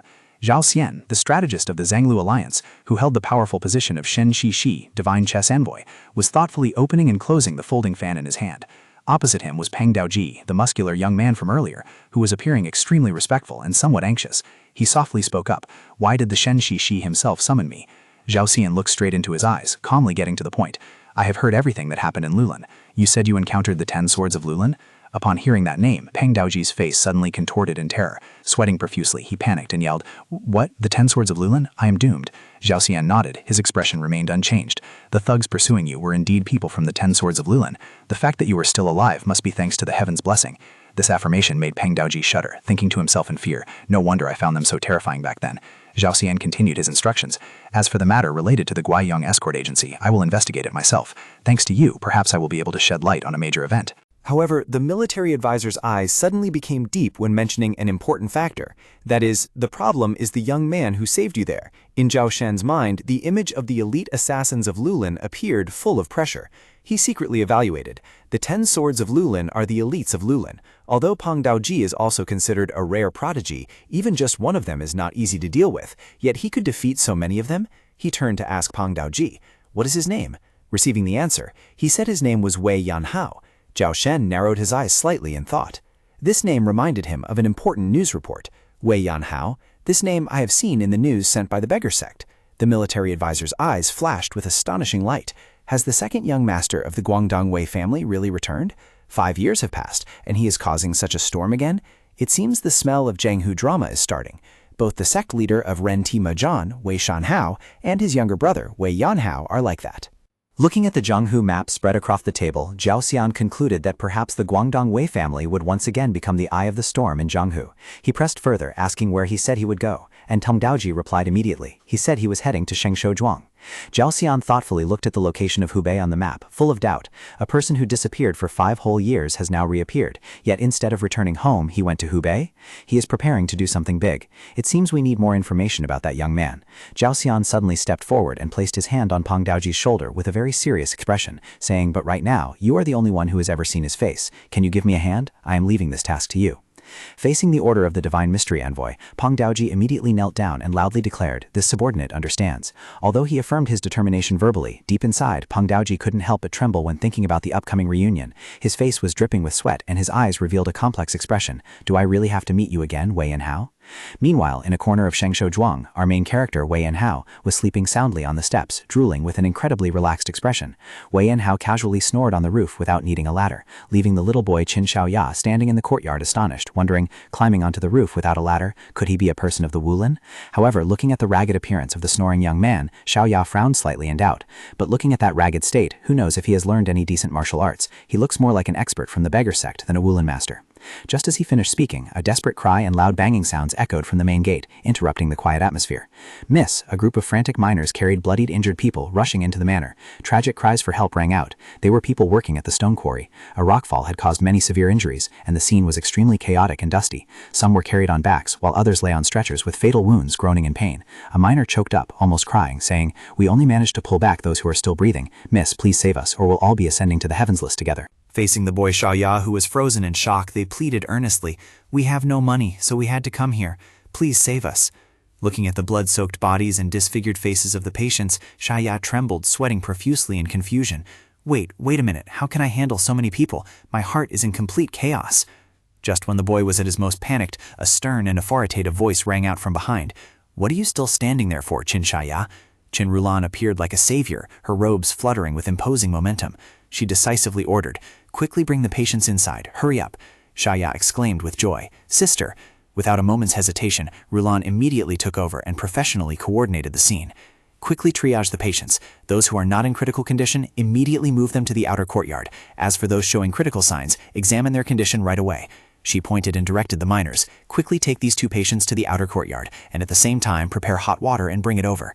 On the roof, Wei Yanhao had woken up at some point, quietly observing the entire situation with thoughtful eyes. He muttered softly, "What on earth? I just woke up and saw the edge of the manor turn into a field hospital." Down in the courtyard, Rulan shouted loudly, "Quickly lay the critical patients down on the ground immediately." She quickly approached, checked the pulse, and examined the condition of a dying patient. Immediately, Rulan pulled out a long silver needle, its steel glinting sharply under the sun. Her hands moved like lightning, executing masterful acupuncture techniques with extremely precise needle placements into the major acupoints. The sound of tearing wind rang out continuously as the needles were thrown at an astonishing speed. Qin Rulan crazily applied the needles while frantically shouting, "Hurry up! Don't you see the others are also dying, or do you plan to let them all die?" Qin Xiaoya, dripping with sweat, hurriedly replied, "Yes, I understand." Looking at the chaotic scene with the agonizing groans of the patients, the boy anxiously realized there wasn't enough help. In a moment of urgency, Xiaoya looked up at the roof, where Wei Yanhao was sitting and observing. The boy earnestly pleaded, "Please lend a hand." Seeing Yanhao still looking bewildered, Xiaoya pressed, "You are a person of Wulin, right?" The boy pointed to a dying patient and urged, "Please seal the acupoints to stop the bleeding for this patient. Hurry up. If you're slow, the patient will kick the bucket right away." Yanha jumped down to the courtyard with a very reluctant expression, scratching his head and explaining, I only know a little bit of eavesdropped medical skills. I'm not very proficient. What should I do? Shaya immediately ordered, press lightly on the Tantu acupoint, then use half your strength to press the Zongfu acupoint.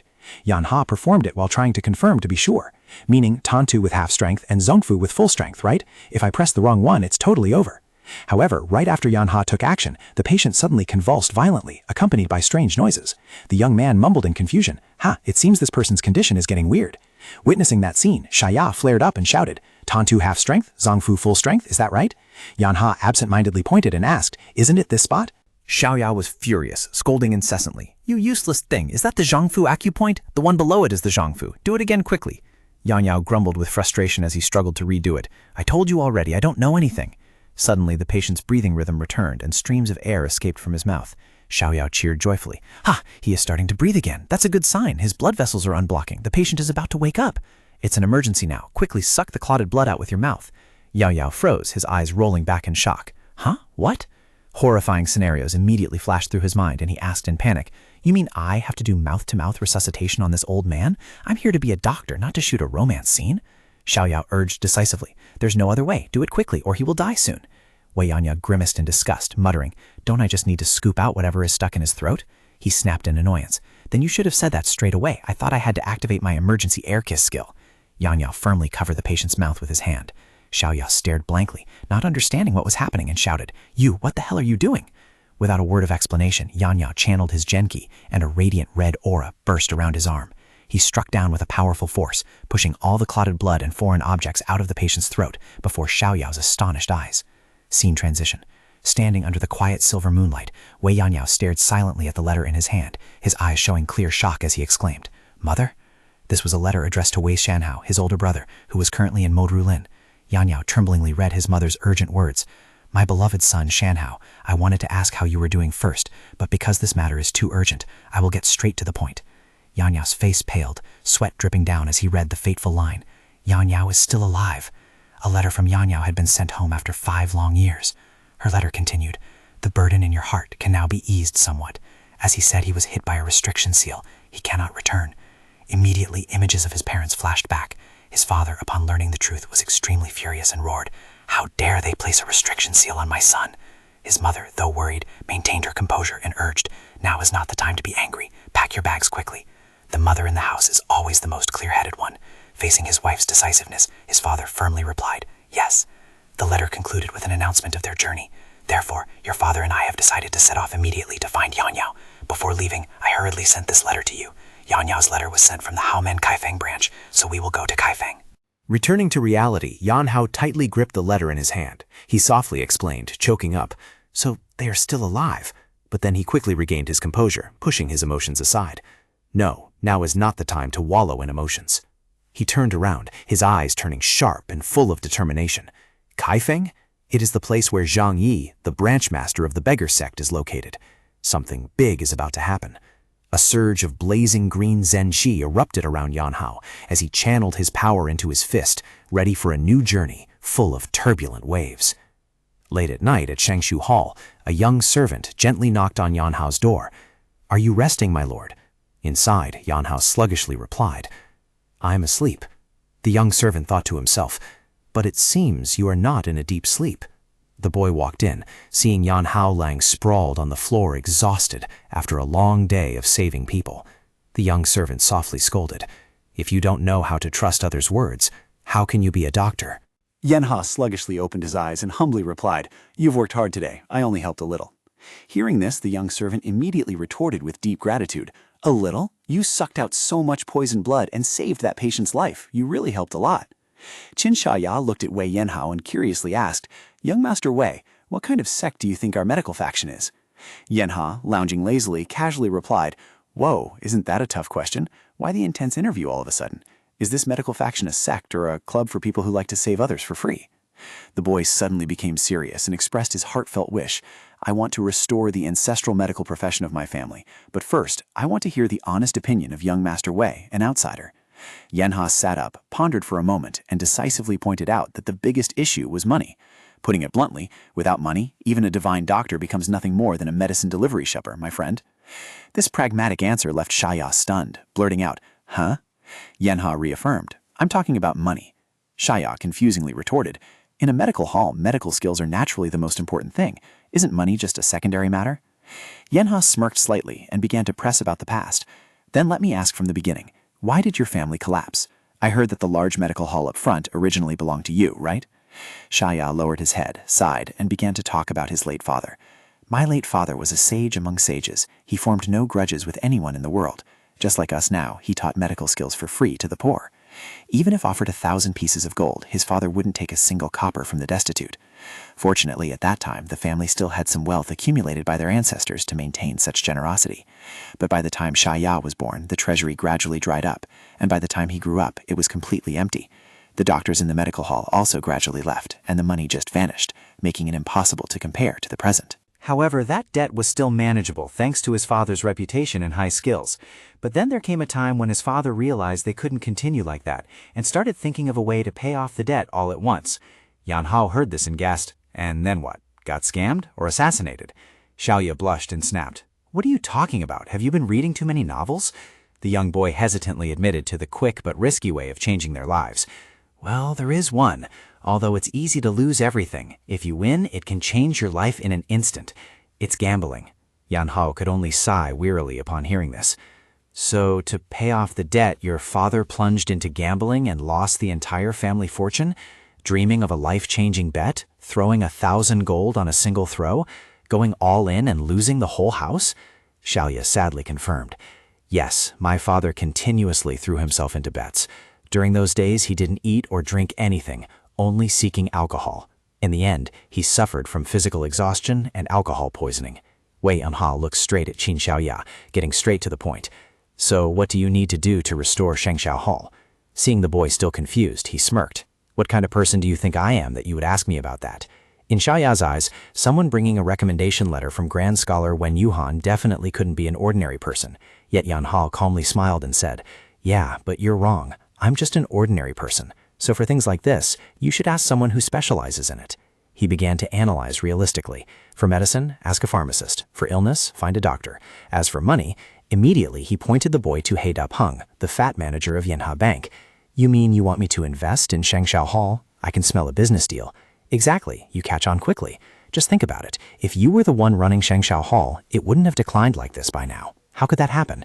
We have the medical skills but lack management ability. What if we combine it with your management skills?" Hearing this, He Da-peng's eyes lit up. That sounds like a very profitable venture. Although the fat guy seemed excited, Yan Hao turned to Xiaoya and said, "But I have no interest in cooperating with that person." He coldly poured a bucket of cold water on the boy's hopes.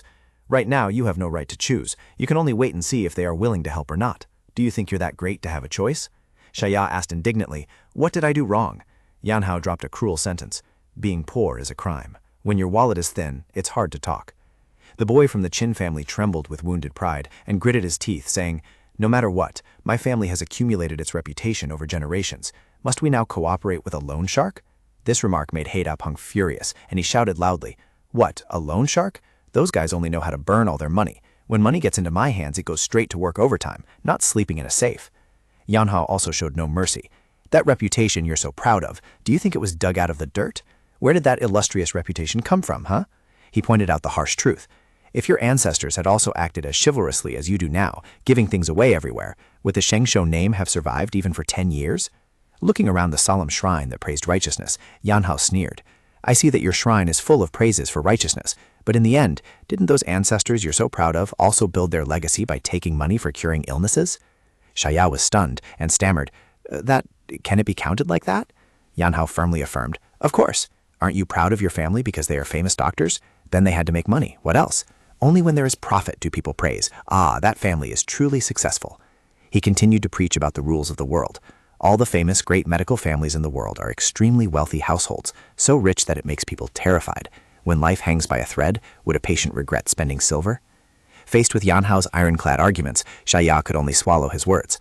But deep in his heart, the boy still agonized over one question. But isn't the art of medicine the art of benevolence?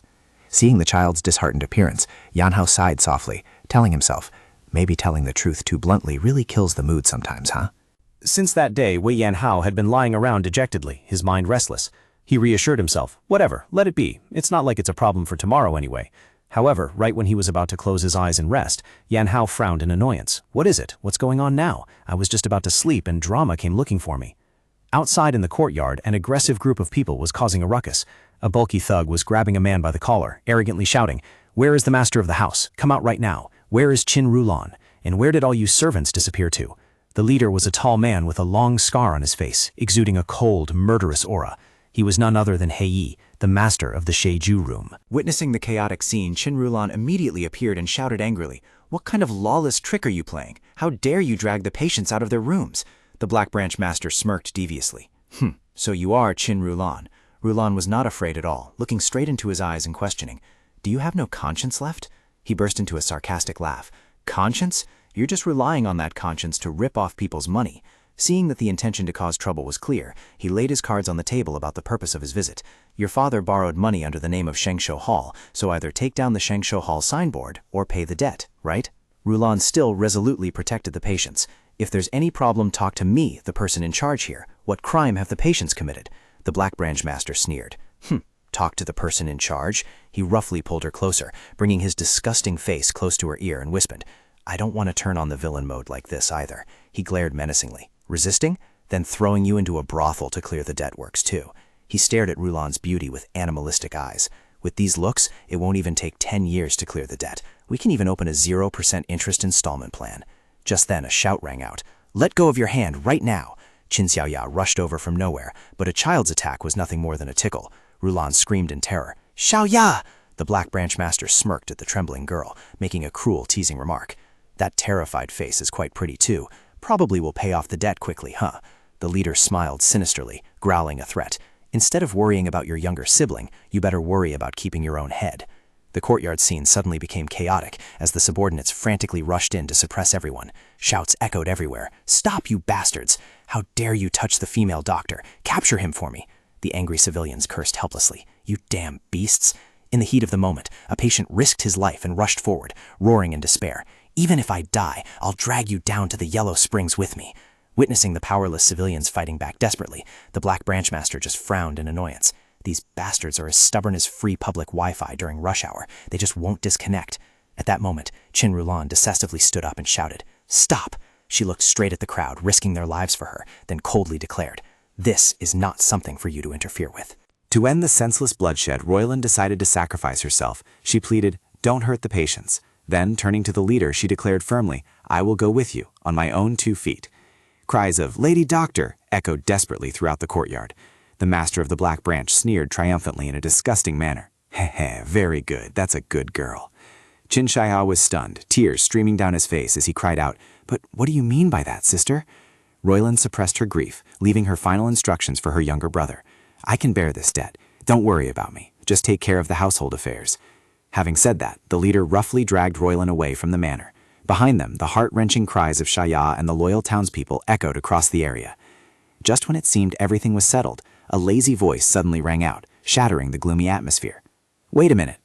The master of the Black Branch froze, looking around in bewilderment. A figure strolled leisurely out of the darkness, stopping them casually. "You can't just leave." The leader narrowed his eyes with murderous intent, growling, "And who the hell are you?" Under the moonlight, the man wrapped in a thin blanket looked up slightly, staring straight at the enemy, and coldly replied, "I am Wei Yunhal." Witnessing the other party's sloppy appearance, the leader clicked his tongue in contempt, thinking to himself, "Did this guy escape from a mental asylum or something? Why does he look so clueless?" Not bothering to pay attention, he continued to tightly grab the shoulder of the girl next to him and ordered his subordinates, "Let's go." However, Wei Yanhao spoke up again to stop him with a very resolute attitude. "I told you, you cannot take her away." The leader started to lose his patience, green veins bulging on his forehead, and he shouted, "What kind of trick is this brat playing again?" He growled and asked, "Then what?" Wei Yanhao calmly gave a reason that made everyone fall backward. "Who will cook my meals? Starving a guest is a no-go." The leader was stunned and blurted out, "What?" Yanhao continued to explain with a serious face, "If that girl leaves, who will cook for me?" The leader's anger began to erupt, and he pressed the question to confirm this absurdity. "Are you saying she cooks for you?" Yanhao nodded briskly. "Right." He wondered, "Why?" The blanket-wrapped young man replied as a matter of course, "Because I am a guest. If there's no food, I'll get a 1-star review right away." Seeing the other's disdainful attitude, Yan Hao added another sentence. Why do you keep talking as if I'm crazy? At this point, the leader's limit of endurance completely collapsed. He ground his teeth, emitting a heavy, murderous aura. What an insolent brat. He swung his massive fist toward Yan Hao and roared, Fine, from today onward I will make you fast forever. No more meals for you. The girl standing nearby panicked and screamed, Stop it! Even though he was still tightly wrapped in a blanket, his slight movement created an enormous pressure, completely repelling the punch and sending the leader flying to the ground. The ground shattered, forming a deep crater under the terrifying power. The leader lay slumped amidst the rubble, completely losing his ability to resist, knocked out cold. The young woman and the surrounding subordinates could only stand rooted to the spot, their eyes wide with shock and terror. Are you okay? I didn't mean to do that. I don't even know what happened. Wei Yanha scratched his head, looking at the collapsed leader with an apologetic expression as if he himself was surprised by his own strength. Wow, why did he fly so far? The leader spat out a mouthful of fresh blood, his chest aching. He couldn't help but feel terrified in his heart, thinking, Damn, a master. He immediately jumped back to keep his distance, his eyes full of wariness as he stared at the blanket-wrapped young man in front of him. He pressed, Where does this exalted senior come from? Yanha leisurely adjusted his blanket and casually replied, I'm not an exalted senior. Seeing that the other party didn't seem to want to pursue and kill him, the leader regained his composure and warned in a low voice, Don't interfere in my private business. Furthermore, our side has a contract regarding the debt, clear and transparent. Even the government will side with us. Yanha nodded slightly, acknowledging, It does look like that. The leader continued, So please don't get involved in this matter anymore. However, Yanha refused nonchalantly. That won't do. If you take her away now, who will cook for me? The leader gritted his teeth, thinking that cooking was just an excuse. He asked with murderous intent, In the end, you intend to help Shengshu Shuang, right? Meaning you intend to obstruct the affairs of the Black Branch's main hall? Yanha asked blankly, Black Branch's main hall? The leader explained loudly, It is the sect I belong to, and also the place where Shengshu Shuang is in debt. Our sect absolutely will not stand by and watch this happen. Hearing this, Yanha maintained an indifferent attitude. I don't have any intention of interfering. After all, it's just a matter of money. No need to be so tense. The leader was stunned, sweat rolling lightly down his forehead. So you are saying you will pay this debt on their behalf? I don't have money, but I will earn it to pay, so let it go. He decisively gave a deadline. Within half a month, I will pay in full. Witnessing this scene, the people at Shengshu Zhuang could only stand frozen in astonishment. After staring at each other tensely for a while, the leader finally gave in. He said in a deep voice, I believe you will definitely keep that promise. Then he muttered inwardly, Whatever, if I try to push it now, I might become the second crater on the ground and be completely ruined. In another dark room, a master has appeared at Shengshu Zhuang? The scarred leader bowed respectfully and reported, Yes, that's right. According to him, he is just a guest. A guest? Guo Dushan, master of the Black Branch, who was leisurely holding 2 large pieces of roasted meat in his hands, raised an eyebrow upon hearing the report. He sat at a banquet table filled with delicacies. A guest? Those guys who call themselves passing guests are usually hidden bosses. Guo Dushan stared at the subordinate kneeling below and asked coldly, So you mean you ran away as soon as you saw that master? The subordinate was terrified and hurriedly explained, No, absolutely not. I am not a coward like that. Sweating, he argued. That master said he would pay the money within half a month, so I intended to observe the situation first. Hearing this, Guo Dushan flew into a rage and shouted, You idiot! Did I tell you to go collect money? He slammed his tobacco pipe hard on the table, causing food to splatter everywhere.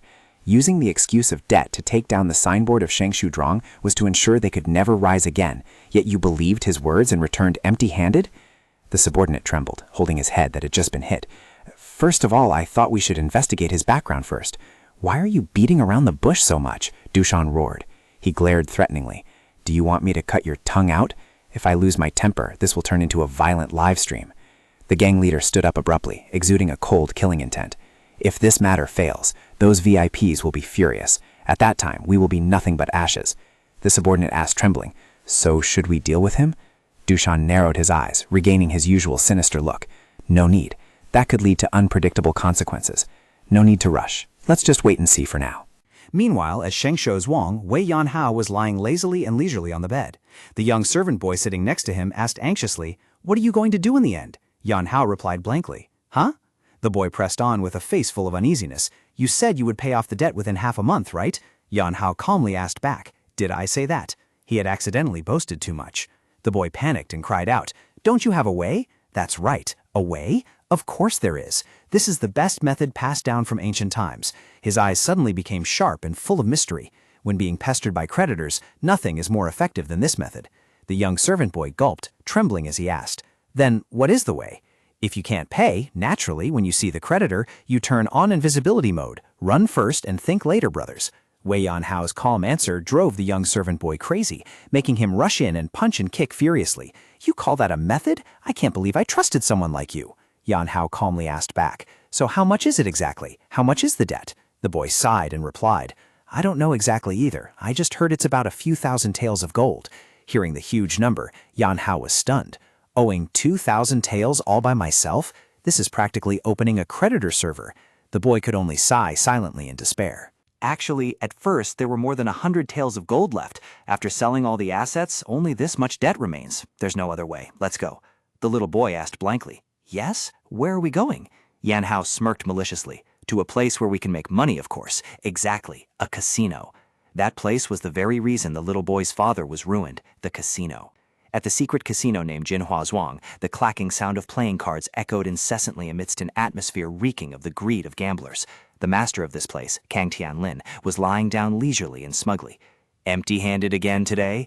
The rumor that I fleece fools clean has probably spread too far, hasn't it?" He took a sip of tea, secretly calculating his dirty schemes in his heart. "Anyway, the fact that I embezzled the debt of Shangshou Zhuang's master is a bit troublesome indeed." While engrossed in dark thoughts, a subordinate rushed breathlessly into the room. "Zhuang master!" Tianlin started and jumped up, his face changing color. "What? Is it the authorities coming to demand money again? Why are you in such a panic?" The subordinate, out of breath, stammered to report. "He has appeared! He has appeared!" Tianlin glared and shouted, "Who has appeared?" "That fool has appeared," an announcement rang out, signaling the presence of a special guest. Stepping into the bustling Jinhua casino, the clacking sound of playing cards echoed throughout the space, which reeked of gambling. Wei Yanhao looked around blankly and asked, "Is this the casino?"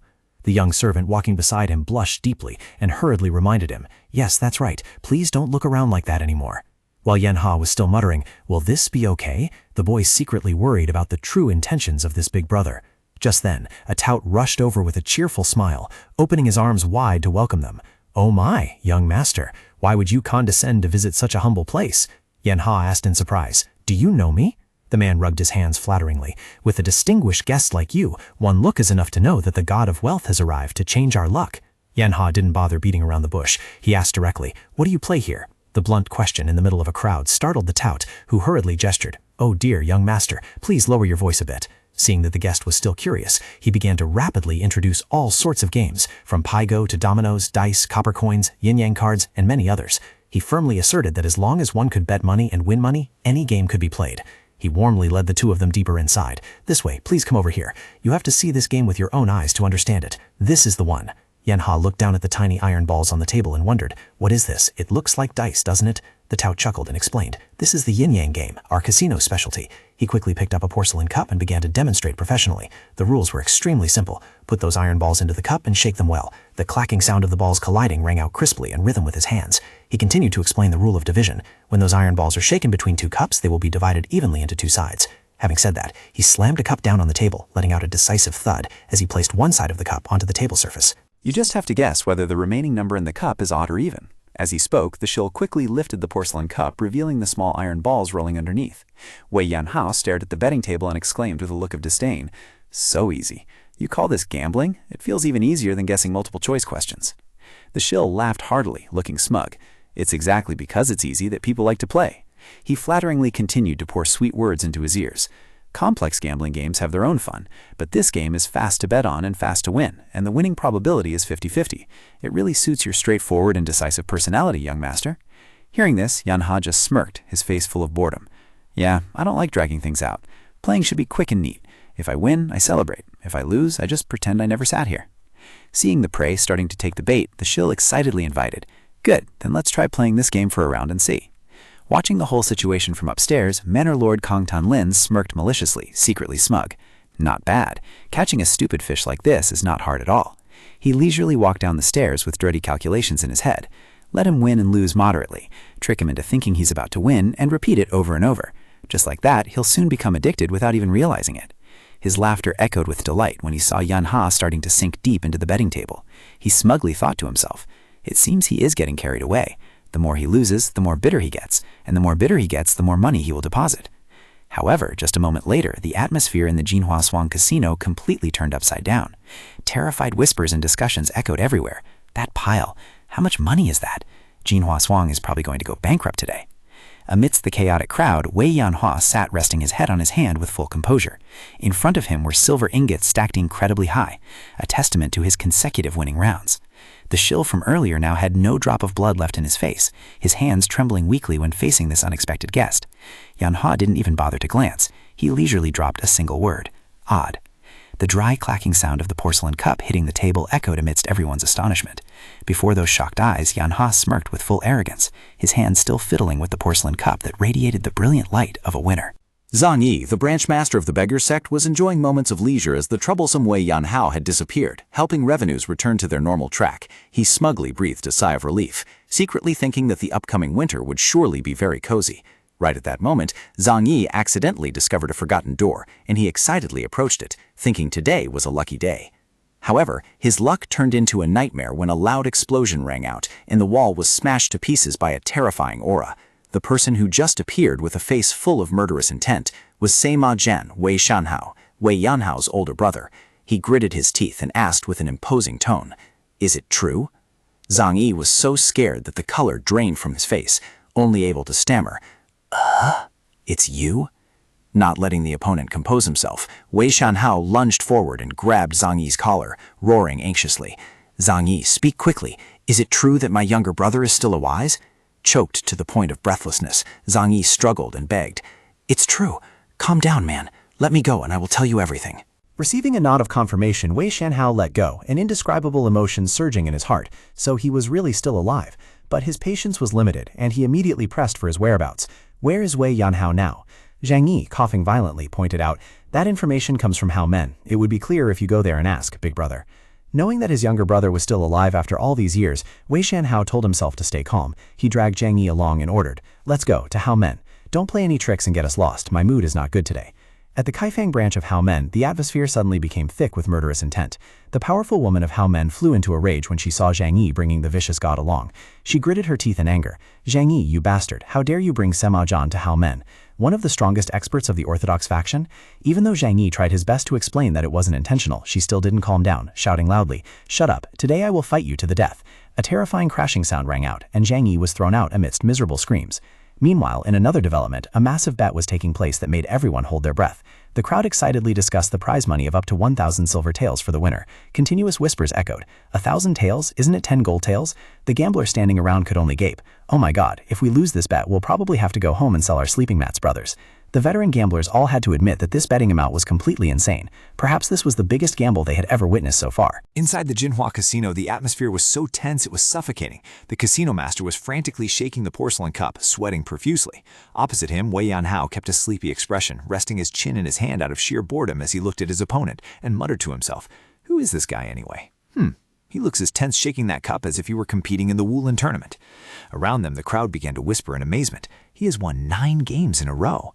The casino master's heart pounded wildly, feeling as if it would leap out of his chest. He asked himself tremblingly, could he possibly win again this time? The moment the cup was lifted, a resounding shout tore through the room. 4! Even! It was even! The entire casino erupted in cheers. "Good heavens, 1,000 taels of silver! The god of gamblers has been reincarnated, brothers! I never thought I would witness such a classic final sweep in my life." The young servant accompanying Yanhao cried tears of joy, tightly grasping his hand and shouting, "Young master, you won! You really won!" Meanwhile, Yanhao only smirked slightly. In truth, the secret behind these unbelievable consecutive wins was Yanhao's superhuman hearing. Since he was young, even while sleeping, he could dodge flying rocks just by listening to the sound. To him, this petty gambling game was as easy as flipping his hand. He only needed to focus on the sound of the iron balls clashing inside the cup to know for sure whether the result was odd or even. Looking at the pile of silver stacked as high as a mountain, Yanhao casually stretched. "What a pity. I guess I should stop here." Winning one more game would have been enough to meet the KPI of 20 taels of gold. Right at that moment, a large figure stepped forward, parting the crowd to both sides. It was Kang Tianlin, the master of Jinhua Zhuang. He clasped his hands and offered a fake smile in greeting. "Oh, it is truly an honor to be visited by a noble person. I did not recognize who you are. Please forgive my lack of manners." Yanhao glanced at him with disdain. "What noble person? I am not that kind of person." Even though his blood was boiling from being completely cleaned out of 1,000 taels of silver, Tianlin still tried to maintain a polite demeanor. Ha ha ha, in this casino, isn't someone who brings such a fascinating match like you a noble person? Yan Hao poured cold water on him by replying, I don't find it very interesting. This remark made the veins on Tianlin's forehead twitch violently. He gritted his teeth and cursed inwardly. You bastard, sitting in one spot and eating up 1,000 taels, yet you dare to say it's not fun? However, he still forced a smile. Haha, your mindset is indeed different from ordinary people, winning so much money, yet looking as nonchalant as if you were strolling through a market. Tianlin started to throw out a new bait. A noble person must have the stature of a noble person. Do you want to try your luck in a bigger game? Seeing that Yan Ha seemed interested, he excitedly waved his hand, and dazzling gold coins appeared like an illusion. That's right, not these petty small games, but a truly grand game. Now is the real match, shocking the entire casino. Yan Ha softly exclaimed, Oh! But right after that, he indifferently turned his back and walked away, leaving behind a blunt sentence, I don't like it. Tianlin stood frozen on the spot, his face distorted with shock and anger, watching the young servant quickly gather up the pile of silver and quietly leave. Kong Tianlin gritted his teeth, sweating profusely seeing the prey about to slip away right at the climax. He shouted, You've eaten your fill of 10 taels of gold and still want to leave. Do you think I'll let you go that easily? But immediately the manor lord changed his face as quick as lightning. He put on a fake smile, placed his hand on Yan Ha's shoulder and pleaded, Oh my young master, stay and play another hot round. Wei Yan Ha tilted his head and thought, Uncle, did you really say you'd give me 5 taels of gold? Tianlin firmly affirmed, Yes, exactly. Seeing the other party seemed persuaded, Yan Ha bargained. Then how about 10 taels? The question made the manor lord freeze for a moment because of the kid's greed, but then he laughed maniacally. He cursed inwardly. What's with this crazy guy? Then he loudly declared, I will give an additional 10 taels of gold, but in return, the match will not end until one side runs completely out of money. Yan Ha's eyes suddenly became serious. He firmly stated, If you give 10 taels of gold, then I will play. Tianlin joyfully cheered. Excellent, a wise decision. In his heart, he smugly laughed to himself. Took the bait, this fool. He turned around and waved his hand to signal. The opponent has accepted the match. Come out here. From the darkness, a skinny figure exuding a cold, murderous aura slowly walked out. The surrounding crowd immediately exclaimed in horror, That is Dubi. Dubi has appeared. Dubi, the one-armed Poison King, the one who just appeared, possessed a scarred face, sharp eyes, and bizarrely long fingers that were skillfully twirling dice. Yan Hao observed his opponent with full of doubt. That guy, stepping out of the darkness alone, he doesn't look like a gambler at all. Dubi sat down coldly in his seat, saying in a deep voice, Well, in the casino, the winner is the real gambler. There is no need to say much. Yan Hao asked directly, Are you my opponent? After receiving a confirming nod from the one-eyed man, he continued, So how do we play? Dubi suddenly swung his hand, slamming heavily on the table, causing the dice to fly everywhere. The betting game I propose is exactly this. The crowd started whispering to each other. Dice? Isn't it too ordinary? But Dubi asserted, But it's the surest game. Dice is the game that best demonstrates the player's true strength. Despite Yan Hao yawning repeatedly, looking completely bored, the chatter of the gamblers around them never ceased. How could that kid ever compete against Du Ti? Is there any gambling game out there that can match Du Ti? Du Ti continued to explain the rules. Compared to other complex gambling games, dice is much fairer. Simply put, whoever has the higher total score wins. He stared intently at Yan Hao and asked, Any objections? Yan Hao replied curtly, No. Kang Tianlin laughed gleefully, boldly finalizing the rules. The bet doubles after every round. If you lose everything, you can still add more money, but the right to continue or stop will belong to the winning side. He spread his arms wide, continuing his calculating explanation. In that case, the side that wins first gets the right to choose. They can decide whether to continue or not. Is that acceptable? Facing the provocation of the manor lord, Wei Yan Hao kept his sleepy face and calmly replied, Sounds fun. It's been a while since I played a bet where I could clearly feel my wallet flying away. Seeing the prey nod in agreement, Kang Tianlin roared with excitement. Then, let's begin.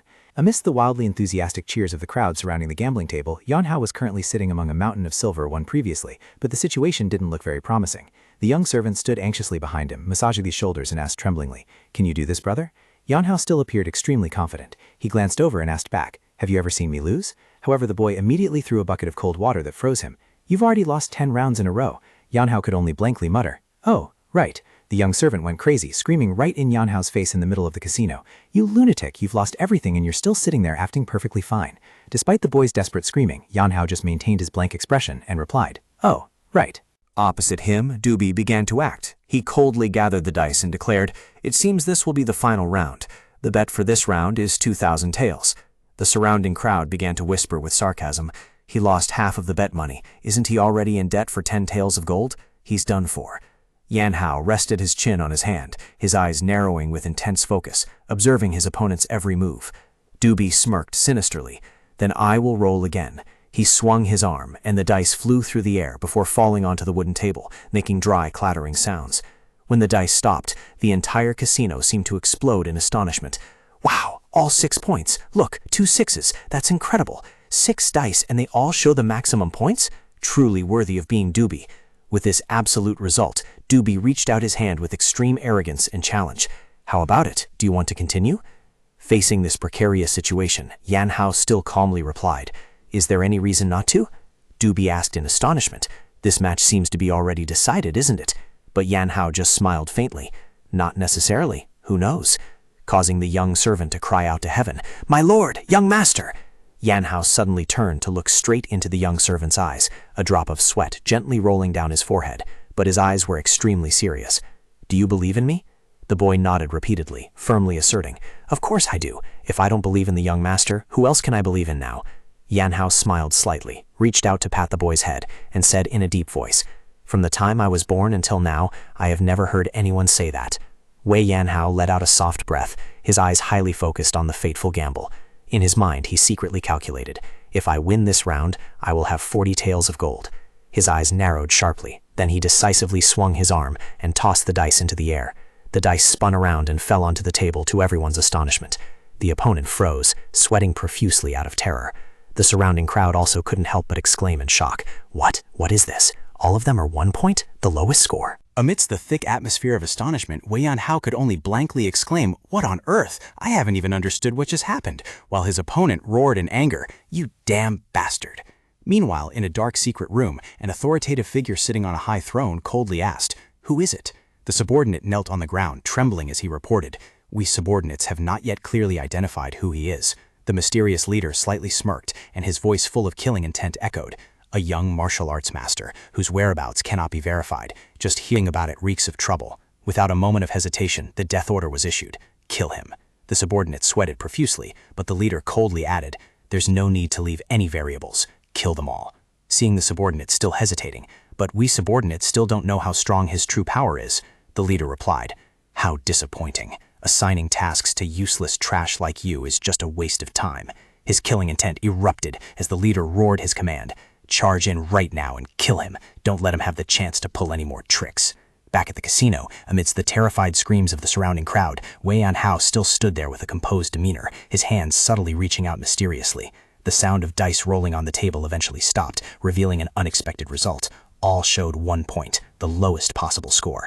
Amidst the thick atmosphere of astonishment from the crowd, Wei Yan Hao could only blankly exclaim, Ah! While the young servant accompanying him cried out in despair, We are doomed, young master. Witnessing this scene, King Tianlin laughed triumphantly because luck had smiled upon him. So unlucky, Wei Yan Hao turned to ask the manor lord, So what should we do now? The young servant's face clearly showed sorrow. He secretly sighed, We are doomed. King Tianlin waved his hand, acting generous but full of calculation. If you are out of capital, then forget it. Just return the 10 taels of gold you borrowed earlier, and I will let you go home and rest. However, Wei Yan Hao suddenly rested his chin on his hand, his eyes turning sharp and cold. No, that's not what I mean. What I mean is, how much money is needed to continue the game? Kang Tianlin was a bit surprised. He blurted out, 40 taels are needed? Yan Hao looked straight at the opponent to confirm. You mean, as long as I have 40 taels, I can play again, right? The manor lord revealed a sinister smile again. He confidently declared, The right to reopen the match is ours, but I will give you a chance. If you bring enough money, we will reopen the match. In his heart, he was overjoyed, secretly thinking that greed had finally taken over. I will strip you clean. Yan Hao still calmly asked again, So, can you promise? Kang Tianlin spread his arms wide, firmly affirming in front of everyone. Of course, a casino cannot exist without reputation. Everyone here is a witness. As soon as the promise was received, a meaningful smile appeared on Wei Yan Hao's lips. He softly ordered, Come in. To Kang Tianlin's bewilderment, 2 burly, muscular men carried in heavy chests of money. Leading them was a wealthy tycoon with an extremely affluent appearance. This guest smiled and said, Oh my, I'm late. Young Master Yan Hao immediately complained, You work so sluggishly. I was almost stripped clean by people and forced to work as a servant. The wealthy tycoon just chuckled in response. Oh, young master is really joking around. Would you let yourself fall into that situation? Upon seeing the newcomer, Kang Tianlin's face drained of color and he sweated profusely. "Oh, Uncle He from Yanhei Bank, what are you doing here?" He Depang greeted him respectfully. "A pleasure to meet you, Manor Lord Kong. I am on my way to deliver the betting money requested by my client. Because it had to be prepared in gold, it took a little time." Wei Yanhao stood with his arms crossed, arrogantly reminding him, "You promised that as long as the money was brought, the game would continue, and the minimum bet is double the previous round, right?" His eyes suddenly sharpened as he looked at the Manor Lord who was frozen in place. "I will bet a little more." Kang Tianlin exclaimed in shock. "What?" Yanhao raised a finger and loudly declared, "The next round's bet will be 100 gold towels." The terrifying number he just uttered made the whole casino fall dead silent. Kang Tianlin, dripping with sweat, stammered, "Did you just say 100 towels? What's wrong?" Seeing the Manor Lord's trembling state, Yanhao mocked. "What, are you scared?" Kang Tianlin screamed in his mind with a mix of anger and fear. "Of course I'm scared, you lunatic." He hurriedly turned and whispered to his trump card. "How is it, Doobie? Can you win?" In response to that anxiety was the sharp, conceited look of the one-eyed man. "Are you doubting the skill of this Poison King?" Kang Tianlin hastily offered a flattering smile to appease him. "What doubt? That's nonsense." He gritted his teeth and made up his mind. "Then I will solely trust in you." Regaining his usual authoritative demeanor, Kang Tianlin boldly declared to the crowd, "Then we shall restart the match." Meanwhile, Doobie kept observing Yanhao unceasingly, extreme suspicion rising in his heart, and in a flash he had doubled the bet. "This brat, is this also within your calculations?" He stared intently at the young man's calm face and pressed, "Did you intentionally lose the previous rounds?" Yanhao pretended to be naive and replied, "What are you talking about?" Yanhao burst into laughter. "Who would do something so crazy? Money doesn't grow on trees to just throw away." Doobie narrowed his eyes dangerously. "Then why did you call the master of Yanhei Bank here beforehand?" Yanhao answered leisurely, "My mother told me, if you go gambling or showing off, you must have a lot of money to look imposing, so I just called him over to be absolutely sure." Faced with the opponent's unpredictable and ambiguous attitude, Doobie could only remain in tense silence. Yanhao stood up, decisively declaring, "It's my turn, right?" He swung his hand, executing an incredibly skillful motion. The surrounding crowd held their breath, their eyes rolling back in astonishment at the imposing aura of the person before them. The dice rolled with a clattering sound, then stopped one after another to the amazement of everyone.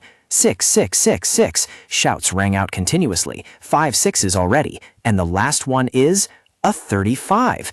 The entire casino burst in both regret and admiration.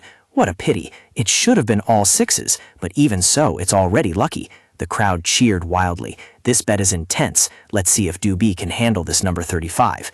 Doobie stared at the result on the table, his eyes flashing with a dangerous and sinister gleam. He muttered softly, "Just a little bit more. If it's only this much, then it's a waste of setting up 100 gold tails bet, right, brothers?" Doobie spoke coldly. "I already said I don't understand what you've been saying this whole time. Besides, 35 is indeed a very high number." He smirked sinisterly, his scar-filled face twitching. "Whatever. Whether the bet is cancelled or not, nothing changes. But you have underestimated me too much. I will show you why I am called the Poison King." Immediately, Doobie swung his hand, performing a masterful dice-throwing technique. The dice flew in the air before dropping onto the table, making crisp, clattering sounds. The surrounding crowd held their breath, counting each revealed face. 6, 6, 6 again. The first 5 dice all stopped at the absolute 6 points amidst everyone's bewilderment. The last die was still spinning madly on the table. All eyes were fixed on it, anxiously exclaiming, "Could it be a 6 again?"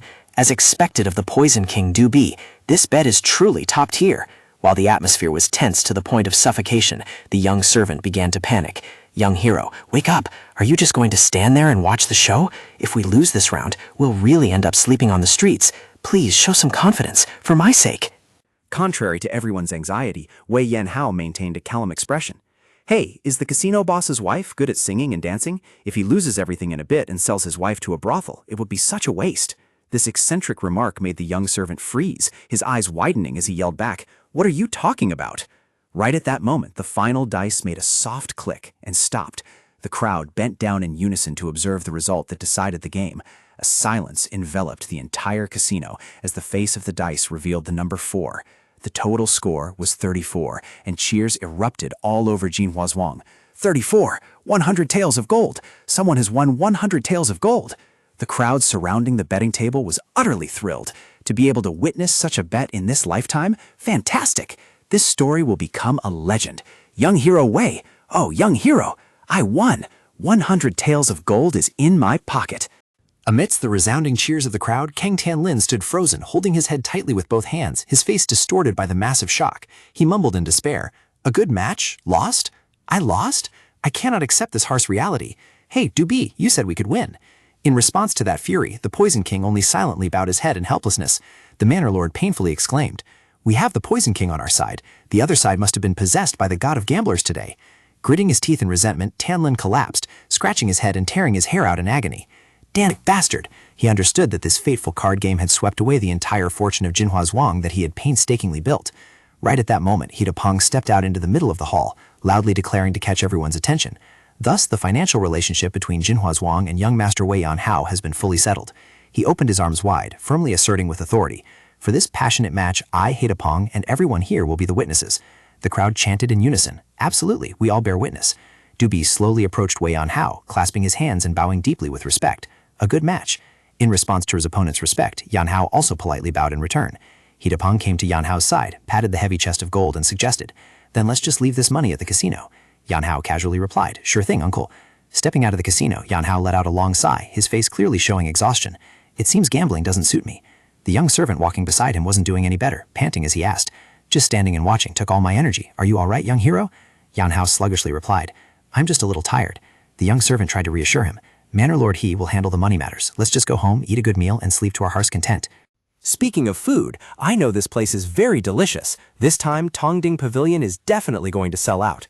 However, while running excitedly, the young servant accidentally crashed into a stranger. The boy fell to the ground and hurriedly apologized. "Ouch, I'm sorry." The atmosphere suddenly thickened with murderous intent as a group of people dressed in black clothes, exuding a dangerous aura, unexpectedly blocked the way. A large man growled menacingly. Yanhao narrowed his eyes to observe, recognizing the distinctive patterns on their outfits. Judging by the patterns on their clothes, they seemed to be from the Black Branch's main hall. Hidapeng, standing behind, also changed his expression and blurted out the name in panic. Black Branch's main hall! A man with a long scar on his face smirked maliciously and asked in a low voice, "Which one of you is Wei Yanhao?" Meanwhile, at another location under the dim moonlight, a young maiden was extremely surprised to hear a familiar name, Wei Yanhao. Standing opposite her was Wei Shanhao. "I heard you were the older brother of young Master Wei Yanhao?" "Yes, that's right. Where is that brat right now?" The maiden honestly provided the information. "He is not here. He already went to Hubei with the escort journey of Guilong Escort Agency." Receiving the answer, Shanhao clasped his hands and bowed. "Thank you." He immediately turned around and decisively ordered his subordinate, "Let's go." The subordinate hurriedly ran after him and asked, "Where to, sir?" Wei Shanhao looked toward the distant horizon and firmly replied with just one word, "Hubei."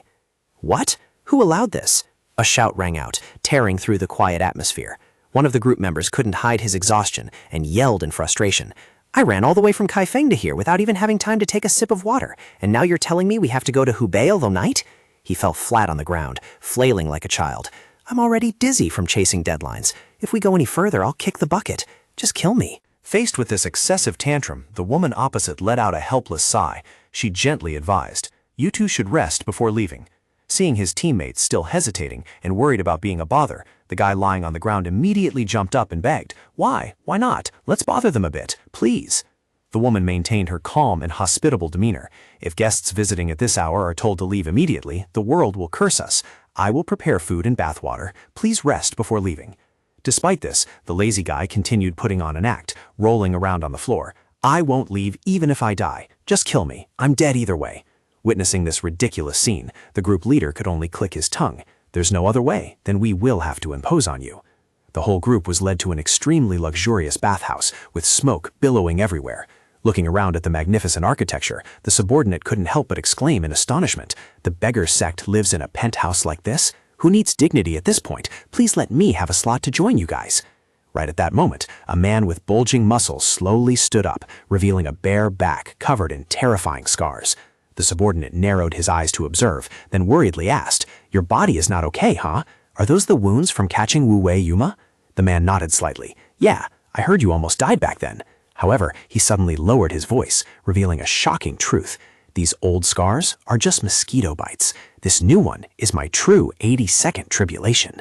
The words made the subordinate's limbs go numb, stammering as he asked, "What? Then who caused that wound? Is there any demon in this world who could drag Sima Jian to the gates of the king of hell?" The man closed his eyes slightly, his face turning gloomy as he uttered two haunting words, "A demon." In his mind, painful fragments of memories suddenly rushed back.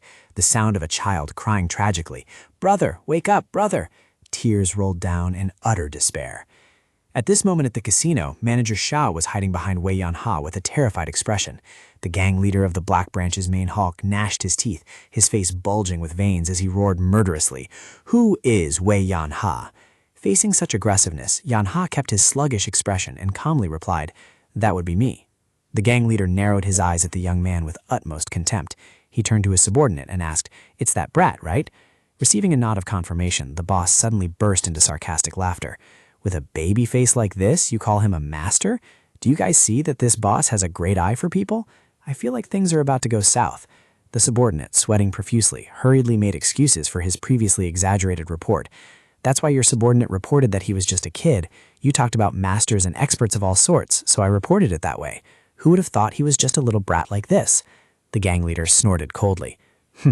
Even if he is just a little brat, if he harasses our gang, he must pay the price for that crime." Immediately, amidst the encirclement, Yanha raised his hand to stop him. "Wait a minute." He casually took a pen and slashed a signature onto the contract paper in front of the anxious Qin Shaya. He handed the paper to the boy and ordered, "Sign it." Shaya asked in confusion, "Yes, sign it?" Yanha just replied briefly, "Just sign it first. I will explain later." After taking care of the procedures, Yanha turned to the creditors and calmly asked, "By the way, exactly how much debt does Shengsho Zhuang owe you guys?" An arrogant subordinate replied immediately, 20 taels of gold and 50 taels of silver. Pretty steep, isn't it? However, right when the chest lid popped open, brilliant golden rays of light burst forth, causing the gang boss to freeze and stutter in terror.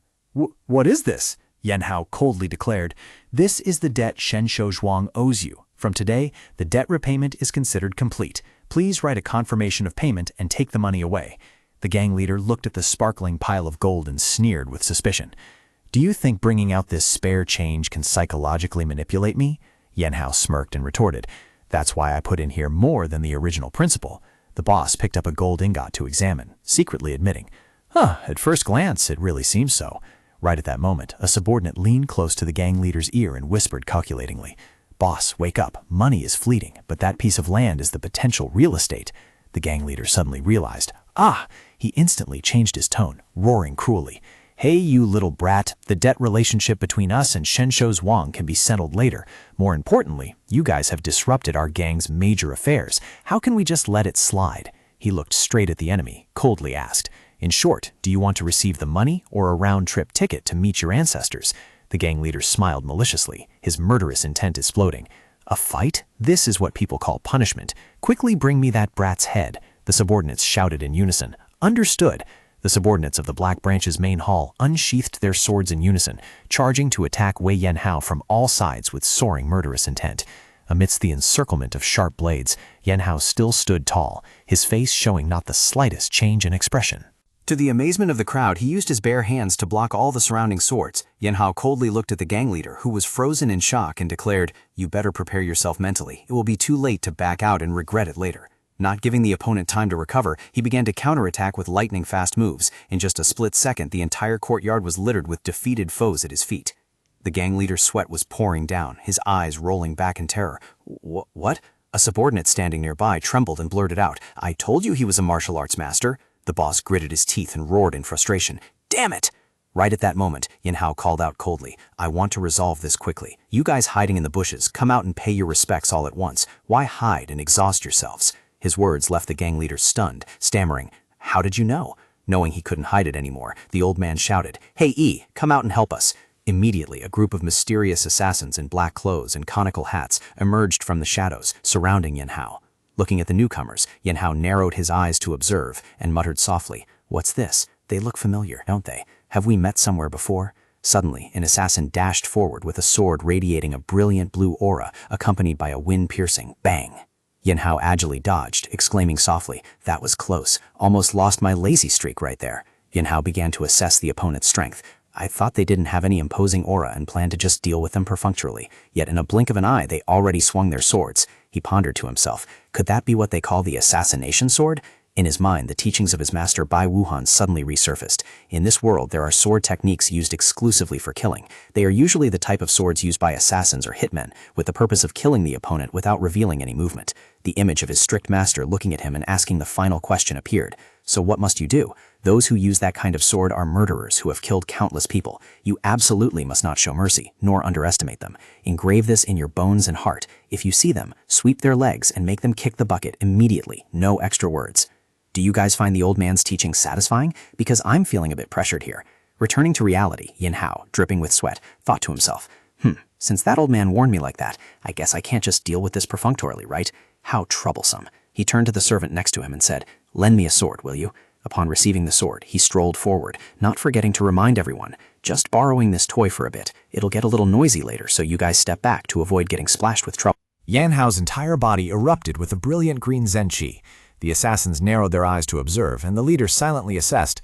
He dodged that move. He's truly not an ordinary opponent. Realizing the danger, he yelled an order to his accomplices. We are outmatched in this fight, brothers. Forget about face, let's gang up on him right now. Immediately, the group of assassins simultaneously swung their swords and rushed to attack Yan Hao from all sides, creating dense, overlapping streaks of green light. Standing amidst the deadly siege, Yan Hao gently closed his eyes, his hand tightly gripping the sword hilt to focus his spirit. The assassins widened their eyes in shock when they saw that all their efforts to close the distance were repelled. In Yan Hao's mind, his master's words echoed again. Do not stubbornly fixate on the moves. He softly replied in his mind, I know. The master's silhouette continued to guide him. The beginning is an immovable mind. Even if the opponent's sword closes in, the mind must not waver. Yan Hao maintained a terrifyingly calm demeanor. He softly exhaled a mystical azure qi, his eyes burning with fighting spirit as he remembered the final instruction. The mind must be as cold as iced tea on the sidewalk to outclass these guys. Stomping firmly on the ground, Wei Yan Hao channeled all his kinetic energy. The sword in his hand erupted with a brilliant azure light that tore through the night. He told himself, next I must pour my whole heart into the sword. After all, it's just a block of steel like any other, but a sword without a heart is just scrap metal. If I want to carry the team, I have to pour my soul into it. Amidst the chaotic battlefield, the deafening clashes of weapons rang out, and fragments flew everywhere as Yan Hao fought fiercely in all directions. A sword imbued with such intention could cleave Mount Tai in half. He glided gracefully through the encirclement of assassins, thinking to himself, once enough rage is stacked, it's time to unleash the ultimate move and send these old folks to meet their ancestors quickly. Like a river flowing according to the terrain, he let the natural power scatter into each sword strike, creating mystical after-images that completely disoriented the enemy. In the eerily silent space, the master's teachings echoed in his mind once again. What I teach you are not techniques, they are seeds, which you do not yet know how to receive and nurture. A glowing magic circle suddenly appeared in front of Yan Hao's chest, radiating a terrifying pressure that engulfed the entire manor. The assassins in conical hats widened their eyes in horror as they witnessed the tower exploding right before them. Amidst the aura, the sword in Wei Yan Hao's hand began to transform, radiating a brilliant azure spiritual qi like a living entity. A deep, raspy voice echoed in the space. Whether a sword is top tier or not depends on the wielder's character. Only with a pure mind can the gear truly perform. Yan Hao focused his entire spirit, his eyes glowing brightly amidst countless flashes of azure lightning. He was carrying out the final step to forge a sword that truly belonged to him. With a powerful shout, Yan Hao swung his sword down in a fatal strike. A light flick from the sky sent down a giant cross-shaped slash, sending the entire enemy formation to the chicken coop. Behind Yan Hao, the giant soul of his master appeared with great majesty, radiating a terrifying pressure. When the dust settled, the wooden floor was shattered into a deep crossmark, with blue smoke still billowing from the cracks. The assassins lay scattered, breathing weakly, having completely lost their ability to resist. Yan Hao stood there towering, his eyes looking coldly at the defeated foes. He declared firmly, "It's done. Your accounts are permanently banned. From now on, you guys should retire and herd ducks. What's the point of martial arts at this level?" Looking at those writhing on the ground, he added his final judgment. "No matter how you have lived your lives before, from now on you will not be able to harm others anymore, because you only relied on strength. Pay the price for the life you lived by oppressing others." Yan Hao sheathed his sword, glanced slightly at the agonizing faces, and muttered in doubt. "These guys look somewhat familiar, don't they? Well, I'll eventually know who they are anyway." He calmly turned his back and walked straight toward Wodushin.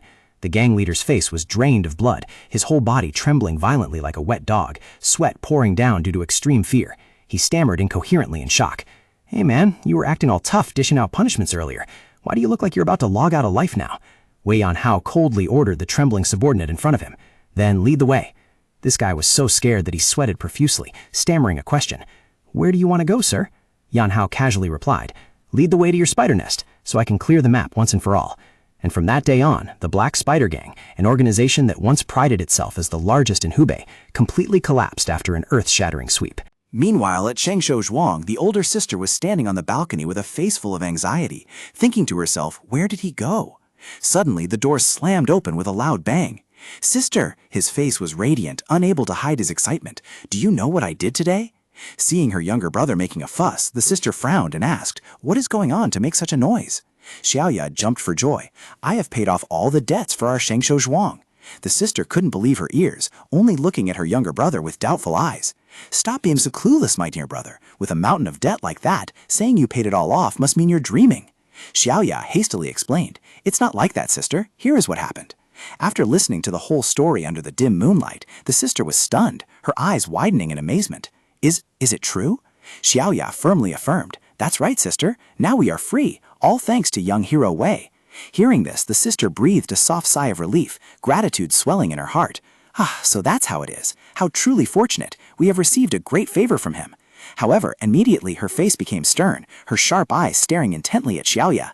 But Xiaoya, using gambling to pay off debts is wrong. The young boy stepped back in fear, stammering, Sister.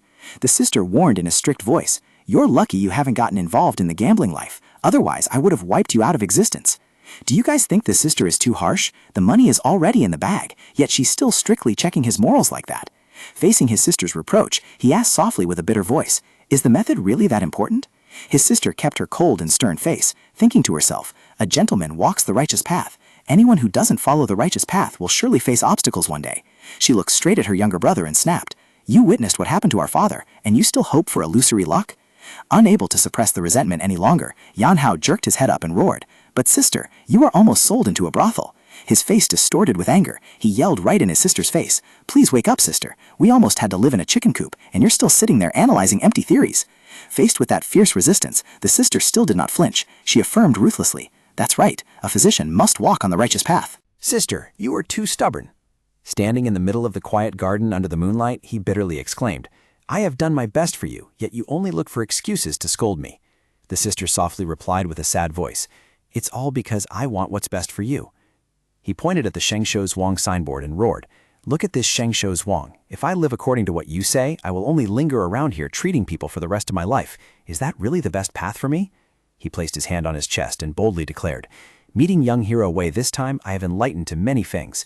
I do not want to live the way you want me to. He looked straight ahead, affirming his will. I want to be the chairman of my own life, not a good and obedient child within this framework anymore, okay? The two siblings stood silently under the perfectly round moon, amidst the tranquil atmosphere of the manor. The scene shifts to Songlin Hanlin Academy, a place with magnificent architecture reflecting on the peaceful waters. A man in luxurious green attire leisurely extended his hand to invite the guest. Please come in. The strange guest, with long black hair, wearing a majestic black and red martial arts uniform, smiled faintly and clasped his hands in return. For an uninvited guest like myself to be received so warmly, I truly don't know what to do. The host gently explained the reason for this thoughtful reception. I heard that the young master is the elder brother of young hero Wei Yanhao. When a distinguished guest visits, of course I must host you thoughtfully. The two of them walked together deep inside the academy. As the elder brother, I apologize on behalf of my younger brother for his disrespectful behavior. The old man in green robes gently waved his hand. Not at all, young master is being too polite. I heard you were looking for your younger brother. He paused, observed thoughtfully, and continued. In that case, may this old scholar say a few words. Receiving consent, the old man asked in return, does the young master know the term da-chi? He began to explain. Da-chi is called da-chi because it cannot be constrained. Judging by your personality, you will likely try to force your brother into a mold, but doing so will only ruin him. A warhorse locked in a 15-square-meter motel room will only result in both getting hurt, boss. The rope snaps and the horse dashes swiftly across the vast steppe. Therefore, please leave him be and give him freedom. Then one day you will see a fine steed galloping freely on the grassland. The older brother fell silent for a while, his eyes drooping deep in thought. Then he spoke in a deep voice. Thank you, old man, for enlightening me. I'll leave this matter for now, and update my management style for my little brother when I get back. Leaving the Hanlin Academy, the two of them walked briskly through the quiet forest. We've eaten and drunk our fill, so why does the boss's face look so down? Didn't the food suit your taste? He didn't answer immediately, just looked into the distance and asked a question in return. Zhang Yi, what do you think of my younger brother? Zhang Yi didn't hold back at all and answered bluntly. Your younger brother? To be honest, it's only because the young master is your younger brother that I even consider him human. If I didn't know you, I wouldn't even bother looking at him. He began to list a long string of bad habits with a look of extreme disgust. He is both lazy to the bone and educated in ignorance. His personality is just unbearably cheap. Overall, he's very hard to train, boss. The older brother looked into the void, thinking to himself. That is a normal reaction. Yanhao's extraordinary nature cannot be seen through by ordinary people. Or perhaps Yanhao has truly changed and is no longer like before. In the middle of the quiet night, Wei Yanhao's snoring rang out, shattering the atmosphere. He stretched, let out a long, refreshing yawn, and muttered, "How long have I been sleeping?" Standing on the eaves, Yanhao gently massaged his shoulder, his face showing a clear frown. I dreamt about fighting, but waking up feeling sore all over like I was in real combat. This is truly surreal. While he was busy complaining, a warm female voice suddenly rang out right behind him. "My benefactor of rebirth, your grace is as deep as the vast sea." Yanhao startled, panicking and shouting, "You scared me." Turning to look, he saw the older sister of Shang Shu's Rong prostrating on the ground, performing a grand kowtow with full respect. "It would be hard to fully repay the great kindness you have bestowed upon me in this lifetime." Yanhao felt awkward and hurriedly waved his hands. "Well, miss, why so tense? Stand up and talk. Don't overdo it. I'm scared." Although it is a bit abrupt, could this humble girl ask the young hero for a favor? Yanhao raised an eyebrow in doubt. What is it? In his heart, he sighed with frustration. Did my ancestors owe them something? The woman got straight to the point. "Please, young hero, make Xiaoya change her mind." Seeing Yanhao still looking bewildered, she earnestly explained that Xiaoya must inherit Shengsho Zhuang. He is the one who must shoulder the family's burden and restore its former reputation. For such a young child to be wavering right now, she pleaded with young Knight Wei to help change Xiaoya's mind. Hearing this, Yanhao scratched his head in confusion. "I don't quite get it. Reviving Shengsho Zhuang and becoming a great physician are two different things, right?" He looked straight at her, asking a highly practical question. "Being a good doctor and being a CEO to revive the family are two completely different jobs, sister." The sister's gaze suddenly turned sharp, and she firmly stated, "It's about the revival of Shengsho Zhuang. Even if Xiaoya becomes a brilliant physician, if he cannot save Shengsho Zhuang, he cannot fulfill the last wish. We just have to restore the Shengsho Zhuang brand first. It won't be too late for later generations to become great physicians." "I understand what you mean," he acutely assessed. "So that means the top priority is to revive Shengsho Zhuang, and to do that, there is a very easy way." Meanwhile, at the Hamen branch, the atmosphere was heavy with the smell of gunpowder. Lady Gui, the beautiful but hot-tempered hallmaster, was grinding her teeth. In her heart, she constantly cursed. "I should have just let him log out of life earlier. Looking at his shameless face really makes me dizzy." "He, then I'll be taking my leave, Hallmaster Ji. Let's go, my friend Shanhao." Thinking of how he dared to bring Sema Jian to threaten her, Lady Gui silently swore to make him pay if there was a next time. While she was engrossed in her anger, a subordinate rushed in frantically to report. "Hallmaster, something big has happened." Lady Gui angrily shouted, "What is it now?" Before the subordinate could even finish his sentence, an imposing figure stepped inside. It was an old man with gray hair and an extraordinary aura. He looked straight at her and asked, "Are you the one in charge of this place?" Seeing a stranger trespassing, Gui Lingling thought contemptuously, "Can just any dog or cat enter here now?" She tilted her chin up and replied defiantly, "Ha, yes, so what?" However, the moment the old man boldly declared, "I am Wei Zhangxuan," Gui Lingling's expression changed completely. Her eyes widened in horror, her mind heavily shaken. "What? The Wulin idol Wei Zhangxuan in the flesh right here? I'm really in trouble this time." The old man stroked his beard and proudly affirmed, "That's right, I am Wei Zhangxuan. If you know me, it makes talking easier." He got straight to the point. "We are looking for my son." However, just as the renowned swordsman's heroic aura reached its peak, a hand suddenly pushed his head hard to the side, accompanied by a shout. "Move aside, we're in a hurry, so why are you standing there radiating aura and showing off? Step aside, please." "But I have a reputation after all. Can reputation be ground into money at a time like this?" Wei Zhangxuan looked dejected and lowered his head, giving a brief reply. "No, whatever you say is right." Gui Lingling stared at the old man in front of her, sweating profusely as she realized his true identity. "Is that Zhang Sha Jian? I heard Yanha sent a letter here. Can you explain everything? If you're talking about your young master, you must be referring to young master Wei Yanha, right?" Gui Lingling spoke up, breaking the silent atmosphere of the dark night. Wei Zhangxuan, standing opposite, firmly confirmed, "Yes." The young lady smiled with a hidden meaning. The young master must have arrived at Shengshu Zhuang by now. Hearing this name, Zhangxuan couldn't help but wonder. "Shengshu Zhuang?" Gui Lingling further explained. "Yes. Before that, the young master was at the Dasong Hunlin Academy." Wei Zhangxuan pondered, stroking his chin anxiously. Shengshu Zhuang is a place of the medical faction. Could he be sick? I haven't heard anything wrong with his health. But then his eyes suddenly became sharp, staring suspiciously at the other person. Thinking about it again, it felt weird. My son is incredibly lazy. With that personality, would he privately inbox a girl? Tell the truth, miss. Is there something going on between you two? He asked sharply. How do you know so clearly, miss? The question was like a bucket of cold water that left Lady Gui frozen, sweating profusely because her weakness was exposed. She stammered in fear. About that, inwardly screaming at her own carelessness. Damn it, caught up in the atmosphere, I accidentally blurted out nonsense. Doesn't this mean asking if I dare to intimidate the young master? Seeing the other party approaching with a thick, murderous aura emitting from his body, she knew she had no way back. Trying to act tough at this point means definitely taking a beating, so it's safer to just voluntarily confess, guys. Meanwhile, the rebuilding of Shengsho's Wang was actually the task of the branch hall masters. They utilized the main hall's architecture to stabilize their footing, then used the money collected from there to cover the deficit. However, Wei Yanhao used the fact that he paid on their behalf as an excuse to threaten the boy Xiao Ya. The boy asked in shock, What is this? Yanhao calmly pointed at the paper. Just a debt contract. You have to pay back the 20 taels of gold. Xiao Ya, trembling, looked at his signature, stammering, The thing I signed last time was exactly this? Didn't you pay it for me? There's no such thing as a free lunch, kid. You still have to pay your debts. He sat with his legs crossed, starting to present the slave contract. Me paying the debt for you guys, that is a type of investment.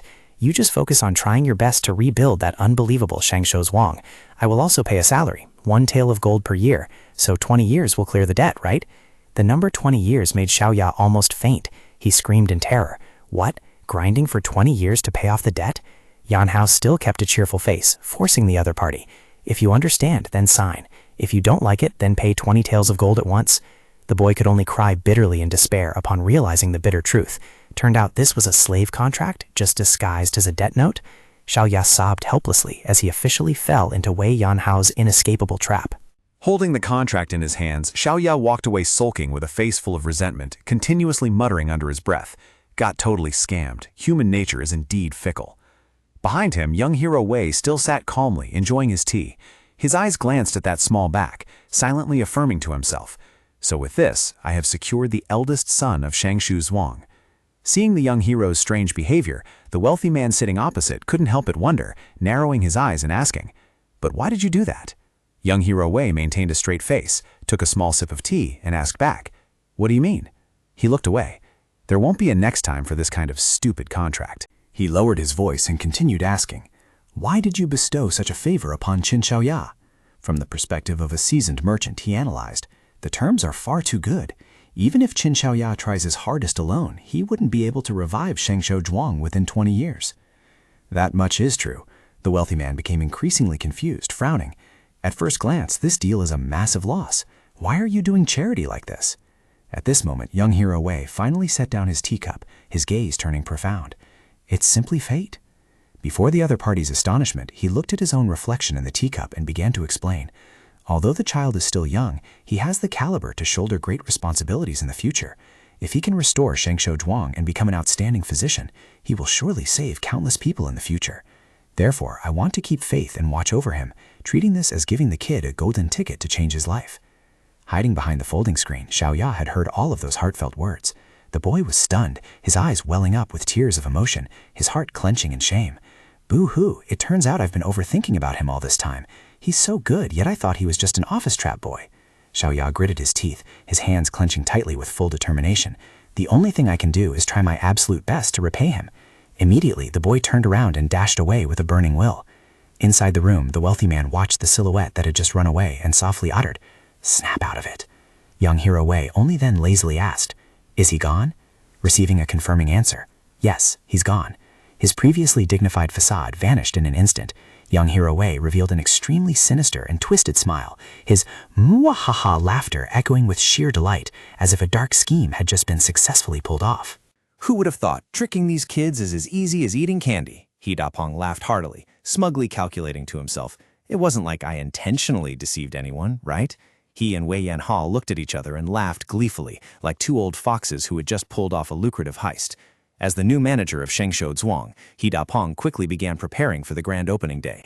The opening day took place in an atmosphere so bustling it bordered on chaotic. The place was packed with people, shouts of coordination echoed everywhere, and food was running short. Get to work. If we lack people, then drag all your acquaintances here. Tell them to help out too. The situation was so tense that there were no seats left. He Dapeng had to order all unused sick rooms to be opened and even laid out mats in the main hall to accommodate all the arriving guests. When a subordinate hurriedly reported that the ingredients were running out, the manager just waved his hand decisively. If we're out of stock, then order more immediately. What are you waiting for? At this point, money is not an issue. The important thing is to flex and dazzle everyone. Amidst the noisy crowd, Qin Xiaoya, the young manor lord of Shengshou Zhuang, stood silently to regain his composure. The boy tried to tell himself, "Calm down, your trembling Xiaoya. Don't freeze up right now." His appearance immediately drew whispers from the guests. "I heard he is the legitimate son of Shengshou Zhuang. Has that child grown up that much already?" Many people expected that as long as he had half of his father's capability, he would be qualified to uphold the name of Shengshou Zhuang. Besides, there was no shortage of gossip about the fate of the fake Shengshou Zhuang, saying that it would definitely be destroyed. Suddenly, a loud shout rang out, entering, signaling the arrival of an important figure. A majestic escorting procession entered, and the people on both sides of the street hurriedly parted to make way. Qin Xiaoya and He Dapeng stood waiting with serious expressions. From the carriage, a pair of legs stepped down firmly. The grand official in a bright red court dress, exuding an overwhelming aura, slowly stepped forward amidst the exclamations of awe. The final boss has appeared. As soon as the announcement ended, everyone simultaneously knelt on the ground to pay their respects. He Dapeng was no exception. He bowed his head respectfully. The prefect has arrived. The prefect stroked his beard slightly and cleared his throat. He glanced around, stopping to observe Wei Yanhao, who was standing in the back, with a probing look. Finally, the prefect stood in front of Qin Xiaoya. With obvious emotion on his face, he solemnly declared, "Seeing Shengshou Hall rebuilt after such a long wait, this official is beyond thrilled. Are you the son of the previous Shengshou Hall master?" The prefect stared intently at Xiaoya, who was kneeling at his feet. The boy trembled, sweating profusely, and stammered in reply, "Yes, that is correct." The prefect was satisfied. He waved his hand and boldly declared to the public, "From now on, keep up the good work and do not disappoint me." He looked at Xiaoya with eyes full of expectation. "From now on, I believe the master of Shengshou Hall will do his utmost for the common people." Xiaoya kowtowed in gratitude. "I wouldn't dare disobey your orders." Earth-shattering cheers rang out everywhere, and the excited people whispered to each other, "Shengshou Hall has truly risen again." The prefect continued to heat up the atmosphere, loudly saying, "Why call it the pride of Wuhan? It should be the pride of Hubei. Please visit Shengshou Hall often, for only when the people are healthy can the country be balanced, folks." The crowd answered in unison, "Understood. Please do not worry, Lord Prefect."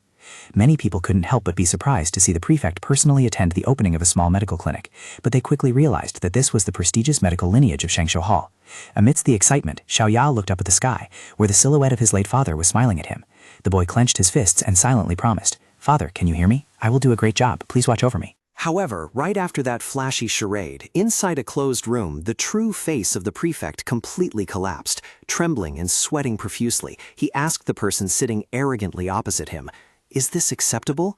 Wei Yanhao calmly flipped through the ledger in his hands and smiled faintly. "Yes, it's perfect." The prefect pleaded, "Then please keep your promise." Yanhao smirked. "Of course, I'll just keep this evidence album as a souvenir. If you try to backtrack or unfollow, I'll leak the clip online immediately." The prefect could only grind his teeth in resentment, unable to do anything else. Upon leaving, Yanhao even waved a mockingly playful goodbye. "Take care on your way." The prefect bitterly took a drag of his pipe and muttered to himself, "The ledgers of the Black Branch's main hall have fallen into the hands of the censor. It seems I must lay low for a while." The next morning, Xiaoya just opened the door and was completely stunned. Before his eyes was a sea of people pushing and shoving each other. The coordinating shouts rang out endlessly. "Ah, I said don't push. Line up, line up." Witnessing the incredibly long line of people waiting for their turn to be examined, He Dapeng couldn't help but be astounded. He stammered, "Just how far does this line go?" To Xiaoya's astonishment, the old manager's eyes suddenly turned into two glowing gold ingots, and he laughed gleefully. "The sweet smell of money transfers is everywhere, boss. At this rate, we'll be closing deals until our hands get tired. Time to sweep the world's wallets clean." Seeing his perversely money-grubbing demeanor, Xiaoya could only snap, "Nonsense. What on earth are you talking about?" While Shengshou Zhuang was bustling with activity, on the opposite side, the atmosphere at a rival medical hall was extremely gloomy. The manor lord stood in the middle of the empty hall, roaring furiously, "Why is there not a single patient?" The subordinate tremblingly reported, "It's because the new Shengshou Zhuang has opened. I heard everyone is flocking over there." The manor lord was stunned, his cloudy eyes clearly showing disbelief. "What? Shangshou Zhuang? That piece of trash shop dares to hang up a fancy sign? Where did those little brats get the capital to open such a grand establishment? The subordinate hurriedly explained that he heard the brats had set up a medical hall. The manor lord was extremely puzzled about the rival's financial source. How much gambling debt does his father owe? Where did they get the money to dare open a medical hall? He pondered, recalling the dirty scheme from the past. Ever since I made the bald guy of the Chen family fall into gambling and ruin his life, everything was supposed to be going smoothly. Seeing his master deep in thought, the subordinate anxiously asked, "So what should we do now?" The manor lord growled, "This is a task the young master assigned before leaving. If it all goes wrong like this, the entire responsibility will fall on me." The subordinate sighed helplessly. "But isn't there no other way? If we had known earlier, it would have been different, but now the water has been spilled." The manor lord's eyes suddenly became sharp and full of murderous intent as he slowly declared, "If this game is too hard, I'll just hack it. If we can't untangle the knot, we'll just cut it off with scissors to be done with it." He swung his knife, slicing a bundle of bamboo slips on the table in two, to the terror of his subordinate. He smirked maliciously. What a pity that the young manor lord of Shangshou Zhuang has just managed to get back on his feet. The rival manor lord secretly mapped out a cruel scenario, running into bandits last night, and even dying a tragic death amidst screams. Isn't that such a regrettable thing? He coldly ordered, "Prepare enough funeral condolence money." Meanwhile, under the glow of the oil lamp, Shia was still intently observing the silver needle in her hand, completely unaware that the Grim Reaper was approaching. Meanwhile, at the Chengtian-Zhengwu Alliance, the atmosphere was becoming extremely tense. Alliance leader Quanji Sima Tianqi asked in a deep voice, "Oh, rumor has it that Lulin just made friends with the Iron Blood sect? Do you guys think this news is reliable?" "Yes, the Pang family has a child named Peng Daoji who has confirmed this. He was hunted down by the 10 swords of Lulin, but thanks to a stroke of heaven-sent luck, he defeated them and escaped." Sima Tianqi narrowed his eyes calculatingly. Even the 10 swords of Lulin? If it is a matter taken that seriously, then Lulin and the Iron Blood sect have probably already joined forces. Jianghu is currently in extreme chaos. A 20-year hibernation is more than enough. Now is the time for martial arts idols to go all out and prepare for an earth-shattering combat. With the Zhenghu Alliance in the east and the Tianyi Lian in the west as the center, even the smallest clashes can erupt into a massive bloodbath. The annihilation of a sect due to a minor conflict has become a daily occurrence. Tianqi pressed further. "What about the Tianyi Lian?" The subordinate replied, "If the coordination with Lulin is an action taking place under the protection of the Tianyi Lian, then the situation will likely escalate even further." Sima Tianqi clicked his tongue softly, clearing his throat. "If we have to become enemies with the Tianyi Lian, who knows how much blood will be spilled?" He returned to the main topic. "Never mind that. Did that child named Peng Daoji really defeat the 10 swords of Lulin and escape?" The answer he received surprised him greatly. "I heard that a child named Wei Yanhao stepped in to help." Wei Yanhao, Tianqi muttered in doubt. The subordinate continued to provide information. "It seems he is the second son of Wei Zhengsuen from the Guangdong Wei family. He disappeared for 5 years and only recently reappeared." Hearing this name, Sima Tianqi suddenly burst into hearty laughter. "Oh my, Wei Zhengsuen, the Zhengsha Jian, right? So that's how it is. That's right. The father is a legend, the son is a superstar. The apple truly doesn't fall far from the tree." He nodded complacently, his eyes showing clear admiration. That guy was hard to spot 5 years ago. It turns out he was polishing his son into a dragon. The subordinate bowed slightly, adding an important piece of information in a deep voice. "Not only that, the eldest son is Wei Shanhao, renowned by the title Sei Ma Jian. He believes that in 10 years, the Guangdong Wei family might just become the #1 family in the world." In response to that praise, the person opposite him couldn't help but nod in admiration. That is indeed a matter to be celebrated. The Wei family has birthed dragons. They will surely achieve great things for Jianghu. These resounding acclamations seem to affirm that a righteous young hero was about to shake up the martial arts world. However, reality hit hard when at this very moment, the dragon of the Wei family, Wei Yanyao, was lounging on the roof, snoring loudly, oblivious to the world. The snoring echoed through the quiet night until he woke up with a start. From below the window, Chief Steward Shaw looked up and asked, "How is the young master?" Yan Yao replied sluggishly, "Dragon or phoenix, whatever, I'm busy recharging my batteries up here on the roof." Chief Steward Shaw advised, "You must take care of your body early on. It won't be good if you fall down. I've also ordered some traditional medicine to be brewed for him." Hearing this, Yan Yao suddenly became unusually alert. He smirked and reminded, Hello, boss. Time to ping the betting money from earlier, right? It's time to harvest. Chief Steward Shaw was stunned. Huh? Immediately, mysterious dark figures suddenly appeared, darting across the rooftops with thick killing intent. Steward Shaw signaled to Yanha with his hand. See, I told you they would definitely come today. The old man coughed lightly and continued. They are too impatient. I thought it would take them 3 days. Yanhao casually took something from the steward's hand. The old man retorted, Since you guessed it, you must have prepared a countermeasure, right? Yanhao hoisted a broom onto his shoulder. Just a few mere assassins. Using a broom is enough to clear the map. Of all the people to mess with, they dared to touch my passive income source, so they are definitely getting a beating. Without any hesitation, he charged straight into the encirclement of assassins who were brandishing their weapons. He roared with excitement. Die! His face revealing a look of madness as he wiped out those standing in his way. At Haomen Kaifeng branch, under the dim moonlight, Lady Gui was standing frozen in terror before the imposing aura of Wei Zongxuan. The old man looked deeply into her eyes, his voice low but full of authority. My son is inherently lazy. He is not the type to take the initiative to contact you privately, miss. So why do you know so much? Wei Zongxuan's question was like a bucket of cold water poured straight onto Lady Gui, causing her to freeze, sweating profusely. In her heart, she silently screamed, Crap, I slipped up and spoiled too much personal information. Amidst the heavy atmosphere thick with killing intent, Wei Zongxuan pressed her through gritted teeth. You better give me a proper answer. The pressure from a grandmaster made Lady Gui tremble. She understood that even a tiny mistake would make it hard to escape disaster. However, just when the situation was at its most tense, the majestic old man suddenly blurted out, It hurts. I said it hurts. How many times have I told you not to interfere? Regaining his composure, Wei Zongxuan pressed to confirm. So our Yanhao is currently in Hubei? Lady Gui nodded slightly. Yes, that's right. She hurriedly changed the subject. Then could you tell me where Shengshou Zhuang is? Lady Gui suddenly paused, her mind beginning to piece everything together. Wait a minute. Zhang Xiaozhen Wei Zongxuan, Sei Ma Zhen Wei Shanhao, and now Wei Yanhao too. She realized a formidable truth. What is with all these superstars gathering in one family? At this rate, the title of the #1 family in the world will definitely end up in the Wei family's pockets. There is no running away from it. A calculating smile appeared on Lady Gui's lips. I will be right back after I finish preparing. Please wait a moment. All right, go quickly. Do you think Yanhao can get married?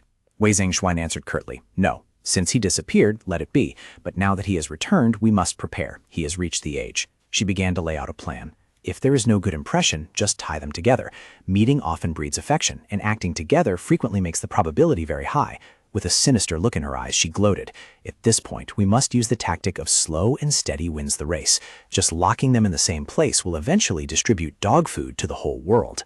The ghostly, ho, ho, ho, ho, laughter echoed, making Wei Zongxuan shudder in fear.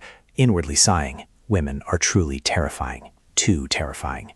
At the residence, a young servant rushed in a panic to report to Yaya that a woman had come looking for him. The little boy looked back blankly, with a face full of question marks. Right in front of Xiao Ya at this moment was an extremely beautiful woman with black hair adorned with an exquisite butterfly hairpin, but her eyes exuded a stern and cold demeanor. Recognizing his relative, Xiao Ya stammered, Sister. However, instead of a warm reunion, his sister looked around the medical hall and coldly interrogated. Hold up, where did this fake medical hall come from, little brother? Explain quickly, or I will make this whole shop disappear right now. Standing in the middle of the stone bridge, the sister decisively ordered, First of all, stop everything immediately and go back. She looked straight into Xiao Ya's eyes, delivering a harsh lecture. Doctors are meant to save people, not to chase sales KPIs, little brother. Yet now you are using medical skills for business? Seeing her younger brother still rooted to the spot, she became even angrier. What the hell are you doing? Hurry up and pack your luggage. Xiao Ya lowered his head, sweating profusely from the pressure, but then he suddenly looked up and asked a bitter question. Are people in the medical hall not human? He yelled in resentment. Why does everyone else have the right to be rich, while doctors have to accept sustainable poverty, sister? Reputation must come with economic strength. The sister gritted her teeth and shouted, Have you forgotten the teachings of our predecessors? She began to provide evidence to refute. That predecessor used to live in a grand mansion. Didn't they also make money and live leisurely thanks to medical skills? She emphasized every word. That was because they saved people, so wealth naturally followed, not because they wanted to make money and sought it out. Why don't you understand? Unable to endure this restriction any longer, Xiao Ya yelled right in his sister's face. The one who doesn't understand is you, sister. I also don't think I am currently walking on the righteous path, but at least I am not as arrogant or dictatorial as you, Xiao Ya roared with determination. Following your methods and desires, sister, the reputation of Shangshu's Wang will never spread to the world in this lifetime. Why don't you understand yet? He brushed off the old-fashioned teachings. I am not a puppet who only knows how to follow my sister's words. You should walk your own path, sister. Despite his sister standing there blankly and calling after him, the brat Shaya still decisively dashed away and declared, I will use my own way to make Shengshu's Wang known to the world. Witnessing this entire family drama, Wei Yanha leisurely stepped out from behind. He looked at Shaya's retreating back and clicked his tongue teasingly. Wow, has the kid grown wings now, daring to talk back to the big boss so harshly? Seeing the sharp gaze of the woman directed at him, Yanha could only ask back in confusion. Huh? What's wrong? It's all because of this young hero that my plan completely fell apart. He really is the jinx of the whole team. The woman glared piercingly at him, with eyes full of resentment. In the dead of the silent night, under the round and bright moon, a horse carriage was quietly rolling through the forest. Just in case, order them to erase all traces of our stay at Shengshu's Wang. Receiving the order, he respectfully replied, Understood, miss. However, he couldn't suppress his regret and asked, But miss, isn't it a pity to abandon all the foundations we have built in Wuhan? The woman sitting inside the carriage replied in a low voice. She began to explain her extreme caution. It was already a problem the moment a young man of unknown origin intervened. Since ancient times, it is not uncommon for small omens to turn into great disasters. Her face was hidden in the darkness, her red lips curling up slightly with calculation. Even if I were to punish him myself, such an expert couldn't have grown up entirely on his own. The backing behind him would definitely be exposed. Therefore, it's better to just let it go. Whether we win or lose, the commotion would be huge and attract the eyes of the world. The subordinate bowed his head. I understand what you mean. She continued to analyze the situation. My eldest brother has already accumulated achievements, and this incompetent younger brother is also doing his part. Wasting time is the biggest problem. In her mind, she constantly raised questions about the obstacle. I must urgently report to the boss about this Superman. The future of our great cause is already shaking violently. Under the mystical blue moonlight, the clear stream of wine poured from the porcelain jug into the cup, making a babbling sound. Amidst the quiet space of the manor, the sister was sitting alone on the porch, holding a cup of wine filled with heavy thoughts. Suddenly, a familiar voice rang out, shattering the silence. Drinking alone is very bad for your stomach. She looked over in surprise and saw Wei Yanha standing there with a leisurely demeanor. Scratching his head and smiling, he said, If your anger has subsided a bit, could I ask for a cup? Yanha looked at her with sincere eyes, waiting for an answer. Seeing the lady still silent, he made a half-joking, half-serious suggestion. Then shall I lie down? That way you won't see my face. His eccentric joke made the lady smile slightly. It was truly young Master Wei's way of solving things. Suddenly, the lady fell to her knees in front of Yanha. I'm sorry, young Master Wei. This abrupt action startled him, and he exclaimed, Hey, you! She sincerely poured her heart out. Yanha waved his hand to reassure her. Don't take it to heart. The lady stared silently into space, sighing with sorrow. Shangshu Hall and Qinshaya, things are not easy at all. Yanha casually took a sip of wine and replied, Honestly, I don't quite understand. I don't understand what Qinshaya is so worried about. He recalled his old master's teachings. My master once said, If you want something, you have to get it done with your own hands. He looked out at the tranquil space of the manor and continued to encourage her. It's the same for Shangshu Hall, isn't it? Just ignore the world criticizing you. The important thing is that you are the one digging the well for others. This statement stunned the lady. She looked up and asked, Do you mean tell me to step up and revive Shangshu Hall? Yanha looked straight into her eyes and fired back a weighty question. Isn't that what you want? The legitimate heir of Shangshu Hall is Qinshaya, but it's not just the legitimate heir who can build up the family sect. She lowered her head, her voice tinged with sadness and an inferiority complex. I am a woman. Yanha immediately rebutted decisively. Wait, hello? What era is it to still discriminate between men and women, sis? He looked deeply into her wavering eyes and added, Besides, it's about saving lives.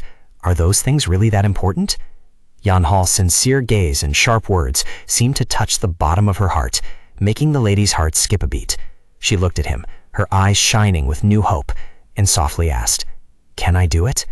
Nobody knows that. It's just that being a good doctor is one thing, but managing the whole Shangshu Hall brand is another, sis. You kept thinking that only Qinshaya was tormenting himself, which is why you kept clinging to Qinshaya like that.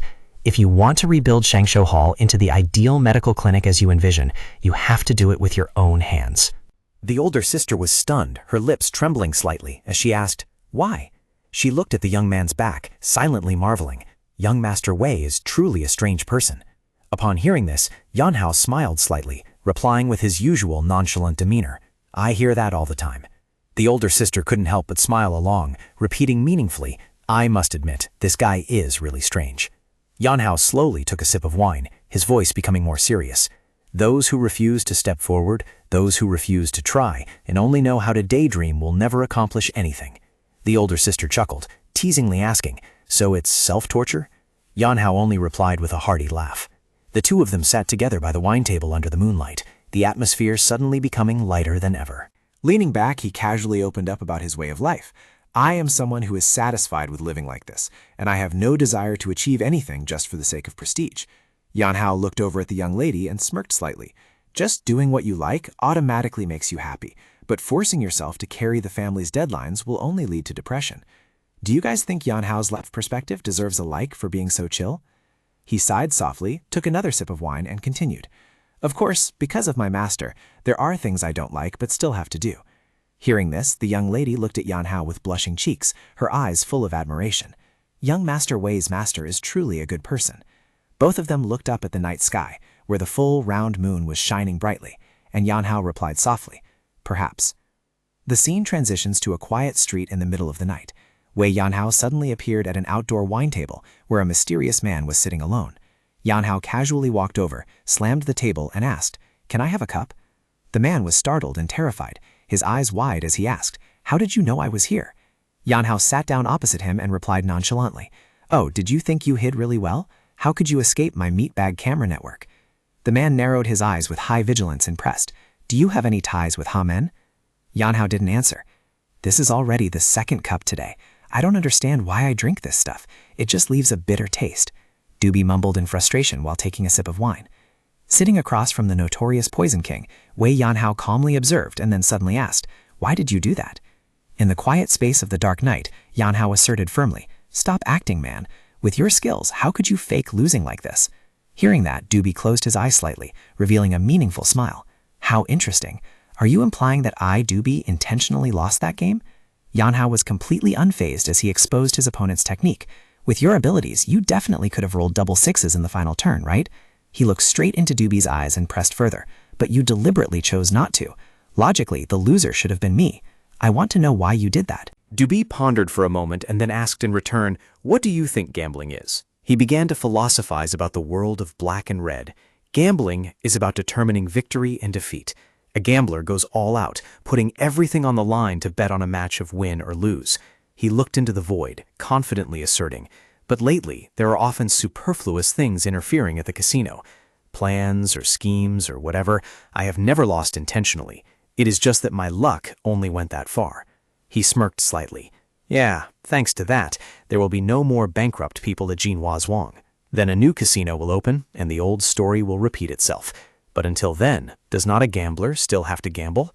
Yanhao still found it unsatisfactory, so he retorted, Because of that, is it okay for a person to lose everything?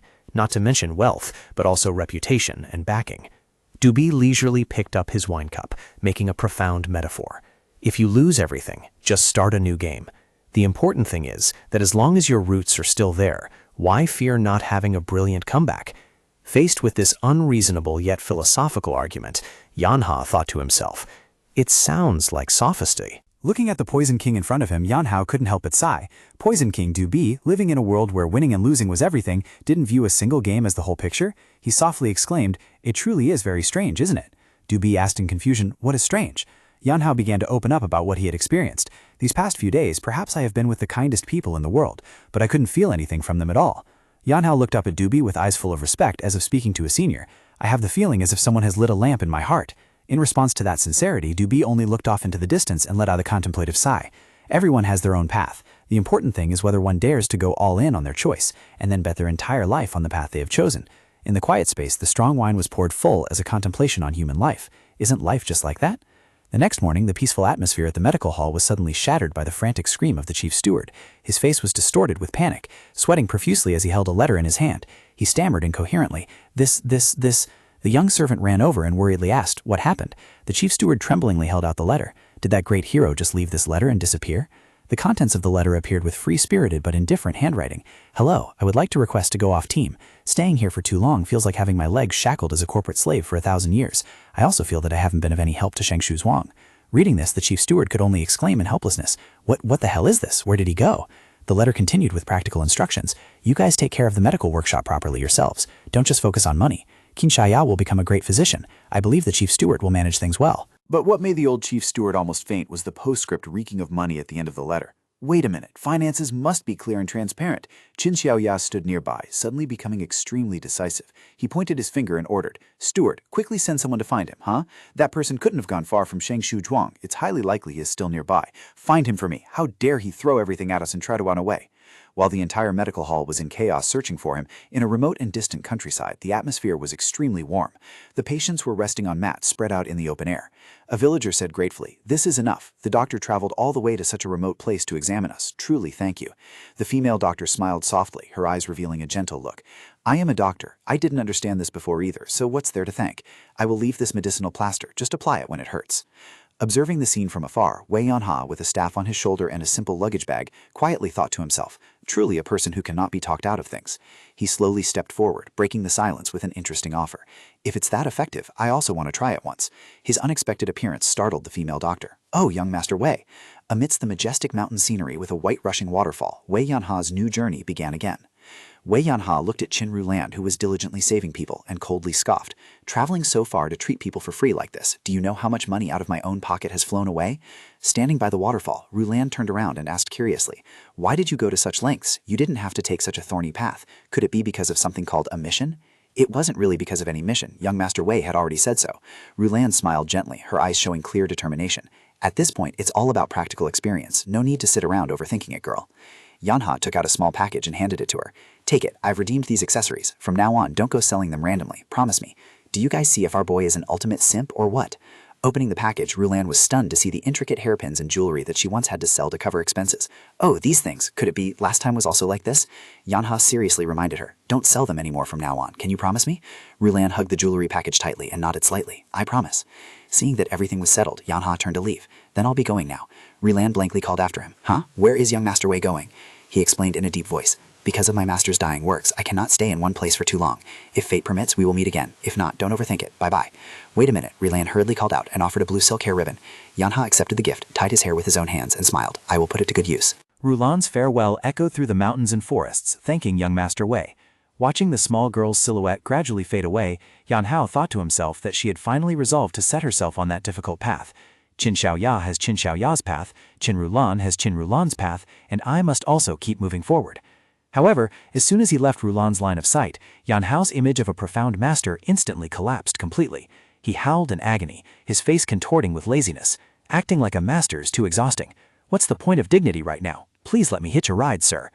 Just then, an old master's horse carriage passed by, and Yan Hao immediately collapsed onto the road and rolled right next to the wheels. The old master was terrified, sweating profusely upon seeing a stranger lying flat on the ground. Yan Hao, with a pitiful face, weakly pleaded, "Please, sir, just this once. Please give me a ride for a bit." The old cart driver looked at the strange young man full of doubt. "You want a ride from me?" Yan Hao remained motionless and replied skillfully, "You can take me anywhere, as long as I don't have to walk, old man." Faced with the somewhat strange but sincere request, the old man clicked his tongue slightly. What weird words. "All right, get on." Upon hearing the agreement, Yan Hao immediately jumped up, leaped onto the cart bed, and didn't forget to leave a sentence. "Thank you." He lay flat on the wooden boards, enjoying absolute relaxation as he thought to himself, "Not having to walk myself, this is truly convenient." Night fell. The horse carriage still quietly rolled along under the hazy blue moonlight.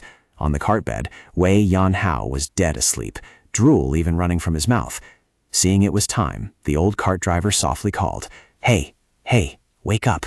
Hearing the call, Yan Hao groggily opened his eyes, while the old man standing by the cart solemnly announced, "Perhaps we should part ways here." Yan Hao rubbed his eyes while yawning constantly. I slept too long." Looking around the desolate setting in the middle of the night, the old cart driver couldn't help but worry. Is this really okay? There is nothing around here. Answering that concern was Yan Hao's optimistic, boisterous laugh. "At this point, I can survive wherever you throw me. Sleeping rough is my style." He jumped off the cart, bowing his head in gratitude. Just bringing me here is already very appreciated.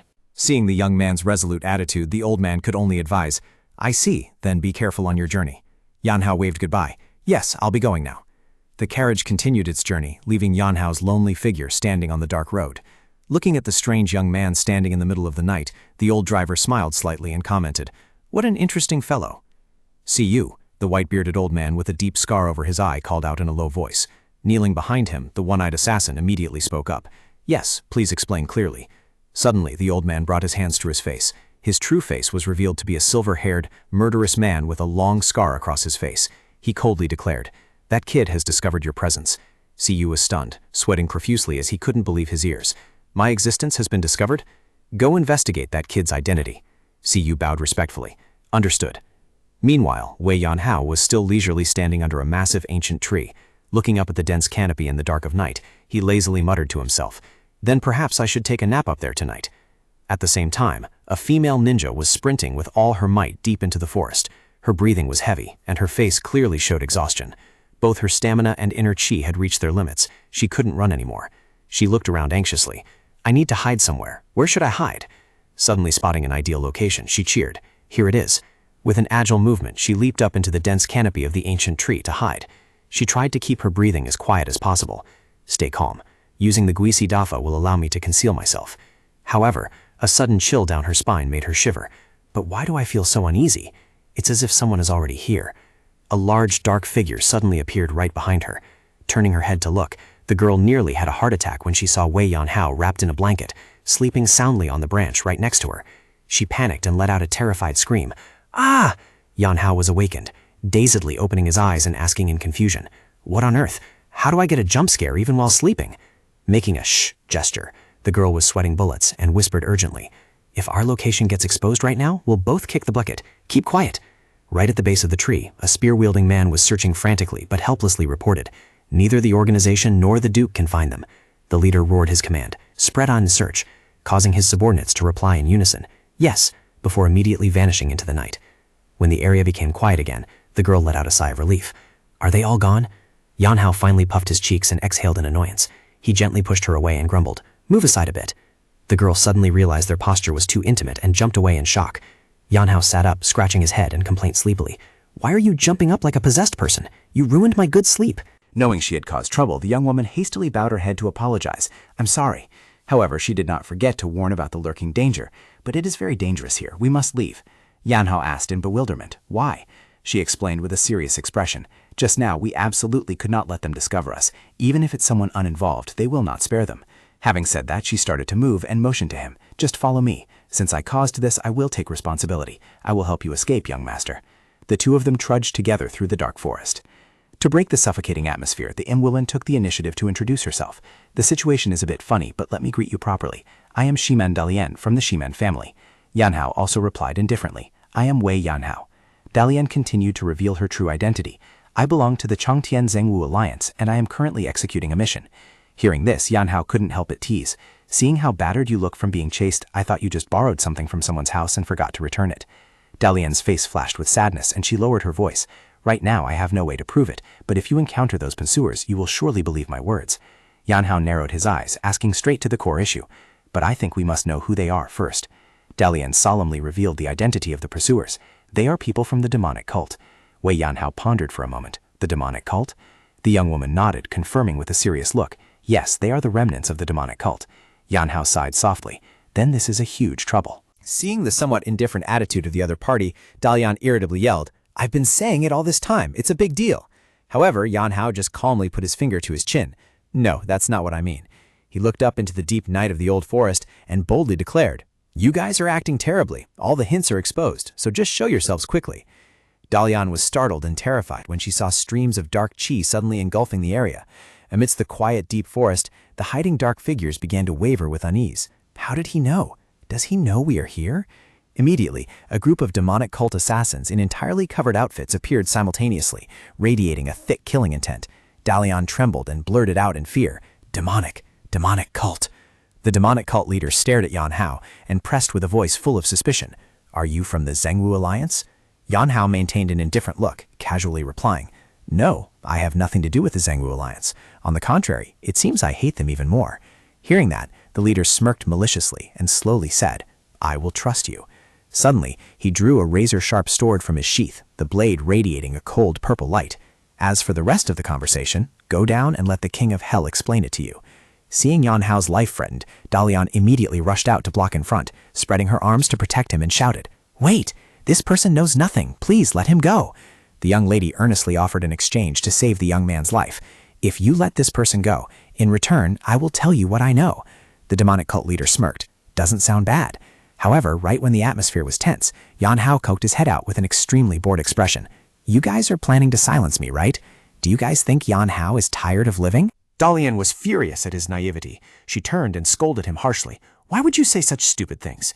Yan Hao just calmly replied, "No, I just thought you forgot." The demonic cult assassins froze, looking at Yan Hao like he was a madman seeking death. Was he crazy? Ignoring everyone's astonishment, Yan Hao's eyes suddenly became unusually sharp and serious. Besides, he already knew they were from the demonic cult. Would the demonic cult let people go so easily? In your dreams. Wei Yanha smirked slightly, a mysterious smile appearing on his face. He slowly gripped the heavy sword that was still tightly wrapped in protective cloth. His eyes became profound when mentioning his family background. "My father once reached the immortal realm." Standing nearby, Seaman Dalian couldn't help but worry. She looked at the approaching assassins and thought to herself, the demonic cult isn't just a bunch of petty bandits. Hearing this, an assassin growled and asked provocatively, "Who is your father that you dare to speak such words?" Facing the enemy's provocation, the majestic silhouette of a grandmaster appeared behind Wei Yanha. He boldly declared his father's identity, Guangdong's Wei family, using the word Zheng as a middle name. Guangdong Wei family. Have you heard the name Wei Zhengxuan?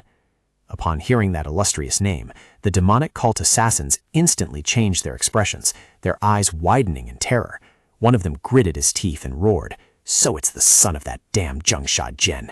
He rushed forward madly, swinging his sword to attack, and shouted, "If you die, go down there and complain to your father."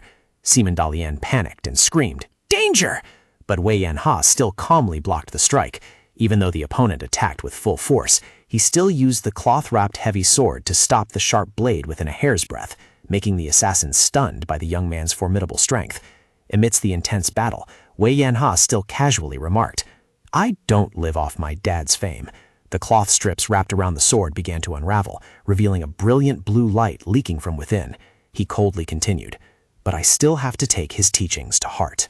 The precious sword officially revealed itself, radiating a powerful blue sword chi that enveloped Wei Yanha's entire body.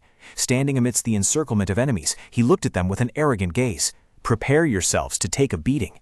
Wei Yanha raised the glowing sword high and boldly declared, "Because my sword completely outclasses even my father's sword." Under the silver moonlight, on the windy mountain peak, Qingwan slightly narrowed his eyes to observe, then spoke up. "Wei Yanha, is it? It seems he is the second son of Zhengsha Jian." Standing next to him, another grandmaster also thoughtfully observed the figure below.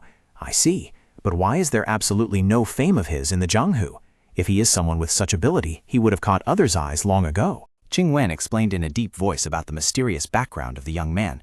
"We know he was missing for a while. I heard he was even involved with a lecherous fiend. It seems he encountered a serendipitous opportunity during that time. To master such martial arts, I'm afraid it wasn't easy at all."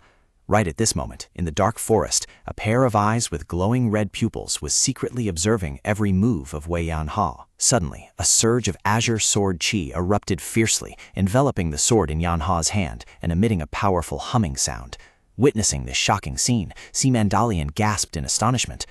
"What is that?" She couldn't believe her eyes, her mind in turmoil. "Wait a minute, I thought he was a noob. Who knew he was the hidden final boss?" Not giving the enemy time to collect themselves, Wei Yanha dashed forward like an azure lightning bolt in the night. His sword trajectories were unpredictably illusory, tearing through the encirclement of the demonic cult assassins. This speed completely outclasses them. One hit is an instant kill. No need to say more. Yanha moved gracefully like a phantom, swinging his heavy sword to create brilliant arc-shaped slashes, easily neutralizing all incoming attacks.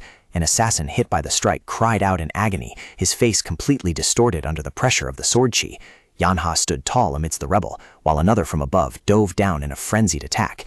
He channeled all his strength to smash his twin short blades onto the stone surface, creating a violent purple energy explosion. Wait a minute, he was just standing here. Where did he disappear to now? Immediately, a wind-tearing force echoed from behind. Wei Yanha had closed in right next to his opponent's flank with terrifying speed. Another enemy was struck and collapsed, completely unable to see his opponent's sword path. Surrounded, the azure sword chi burst forth brilliantly. Yanha spun around, the sword in his hand drawing a sharp arc that stopped an incoming spear. He unleashed a powerful slash that knocked back the assassins, using his sword to swat away all their coordinated attacks. Not letting the opponents breathe, Yanha focused his strength into his leg, delivering an earth-shattering hook kick. Taking a fatal kick like this, they could only kick the bucket and fly to heaven. The corpses collapsed onto the ground, one after another, creating a desolate scene. Yanha landed softly, standing tall amidst the defeated troops. He lightly twirled his twin swords, the azure aura still fluctuating incessantly, radiating a cold, murderous intent. However, the situation suddenly changed bizarrely. The leader gritted his teeth, enduring the bone-piercing pain, the veins on his hands bulging like poisonous snakes. He roared in agony as a dark purple demonic chi began to leak from his body. Heart-wrenching screams echoed throughout the forest as the demonic chi violently erupted. The assassins who had just been defeated suddenly stood up like zombies. Wait, hello? Are you using game hacks or something? Dying and coming back to life with a purple aura buff like that? Witnessing the scene, Yanhao just gave a faint smirk, then let out an exclamation full of mockery.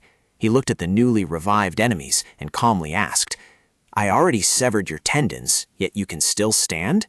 The leader of the demonic cult, now completely swallowed by the demonic chi, growled in response, "It seems you have heard everything about the demonic cult from your father."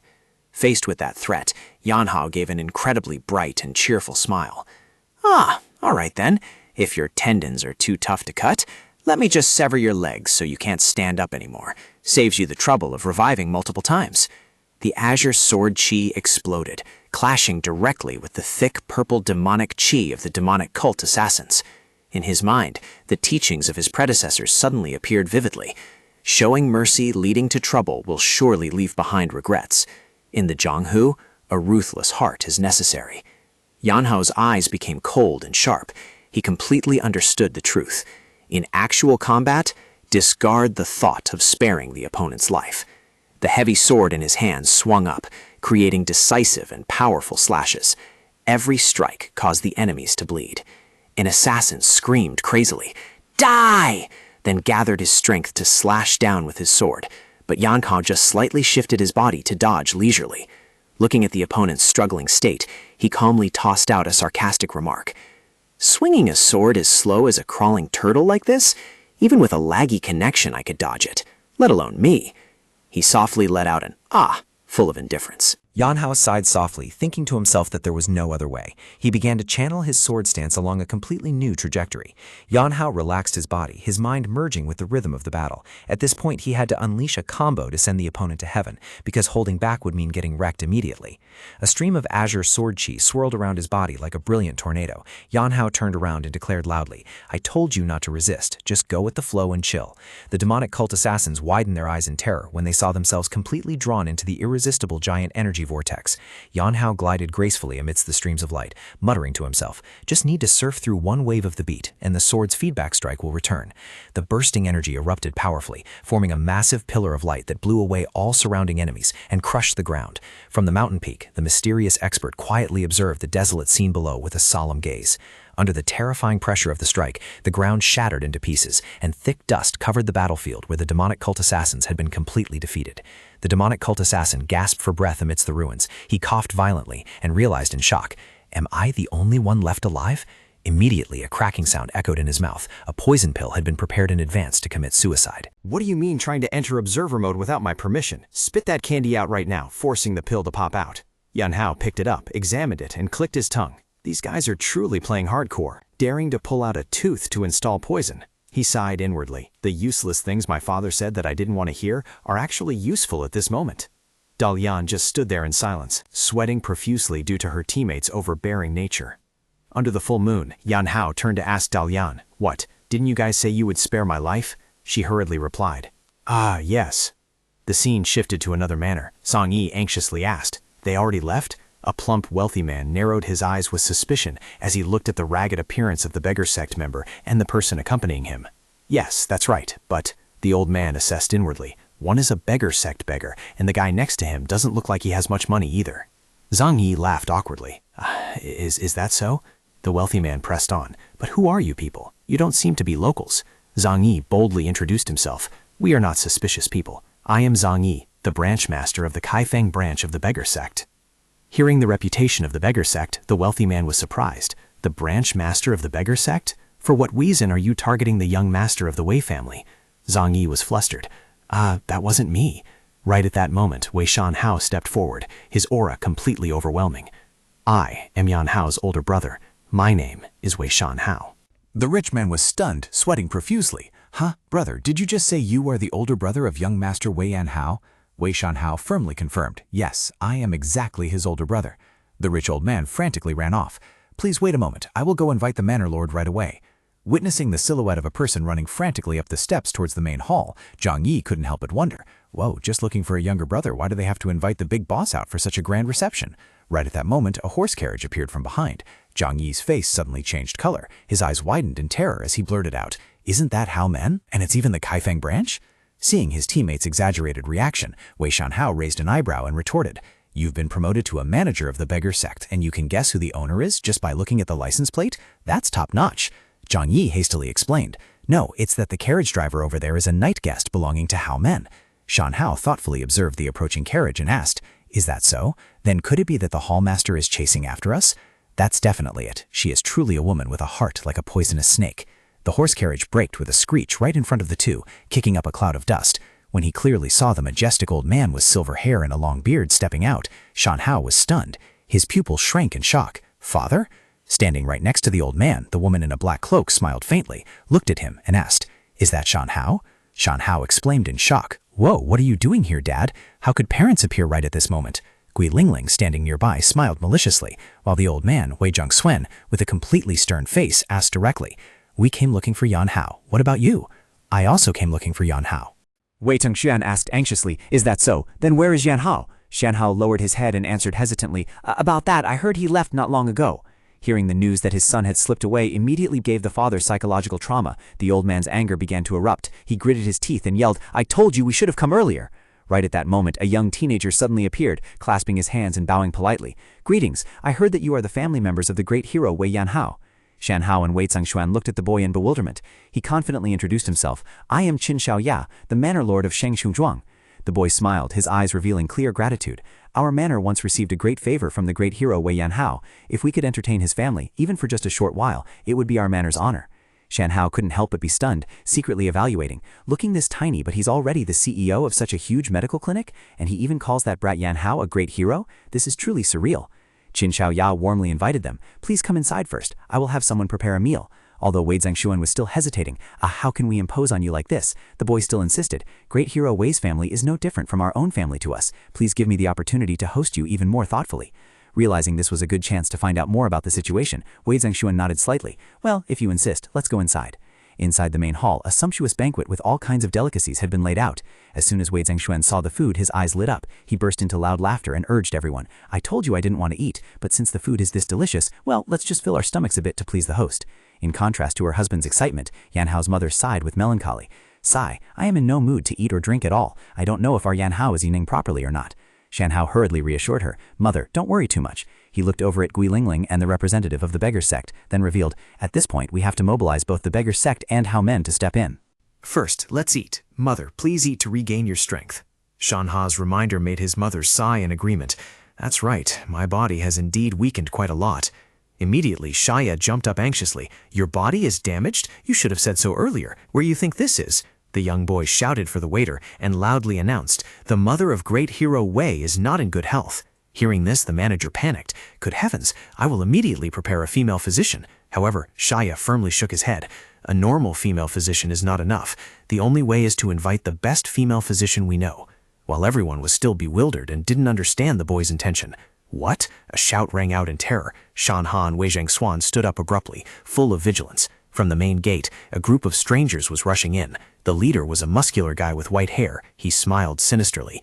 Did you think you could do whatever you want just because the captain is away? If you're planning to clear the map of my medical clinic, keep dreaming. Shaya's eyes widened, stuttering in fear. You were... How can you be here? The white-haired guy sneered. The The gang leader of the Black Branch's main hall, Guo Dushan, entrusted the children to my care. Today I will kill all of you. Being Ding Ho Fuck, witnessing the enemy closing in, the manager cursed tremblingly. Damn it. However, facing the danger, the old man Wei Zhang Xuan still maintained a strangely calm demeanor. He called out in a deep voice, "Shan Ha, it's time to combat to pay off the meal, right?" The father and son quietly stepped down the stairs, heading straight towards the group of assassins, to everyone's astonishment. "I will handle it immediately," Wei Shanha declared coldly when facing the assassins. The white-haired leader yelled frantically, "Kill them all!" Instantly, a series of crow-masked assassins soared into the air in unison with sharp claws. Wei Shanha stood tall, his hand slowly drawing the sword from its sheath, emitting a powerful whistling sound. An assassin rushed forward, screaming, "There!" Wei Zhongxuan stood watching, calmly stating, "These crows won't shed tears until they see the coffin. Let Long Zhao handle them beautifully once, so they know what a real festival is." Wei Shanhao's eyes suddenly flashed with a brilliant blue light, and he swung his sword, Fei Long Fei Tian. As the ultimate skill was unleashed, a massive sword chi, taking the form of a deep blue azure dragon, erupted fiercely, sweeping away and crushing the entire group of crow-masked assassins in the blink of an eye. Wei Shanhao stood tall and imposing amidst the radiant aura, his face showing no change in expression. When the dust and smoke cleared, only the corpses of the assassins were left scattered on the battlefield. Witnessing this terrifying power, Xiao Ya and the people around her all widened their eyes in horror. Wei Zhongxuan smirked slightly with pride. The silver-haired leader was now pale and devoid of blood, sweating profusely as he trembled and blurted out in terror, "Sema Jian! The broken gate must be fully repaired, and also..." Facing the terrifying pressure of the Great Master, the gray-haired man could only scream in pain and fear. "Yes, yes, sir." Meanwhile, at the belief branch of the Chongtian Zhongru Alliance, a guard hurriedly ran out, his face clearly showing astonishment when he saw Wei Yanhao suddenly appearing. He stammered and asked, "What is your business here?"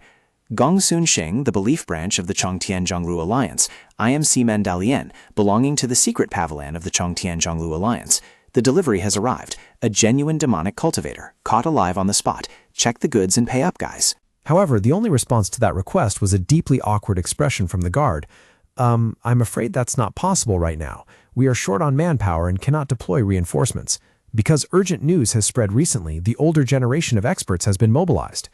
So it's all just because a manual was released? Everyone ran over there? We are legitimately people of the Chongtian Zhengwu Alliance, after all. The guard scratched his head awkwardly. About that, you could say this is a precious relic, a valuable item left behind by the Ghost Saint. Upon hearing this name, Dalian exclaimed in shock, "The Ghost Saint?" In contrast to her shock, Yan Hao just let out a long yawn and asked naively, "Who is the Ghost Saint?" This foolish question drove Dalian crazy. She turned around and yelled, "You don't even know the Ghost Saint, the #1 sword in the world?" Yan Hao remained unbothered, scratching his head while replying, "Who is the Ghost Saint? Is he as famous as today's TikTok idols? How come I've never heard of him?" Dalian sighed helplessly. "They are famous because they built factions like Shaolin and Wudong. The disciples who used to serve them will spread the life story of their master, passing it down long into the future." She looked into the distance, her voice tinged with contemplation. Human life is inherently very short, but if there are succeeding generations or a faction to serve them, that reputation can be passed down to future generations. Dalian looked down and continued in a low voice. "The Ghost Saint just couldn't do that. About that, it said that he was very indifferent to his family and bloodline." Hearing these words, Wei Yanhao fell into deep thought, his face clearly showing doubt. Hearing about this trait of being indifferent to one's family sounds quite familiar. The carriage rolled clattering along the deserted trail. Yanhao lay inside, sighing softly with emotion. "This is indeed my destiny. Hey, I have to go straight to the Chongtian Zhengwu Alliance in Luoyang, so why does young hero Wei keep following me? Moreover, why sit in the carriage?" He placed a hand on his forehead, explaining casually, "I have no destination. Anywhere is fine. Since Luoyang is crowded, going there isn't bad either. Isn't the road to the Ghost Saint's reclusive place too boring?" Yan Hao began muttering about his cultivation philosophy. "Those manuals are just trash to me. I haven't even finished learning the old martial arts. Why add more to overload the system?" Dalian looked at his unpromising appearance, left utterly speechless. So that's how it is. Evening had approached, and the fiery red twilight enveloped the carriage. Dalian announced, "It's getting late. It seems we have to set up camp to rest." Yan Hao didn't bother resisting. "I suppose we'll have to." Beside the flickering campfire in the dead of night, Dalian began to interrogate him about his background. "You said you come from the Guangdong Wei family, right?" Yan Hao nodded. "Yes." "So that means Set Wak Jen, Wei Shen Hao," Yan Hao calmly admitted. "Who else but my perfect 10-10 older brother?" Upon hearing this, Dalian's attitude immediately did a 180-degree turn. Ah, so you are the younger brother of young Master Wei from Shaolin. Yanhao was surprised. You know my older brother? Dalian smiled brightly. We are fellow disciples. Ah, so you are an acquaintance of my brother.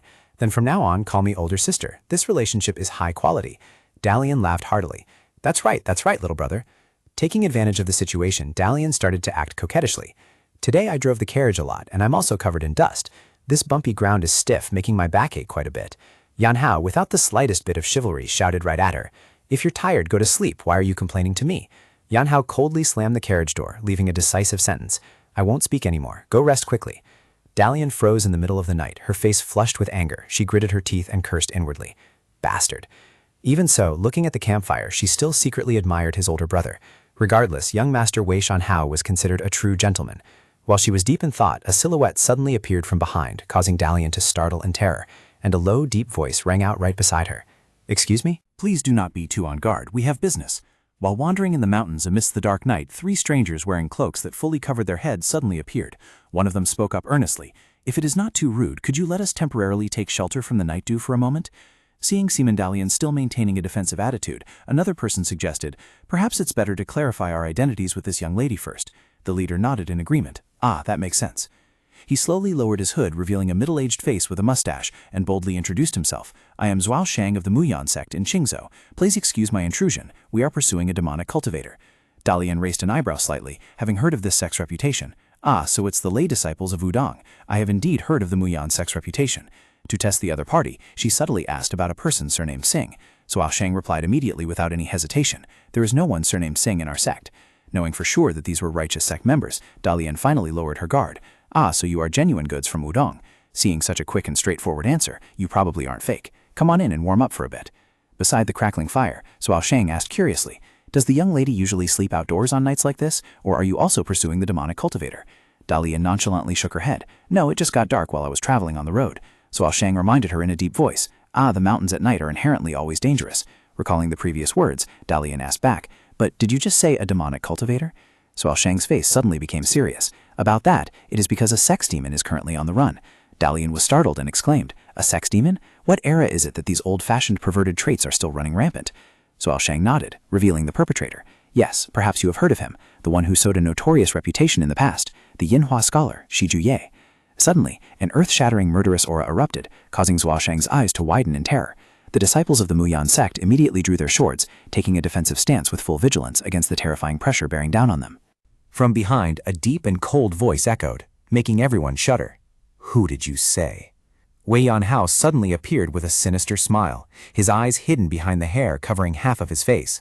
He growled and asked again, say that guy's name one more time. Just hearing the name makes me want to log him out of this earth. That name was like a spark igniting painful memories. In Yanhao's mind, the image of corpses lying scattered under a withered tree appeared vividly. On the chest of one corpse, a glaring red, hideous flower-shaped scar was bleeding like a mark of the devil.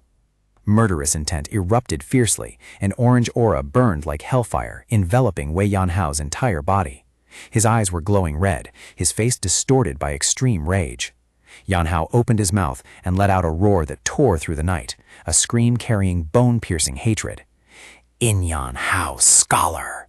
The young boy Yanha from years ago only knew how to cry out in despair amidst the rubble and horse corpses. Murderous intent exploded violently, an aura burning like hellfire enveloping Wei Yanha's entire body. His eyes were glowing red, his face distorted by extreme fury. Yanha opened his mouth and let out a roar that tore through the night sky, a scream carrying bone-chilling hatred. 5 years had passed, but Yanha still could not forget that damn lust demon. He gritted his teeth, his hands clenched so tightly that they trembled. If it weren't for him, if it weren't for that bastard, everything wouldn't have been destroyed like this. Yanha glared directly at Zuishang, his face twisted in rage. Quickly tell me the check-in address of that bastard, so I can go check how tough his life is. Under the terrifying pressure, Zuishang stammered in reply. I am not entirely sure about that. All I know is that he is heading towards Tahe, and he is definitely somewhere not far from here. Wasting no time, Yanha decisively ordered, let's hit the road immediately. He walked away coldly, ignoring the astonishment of everyone around him. Dalian hurriedly ran after him to stop him. Young hero, it's nighttime now. Yanha still did not stop his steps and retorted, so what if it's nighttime? Can't we travel on the road? Seeing that the other party still refused to give up, Dalian earnestly warned, traveling at night will be very dangerous. He cracked his knuckles and roared a sentence that sent shivers down everyone's spine. Right now, I am more toxic and dangerous than this entire forest combined. Whoever gets in my way, I will deal with them right then and there. Meanwhile, in a dark, hidden corner, the evil enemy that Yanha was hunting down was panting heavily. Clinging to his heavily wounded body, he gritted his teeth and cursed inwardly. Damn it! He numbly wondered where everything had started to go wrong. A memory resurfaced of when he was still enjoying a luxurious life with fine wine and dazzling gold and silver. He thought to himself, I could have stayed peacefully in hiding, but I just had to make a comeback to the Zhonghu, only to sit here and get utterly beaten. In exchange for handing over the secret manual of the Danhua palm, he had received a massive amount of money, enough to resume his former lifestyle. It was not a bad deal at all, he used to boast to himself. Up until then, everything was still fine, but as he looked at his blood-stained hands and fresh scars, he bitterly realized that his whereabouts being exposed was only a matter of time. Who could have expected that the secret manual lying in the Sword Emperor's ruins would suddenly be discovered, causing the martial artist to flock in like a festival? He tightly gripped the ancient book in his hand, his eyes clearly revealing hatred. Just wait, you bastards. Dreaming of mastering the secret manual to become the server boss at this point? Wake up, old man. Retribution is right at the door. A sinister smile appeared on his lips. Stomping heavily on the ground, a cold female voice rang out, shattering the silence. Can a lust demon like you still laugh now? Amidst the falling petals, the female hero in pure pink and white attire boldly introduced herself. I am the second-generation disciple of the Manhwa sect, Li Shuihua. She narrowed her eyes at the enemy, the sword in her hand radiating a cold light. I'm telling you my name because I think you should know who will be sending you to the Yellow Springs. Hearing of death, the lust demon feigned innocence, casually asking back, Yellow Springs? Me? What crime have I committed? His brazen attitude added fuel to the fire as Li Shuihua gritted her teeth and shouted, Shut up. For the things you've done, even dying 100 times wouldn't be enough to atone. Not letting him utter another deceitful word, she dashed forward with a firm declaration. Today I will personally punish you. However, the lust demon maintained his sinister look, chuckling softly. The Mount Hua brat is quite feisty, but watch out, this pervert might use dirty tricks to turn the tables. Immediately, Li Shuihua utilized the ultimate technique, Plum Blossom Sword Art. A brilliant stream of sword chi erupted, creating energy plum blossoms that covered the entire space. Yet the lust demon showed no fear, roaring with mockery. What kind of sword dancer's this where the flowers only half bloom? Let me finish you off quickly. He channeled his evil art, his hand covered in an eerie pinkish-green light. Your half-baked plum blossoms facing a hand that desires beauty can only be plucked and let fall. With the Danhua palm, he launched a barrage of attacks, breaking every single energy plum blossom of Shuihua. Continuous explosions echoed through the deep forest. Facing the overwhelming strength of the opponent, Li Shuihua was completely at a disadvantage. She was thrown far away, collapsed to the ground, and no tunyong kung fu hong. With agonizing pain coursing through her entire body, she realized in shock that no tunyong. Just a wet behind the ears little girl, yet you dare to look down on me? He slowly approached. Shuihua agonizingly clutched her chest, where a scar in the shape of a bright red flower was emitting demonic chi that paralyzed her body. She whispered to herself in despair, I can't move. In her heart, she could only silently call out one word, Master. Right when the filthy hand of the No Tunyong was about to touch Shuihua's chin, a bizarre laughter, ho ho ho ho, suddenly rang out, tearing through the space. Shi Juye paused, narrowing his eyes in doubt at the stranger emitting a powerful spiritual chi. Was he a madman? Yan Hao paid no attention to the opponent's murderous intent, tilted his head and asked directly, You are the Yinhua scholar, Shi Juye, right? The lustful demon clicked his tongue, recognizing his pursuer but still full of arrogance. A wet behind-the-ears brat like you? Why are you so blinded by fame that you seek an early death? That's right, I am exactly Shi Juye. What are you gonna do? In response to the provocation, Yin Hao suddenly burst into maniacal laughter. Ha ha ha! Bending over because he was laughing too hard. Without a moment's hesitation, Yin Hao dashed forward at terrifying speed, creating blurry trails of light. Shi Juye exclaimed in shock, Yi Xing Huan Ying, when he saw his opponent disappear and suddenly reappear right next to his flank, accompanied by a teasing remark. I'm right here, surprised, old lady? In a panic, the lustful demon channeled all his strength into his palm, which glowed with a purple demonic chi, and roared, Die! Shuihua, who was on the verge of dying, looked towards Yan Hao and worried inwardly. This is bad. Another innocent person is going to die at the hands of that evil scoundrel. What makes you think our boy is an innocent person about to bite the dust, sister? Yan Hao, enveloped in a radiant blue sword chi, lunged forward at a terrifying speed that left Shi Juye only enough time to widen his eyes in horror.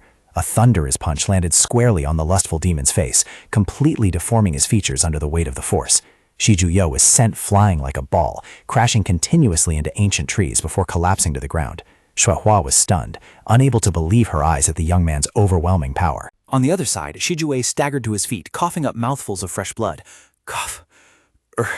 Yanhao stood tall, letting out an arrogant laugh. Ha ha ha, that's more like it. Get up and keep checking in. You've only taken a few punches and you're already planning to log off early? Yanhao's eyes were clouded with murderous intent and he growled, my resentment, how can it dissipate with just this much? The aura around Yanhao flared up fiercely like a blazing fire. He roared in resentment, everything is because of you. Seeing the god of death closing in, Shijue panicked and begged in vain. Wait a minute, I don't even know who you are. The only response was Yanhao's furious roar. What are you howling about? He swung his hand, delivering a fatal blow straight to the evil thug's head. A loud explosion rang out, and Shijue was sent flying once again, lying motionless amidst the rubble. Yanhao stood silently, looking at his hands and thinking to himself, not like this, something is still missing. He looked around the forest eagerly. I can't let everything end in such nothingness. Suddenly, his eyes lit up with malice. Found it. Over the past 5 years, there was one thing that Wei Yanhao had felt in a very profound way. It was a truth that if not experienced directly, one would absolutely never realize. Punching with bare hands is tiring, but smashing with a feng shui stone like this is both painful and effortless. With a manic smile, Yanhao tightly gripped 2 stones in his hands, ready to turn them into the lecherous demon's nightmare. The dry sounds of impact echoed continuously in the deep forest. Siman Dalian and a group of Muyan sect disciples rushed over breathlessly. She exclaimed in shock upon witnessing the scene before her. What the hell is going on? In the middle of the encirclement, Yanhao was frantically smashing stones repeatedly into Shijue's body. Dalian had to rush forward and hug him tightly from behind, shouting to stop him. Yanhiro, wait, stop! If you keep this up, a murder will happen. At this point, the PK mode was turned on. Anyone who interferes will get a combo from me. Thinking of the suffering he had to endure because of this bastard lecherous Piman, he just wanted to chop him into pieces immediately. Dalian still held tightly onto Yanhao, asking again to confirm. Wait, does young hero mean that the guy over there is the Yanhua scholar? That's him. Looking down at their feet, Shijuyoi's face was now swollen and completely deformed to the point of being unrecognizable as human. Witnessing this horrifying scene, everyone couldn't help but shiver in terror. Looking at this disfigured face, you can understand the prestige of those 2 rocks from earlier, right? So Ashang hurriedly intervened. For now, let's escort him back to the Zhongwu Alliance. If young hero beats him anymore, he will really die. Yanhao clicked his tongue slightly, retracting his murderous intent. Shh, all right, let's just do that. As night fell by the flickering campfire, the atmosphere was still thick with shock. A person in the group exclaimed, I didn't expect him to be able to beat Shijuyoi to such a state. How terrifying. At this moment, Li Shuinhua slightly collapsed, her face pale and in pain. Dalian worriedly ran over to ask, Are you okay, miss? Your face looks terrible. Yanhao quietly approached, his eyes becoming deep and stern. He looked straight at Shuihua and coldly ordered, Give me your wrist to look at. Even though the girl still forced herself to refuse. No need, I'm still fine. Yanhao still decisively stressed every word. I told you to give me your hand to check, so stop pretending. Yanhao decisively grasped Li Shuihua's wrist, despite her intention to dodge. He snapped, Just give it here. What do you mean you're fine? Looking at the pale face of the Manhwa sect female hero, he seriously warned, If you don't stabilize your chi and blood right now, it might leave lifelong sequelae. Witnessing this scene, Siman Dalian couldn't help but be amazed, secretly re-evaluating the strange young man in front of her in her heart. I thought he was just a weirdo, but it turns out he also knows medical skills? Yanhao thought deeply, then clicked his tongue and admitted, This won't do. Sure enough, this field is not my expertise. He shrugged with an uncaring look. Shh, it's not really anything important anyway. This nonchalant statement made Shuihua panic, her face covered in sweat as she asked back, What did young hero just say was not important? Sitting by the flickering campfire, Yanhao casually dropped a shocking sentence. It's nothing big, just that you might lose all your martial arts. Both Dalian and Shuihua froze in shock. Yanhao continued to add heartless words. Just losing your martial arts, why so tense? Go home, raise fish, and plant some vegetables, live a low-key life for peace of mind, sis. Li Shuihua was devastated, her eyes widening in terror. Could this young lady possibly lose all her martial arts? She screamed out in despair. Is there no way to cure it? Looking at the miserable state of the girl, Yanhao scratched his cheek, looking deeply troubled. It could be cured, but how should he put it? He hesitated for a moment, and then confessed, saying in advance that he was not a physician, so he didn't have any acupuncture needles. If you want to get rid of the palm strikes effect, the only way is for me to touch your dantian directly. Take it or leave it. Shuihua was stunned, her face flushing red with embarrassment, secretly screaming in her mind, Place a hand on my dantian? Anyway, this is a rather sensitive matter, so please decide for yourself, miss. A fierce psychological struggle was clearly visible on Shuihua's face. She thought to herself, letting a young master she just met for the first time touch her important dantian? However, the fear of losing her martial arts was far greater than her shyness. But if she didn't get treated, her hands wouldn't have the strength to hold a sword in the future. Then what? Finally, she softly uttered a plea, hoping he would help. Shueha tremblingly lifted the hem of her clothes, exposing her dantian that was being tormented by the wound, and said decisively, "Please treat me." She lowered her head and muttered an earnest plea. "Please do it." Immediately, the pain struck again, causing her to scream, "Ah, ah, ah." Yanha immediately stepped forward. "There is no more time to hesitate. I will treat you right now." His hand, covered in a brilliant blue spiritual chi, slowly placed on the red flower-shaped wound on Shueha's stomach. Yanha mobilized all his internal energy, and a powerful blue aura erupted, enveloping both of them. Shueha tilted her head back and screamed, "Ah!" as she felt the surging power invading her body. Sweating profusely, Yanha grumbled a warning. "Focus intensely. Don't scream wildly and disrupt my zenshi. If I lose focus, we'll both kick the bucket." After a while of intense concentration, Yanha slowly withdrew his energy and announced, "It's done." The hideous wound had completely disappeared. Shueha collapsed to the ground, breathing heavily, her face still full of shock. Yanha sat leaning back under the moonlight and sluggishly instructed, "It's done. Now lie still and don't wander around, or the wound will get worse." Shueha hurriedly adjusted her clothes, her face flushed with shyness, and she could only mutter in reply, "Yes." The next morning, Seaman Dalian sat on the ground, groaning softly after a hard night, her whole body feeling extremely sore. Nearby, the sex demon scholar was tied up tightly like a cylindrical sticky rice cake, unable to move. Seeing Li Shueha wrapped in a blue cloak, Dalian kindly asked, "Was the sleeping spot not very comfortable?" Shueha smiled softly and replied, "Not at all. It was actually very pleasant." Dalian stood up, observed the complexion of the Manhwa female knight, and inquired, "Has your health recovered much?" Shueha nodded. "Yes, I am fine," but Dalian did not forget to remind her, "But you still have injuries in your body. Be careful." Right at that moment, a deep and resonant voice rang out from behind. "If you are still complaining about aches and pains at this point, when will you ever improve, child? With this kind of attitude, wanting to be my disciple, you are truly still green and inexperienced." A man with a majestic demeanor, wearing pink and green attire, stepped forward. He gave a meaningful smile and asked, "Is that right?" Seeing the newcomer, Li Shueha and Seaman Dalian immediately bowed respectfully. "Greetings, master." Dalian couldn't help but be amazed, thinking to herself, "Is this the master of the second-generation disciples of the Mount Hua sect, the Plum Blossom Sword Demon, Gong Yu Jin?" Dalian introduced herself. "Greetings, senior. This junior is Seaman Dalian, belonging to the Seaman family." Gong Yu Jin narrowed his eyes at her and asked, "Seaman Dalian, what is your relationship with Seaman Tianxi?" She respectfully replied, "That is this junior's father." The senior smiled slightly and continued to ask, "Were you the one who lent a hand to help my incompetent disciple?" Dalian hastily denied it. "Sir, it wasn't this junior." Gong Yu Jin lowered his voice. "Then in short, who was the one who carried the team and saved my disciple?" Meanwhile, in another location, a young man rushed frantically into the room and shouted loudly, "Found him! It's even faster than the news from Ha Men." Wei Shanhao, who was leisurely sipping tea, frowned slightly and reminded him, "Can you stop overreacting to everything a little bit?" The subordinate scoffed and explained, "Boss, please stop being so pretentious. We have found the young master's whereabouts." Immediately, Wei Zhangshan kicked the door open from the outside and rushed in, shouting loudly, "Yanha, where is he?" The subordinate hurriedly reported, "Someone saw a man whose appearance closely resembles Wei Yanhao in Xinyang City."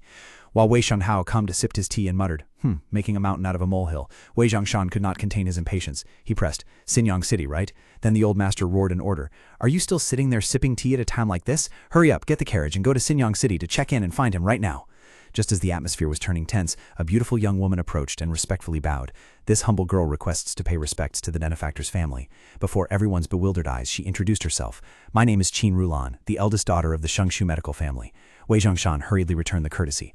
"Ah, it is a great honor to meet Miss Qin, but what do you mean by the word benefactor?"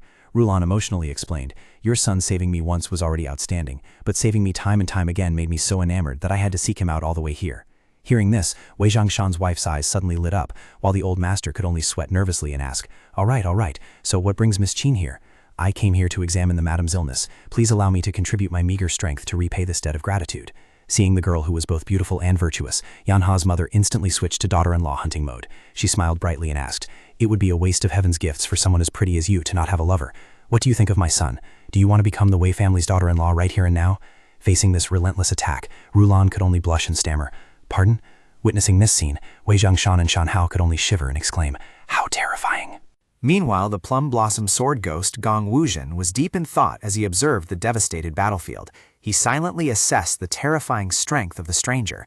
Did he really defeat an enemy that even Li Shuihua couldn't withstand with just one single move? Looking at the sex demon who was tied up and lying flat on the ground, he told himself that based on the situation at that time, even if he didn't want to believe it, he had no choice. It was a single strike. Gong Wuzhen turned to look at his disciple and asked sternly, "Were you too careless?" Li Shuihua bowed her head and admitted the harsh truth. "No, I wasn't off guard at all, but I couldn't even block a single blow. It seems that sex demon's martial arts are quite profound." Seeing her master anxiously asking about her condition, she softly replied, "This disciple was fine." However, the strict master immediately delivered a stern lecture. Losing because the opponent is strong is not an excuse to cover up your flaws. No matter how strong the enemy is, you must fight with everything you have. He looked straight at Shuihua and scolded her harshly. "If you had been defeated by that sex demon, I would have at least praised you a little for trying your best with everything you had. But to fail so miserably and then have to wait for someone else to save you, that is unforgivable. I cannot accept a disciple who looks so disgraceful. Go down the mountain and return to the Manhwa sect to face the wall immediately." Gong Wuzhen's stern reprimand made Li Shuihua only bow her head in trembling, muttering softly, "Understood, understood, master." After sending his disciple away to face the wall, Gong Wuzhen pondered to himself, "Let's put everything aside for now." As for right now, he turned his back and walked towards the carriage, unable to hide his curiosity. "Let's see the face of the benefactor who saved my precious disciple." Standing outside the carriage, Gong Wuzhen called out to ask, "Are you awake?" But there was no response. However, instead of a dignified senior expert, Wei Yanha tumbled out upside down in an incredibly awkward posture. He grumbled sluggishly, "It's barely morning and you're already knocking on the door so loudly. Aren't you going to let anyone sleep?" Gong Yujun stood looking at Yunhao's foot, which was scratching rustlingly. He tried to suppress his anger and reassured himself, "Well, it's normal for someone who just woke up to be a bit grumpy. Anyway, this is a person who saved my disciple's life. I need to be a little patient." The blue veins on the old man's forehead began to twitch continuously, but he still tried to keep a gentle tone. "I heard that the young hero lent a hand to save my disciple." Yanhao was still lying on the ground, blankly asking back, "Which disciple did I save?" Gong Yujun pointed at Li Shuihua kneeling in the distance and introduced, "My student is Li Shuihua, the young lady standing over there. I came here to send my thanks to the young master." "Ah, so it was saving that young lady, huh? Got it. Now let me go back to sleep. Don't bother me." Finishing his words, he straightforwardly slammed the carriage door shut with a loud bang, ruthlessly going back to sleep. This disdainful action was the last straw, causing Gong Yujun's face to flush red with indignation, veins bulging all over his face. He gritted his teeth and called out, "Hey, young man!" Immediately, an earth-shattering pressure of spiritual energy erupted from Gong Yujun, blowing away the surrounding plants and grass, forcing Li Shuihua and the other female martial artists to struggle to withstand it. He growled, "Hey you, I had the good intention to thank you, so you should be a bit reasonable." Yanhao is definitely done sleeping in this time, right guys? Under the terrifying pressure, Yanhao poked his head out of the carriage door again with an extremely sleepy expression. "Well, let's just consider the thanking part done. If you have something to say, make it quick so I can go back to sleep. I'm so sleepy I could faint." Gong Yujun stood tall and declared loudly, "I am grateful that you saved my disciple's life. If it is not considered impolite, may I take the liberty to ask for the esteemed name of your master?" Yanhao leisurely tied back his messy hair while indifferently replying, "Even if I tell you, you wouldn't know who it is anyway." Gong Yujun said arrogantly, "My knowledge is not of an ordinary level, you know." Wei Yanhao still sat stubbornly on the carriage, indifferently replying, "Even so, you still wouldn't know." The senior of the Mount Hua sect began to lose patience and pressed, "Can't you really reveal it to me?" Yanhao complained in frustration, "I already said you wouldn't know even if I told you, but you keep asking. Why do you lack so much trust in the youth?" Being looked down upon by a junior, Gong Yujun's face hardened, his eyes clearly showing a challenging look. "If that's the case, perhaps my only option is to use these own eyes to verify your martial arts myself. How about it? You must be very confident in your own skills, right? Do you have the interest to exchange a few moves with me?" Witnessing her master gradually losing control, Li Shuihua panicked and rushed forward to stop him. "Master, doing this is extremely discourteous. Do you also have the guts to teach me about manners?" Li Shuihua knelt down in fear, but still tried to intervene. "Please, please forgive your disciple, but for you to demand an unreasonable duel with a young hero like this goes against the moral principles of a martial artist." Gong Yujun stood imposingly, a surge of spiritual power carrying the radiant image of plum blossoms enveloping his body as he declared loudly, "A reason to fight? I am the one carrying the reputation of the Mount Hua sect on my shoulders. Between your personal gratitude and my honor, which is heavier and which is lighter?" The old man looked at Yan Hao contemptuously and added, "If you want to drag your sect out to flex, that's your business, but daring to call my master a nameless nobody is simply unacceptable." The anger of the senior from the Manhwa sect reached its peak. He roared, "For me to be looked down upon by some country bumpkin who doesn't even dare to reveal his sect or master is tantamount to the Manhwa sect suffering humiliation, so you better shut your mouth right now." Li Shuihua turned pale with worry. Master is not the type of person who will yield to an opponent. This is bad. At this rate, young Master Wei will... Seeing Shuihua trembling, Shiman Dalian stepped forward to reassure her. "Don't worry too much. Even if your master wants to pick a fight, if the other side refuses, he can't force it. Threatening someone you owe a favor to while still being in debt is something that can never happen." She smiled faintly and confidently affirmed. There is also no need to worry about young hero Wei. A person so lazy that he even dreads walking would never agree to accept that challenge. But Dalian was wrong. In Wei Yanha's mind, his master's teachings from the past suddenly echoed. "My master told me, if someone likes to provoke me, I will endure it. But if they dare to touch my master's prestige, I will log them out of life." Yanha slowly stood up, his hand tightly gripping the hilt of his sword. A stream of blue sword chi erupted fiercely, and the majestic image of an azure dragon appeared behind Yanha, along with the spirit of his legendary master. Yanha looked straight at Gong Yu-jen with eyes burning with fighting spirit, repeating his master's final teaching. "Then you must show that person our true terror." Recalling the conversation between the two in the past, the old man angrily said to his lazy disciple, "Are you even paying attention to what I'm saying?" He lazily replied with an indifferent expression, "I'm not really sure. What does competing with that senior sword have to do with me anyway? Just decline the challenge and everything will be fine." This evasive answer made the old master fly into a rage, roaring, "Wei, Yan Ha!" accompanied by a threatening burst of burning purple spiritual energy. Seeing that his master was truly angry, Yan Ha immediately changed his attitude, frantically begging for mercy. "Then try repeating what you just heard." Yan Ha scratched his head and replied, "Yes, it is act according to your own will. However, for my sake, to anyone daring enough to test your sword, whoever dares to provoke your sword, you will make them remember it in their bones forever. Is that okay?" Returning to reality, Yanha slightly curled his lips into a sinister smile. "Normally I'm really lazy, but when it comes to listening to my master to slap those who like to challenge, I am the #1 good disciple." Witnessing the young man's sudden imposing aura, Gong Yu-jen coldly snorted. Sounds quite grand. Does saying that mean you want to challenge me?" Yanha stood up straight and firmly asserted, "Exactly so." Gong Yu-jen laughed out loud in excitement as he slowly drew his sword from his sheath. "Another challenge, is it? I never expected that in my twilight years I would still have to spar with a junior, so this old man accepts your challenge right here. What is your name?" Yanha leisurely stepped into a fighting stance and calmly introduced himself. "From the Wei family in Guangdong, I am Wei Yanha." Upon hearing this location, Gong Yu-jen's eyes flashed with a gleam of astonishment. "The Wei family of Guangdong region? So you are the precious son of the Renyi Gen." The old man began to show a calculating look.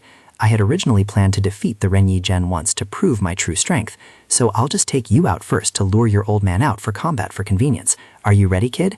Yanha held up 2 fingers, his expression remaining perfectly calm. "I am always prepared.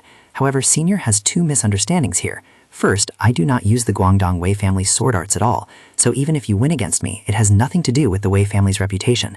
The second interesting thing is, if I lose, my old man will just laugh in my face, and there is no way he will seek revenge."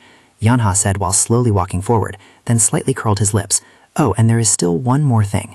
Gong Yu-jen coldly replied, "Go ahead and speak. I am listening." Yanha looked at his sword, which was emitting a bright blue aura, and said in a deep voice, "Swords in the world take on myriad forms. No matter how many swords there are, the light sword is supreme. Only the light sword is the true absolute truth." He glanced opposite with a sharp gaze. "Even though I might look incompetent, Senior had better pay a little attention. I might be lazy to the bone, but if this sword switches to work mode, you better be careful with your own body." Wasting no more time, Gong Yu-jen roared. "Then this challenger requests to strike first." The 2 swords clashed, creating powerful shockwaves that tore through the night.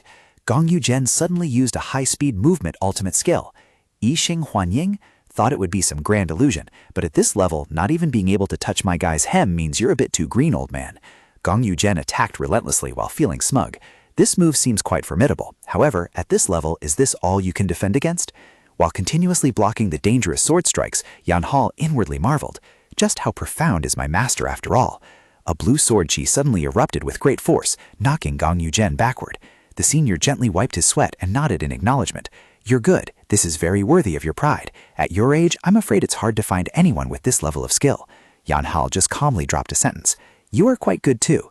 This statement seemed to strike the ego of the Manhwa sect senior, causing Gong Yujen to fly into a rage and shout loudly, "I just praised you for being good. Why are you getting so tense, old man? I already said I wanted to go to bed early, but you keep making things so flashy and complicated. It's so tiring. And to make you engrave it in your heart that you are nothing but a frog in a well." A blazing pink shockwave exploded fiercely, enveloping Gong Yujen's entire body. He rushed forward like a tornado, his sword creating brilliant energy vortexes accompanied by countless plum blossoms carrying a terrifying murderous intent. Shimen, Dalian, and Li Shuihua were stunned, their eyes widening in terror as they witnessed the massive surge of energy gathering. Dalian barely had time to exclaim, "That is—" A brilliant pink spear of light began to emit a terrifying pressure, enveloping the entire mountainous forest region. Gong Yujen was highly concentrated, his power unstoppable, and the face of the senior of the Manhwa sect became extremely solemn. Amidst the plum blossoms dancing wildly in the wake of his force, he channeled all his internal energy into the sword in his hand. Gong Yujen officially executed the ultimate technique, Plum Blossom 24 stances. The power from the sword created a brilliant pink storm of energy, swirling deeply and carrying a formidable murderous intent. Immediately, the Plum Blossom point strike technique appeared, with countless Plum Blossom illusions surrounding Wei Yanhao from all sides. The young man still stood tall in the center of the storm, his blue spiritual energy radiating powerfully, fiercely clashing with the opponent's brilliant pink hue. It charged straight at Yanhao with earth-shattering power, as if wanting to crush everything inside. Facing the destructive technique, Yanhao's face remained strangely calm, the blue light from his aura faintly reflected in his sharp eyes as he calmly observed every movement of the energy flow. Yanhao suddenly swung his sword, and a giant streak of blue spiritual energy slashed straight upward, easily tearing apart the surrounding plum blossom tornadoes in a spectacular manner. In midair, Yanhao unleashed sharp sword strikes, smashing each of Gong Yujen's energy blossoms into sparkling fragments of light. Witnessing his ultimate technique being easily neutralized, Gong Yujen was astounded, sweating profusely. The old man couldn't believe his eyes, his pupils shrinking in terror as he blurted out, "Impossible! Am I really being outclassed?" Yanhao had now concentrated all his internal energy for the next strike, and his blue aura exploded powerfully, enveloping his entire body. Realizing the deadly danger from the approaching sword strike, Gong Yujen gritted his teeth and made up his mind. "I must stop this blow right now, otherwise both this old man and the flowers will be wiped out." The old man poured all of his remaining strength into the Plum Blossom Light Burst technique. An earth-shattering explosion of blue sword chi erupted, completely blowing away the brilliant plum blossom petals, leaving behind a violently shaken space. As the dust and spiritual energy gradually dissipated, Gong Yujen collapsed amidst the rain of withering flowers, breathing heavily, his face clearly showing shock and exhaustion. The old man, trembling, raised his hand to gently touch his chest, feeling his heartbeat still pulsing. Witnessing this scene, Li Shuihua panicked and shouted loudly, "Master!" Gong Yujen was sweating profusely, his eyes rolled back, staring straight ahead. Right at his neck, the tip of Wei Yanhao's heavy sword was pointing directly, exuding a cold, murderous intent, but stopped just in time. Yanhao stood proudly, looking down at the defeated foe with a calm gaze, as if no bloody battle had ever happened. Meanwhile, at the strategist's manor belonging to the Chongten Zhengwu alliance, the atmosphere was thick with calculation. A secret dialogue was taking place between top minds. What? A sword emperor from 300 years ago is just now appearing? Divine calculator Zhao Xian, the strategist with white hair and majestic aura, said. Zhao Xian stroked his beard, his eyes narrowing, full of concern. The tomb of someone who passed away 300 years ago is only just now being revealed? He began to string together the abnormal events occurring in the Jianghu. Right at the time when the Lulan bandits were running rampant, the ruins of the Sword Emperor appeared. That's not all. In Sichuan, there were also rumors about the secret treasure of the Poison King. The strategist's gaze became sharp as he raised a question. Are all these things purely coincidental, or is this actually someone's scheme? Zhao Xian turned to ask his subordinate about the intelligence situation. So how is the intelligence team doing? Do the Beggar sect and Hall Men have any notable movements? The subordinate respectfully reported, "All the brothers of the Beggar's sect are flocking to Xinyang, boss." Hearing this, Zhao Xian couldn't help but worry. So besides Xinyang and Sichuan, we have absolutely no eyes and ears left? Just the title of Sword Emperor could create such a huge information gap? The person opposite pondered and concluded, "It's unclear who the mastermind is, but this is indeed a dangerous chess piece, quite difficult to deal with." Juge Tenji, another strategist, questioned, "At this point, just spreading the accurate news for the whole world to know would end the matter. What's there to stress about, right guys?" He sighed, looking at the blank areas on the map. The real concern is what is happening in those information voids that we don't know about yet. I just hope things aren't too bad, hoping that this is all just me overthinking. To prevent any unforeseen circumstances, issue an order to closely monitor every movement, no matter how small, in those places. Meanwhile, deep within the quiet forest, the horse carriage continued to roll sluggishly along the dirt trail. Walking leisurely beside the carriage, Plum Blossom Sword Demon Gong Yu Zhen also began his preaching. Isn't it better to go out, breathe the fresh air, and contemplate true martial arts? The old man started rambling endlessly about how a young hero shouldn't waste time, then meticulously calculated every hour of the day to prove that the time spent on cultivation was truly too little. Hearing the nagging in his ears, Yan Hao could only close his eyes and endure, screaming inwardly. He bitterly thought, "You already lost. Why are you still obtrusively tagging along?" He truly wanted to beat the old man to a pulp, but unfortunately the old man was a friend of his father, so he couldn't make a move, which was incredibly annoying. Just as the atmosphere was tense, a strange voice suddenly rang out from ahead. "Please allow me to humbly ask a question." Yan Hao slowly opened his eyes in suspicion. A group of people wearing the Martial Arts Academy uniform suddenly appeared and blocked the carriage. Seaman Dalian immediately recognized their background. They were all disciples of the Chanlong Martial Arts Academy under the Chongtian Zhongwu Alliance. "Why are you here?" A young man in the group stepped forward and bowed respectfully. "It is an honor to meet you. I am Shangguan Heng from the Chanlong Martial Arts Academy." Dalian frowned slightly, recognizing the other party's reputation, a long-standing fame. "You must be the rumored John Long, right?" The response was merely modest. "Those John Long titles are just rumors people make up for fun. It's not a big deal, sis." However, Dalian maintained a stern look, pressing further. "But why are disciples from the Martial Arts Academy able to roam freely like this? If the permitted time hasn't arrived, the rules strictly forbid leaving the Martial Arts Academy. If you don't have a satisfactory explanation, I will treat you as deserters." Shangguan Heng hurriedly explained, "You're wronging us. Things are heavily falling apart at the Nashan area, so we had to rush to support them." He further explained that reinforcements from the sects arrived too late, so the Martial Arts Academy made a special exception to dispatch a group of elite disciples to help in this emergency. Dalian nodded in agreement. "If you are disciples of a level capable of real combat like this, you two must surely belong to the famous Sanlong Erfang group, right?" Shangguan Heng took the opportunity to ask about the health of a senior, and Dalian said the old man was still very enthusiastic about training the apprentice disciples. Shangguan Heng sighed, his face showing a hint of pressure. He lamented that he was constantly compared to his senior brothers and was continuously pushed by his teacher to work harder. Dalian sighed in sympathy. "Stop complaining about your fate. We disciples of the same class are also tired of being compared. If you need to find someone to blame, just blame Sima Jian." The image of Wei Shanhao appeared like a towering monument, considered the top expert of the new generation who far exceeded all standards. Shangguan Heng admitted with full respect, "I think being compared is just normal, because he is the most outstanding person the Chanlong Martial Arts Academy has ever trained." And his eyes suddenly became extremely determined. "It's true that Brother Shanhao is out of our league, but just wait. Sooner or later I will usurp his top server throne, right guys?" Dalian smiled encouragingly. "What an admirable will. Then I wish you success." Right at that moment, a sarcastic "ha" suddenly echoed from Yan Hao's direction, making Dalian stop in her tracks. Shangguan Heng's expression changed, his sharp gaze staring intently at the carriage. Seeing the tense situation, Shimen Dalian hastily forced a laugh to diffuse it. "Oh, so it's young hero Shangguan Heng." She quickly asked about the health of senior Shangguan Zhang lately to change the subject. Shangguan Heng asked in surprise, "Does this young lady also know my grandfather?" Dalian nodded in confirmation. "I had the opportunity to meet the senior in the past. After all, he is a great figure with a resounding reputation." Looking at the 5 outstanding young faces of the Hidden Dragon Pavilion in front of her, Dalian secretly sighed, "These youngsters look so interesting."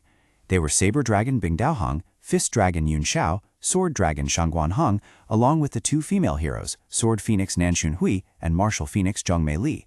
Dalian admitted that their strength had long surpassed hers, making her previously lack the confidence to even approach and greet them.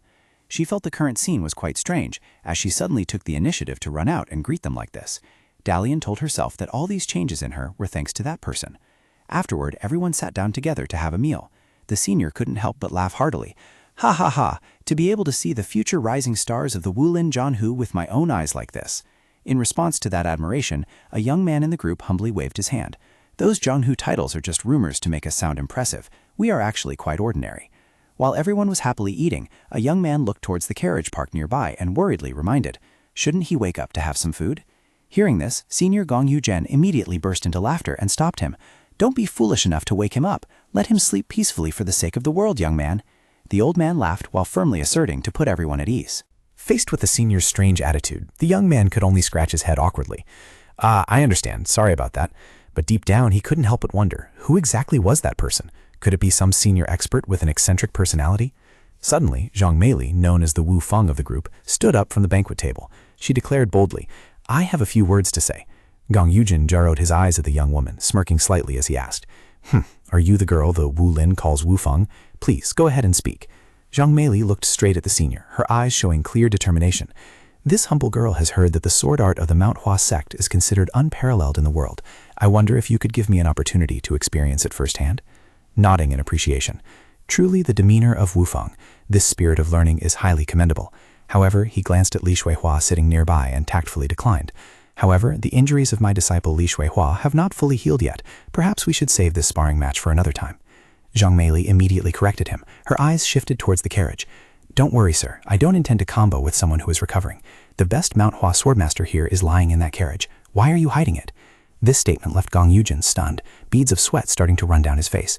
The people around were equally shocked. Shangguan Home screamed in terror.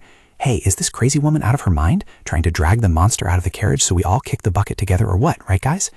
Gong Yuzhen narrowed his eyes, the smile on his lips becoming full of challenge. Do you mean you want to challenge me? Zhang Meili respectfully bowed. I wouldn't dare to combat. I just want you to teach me a few moves to level up.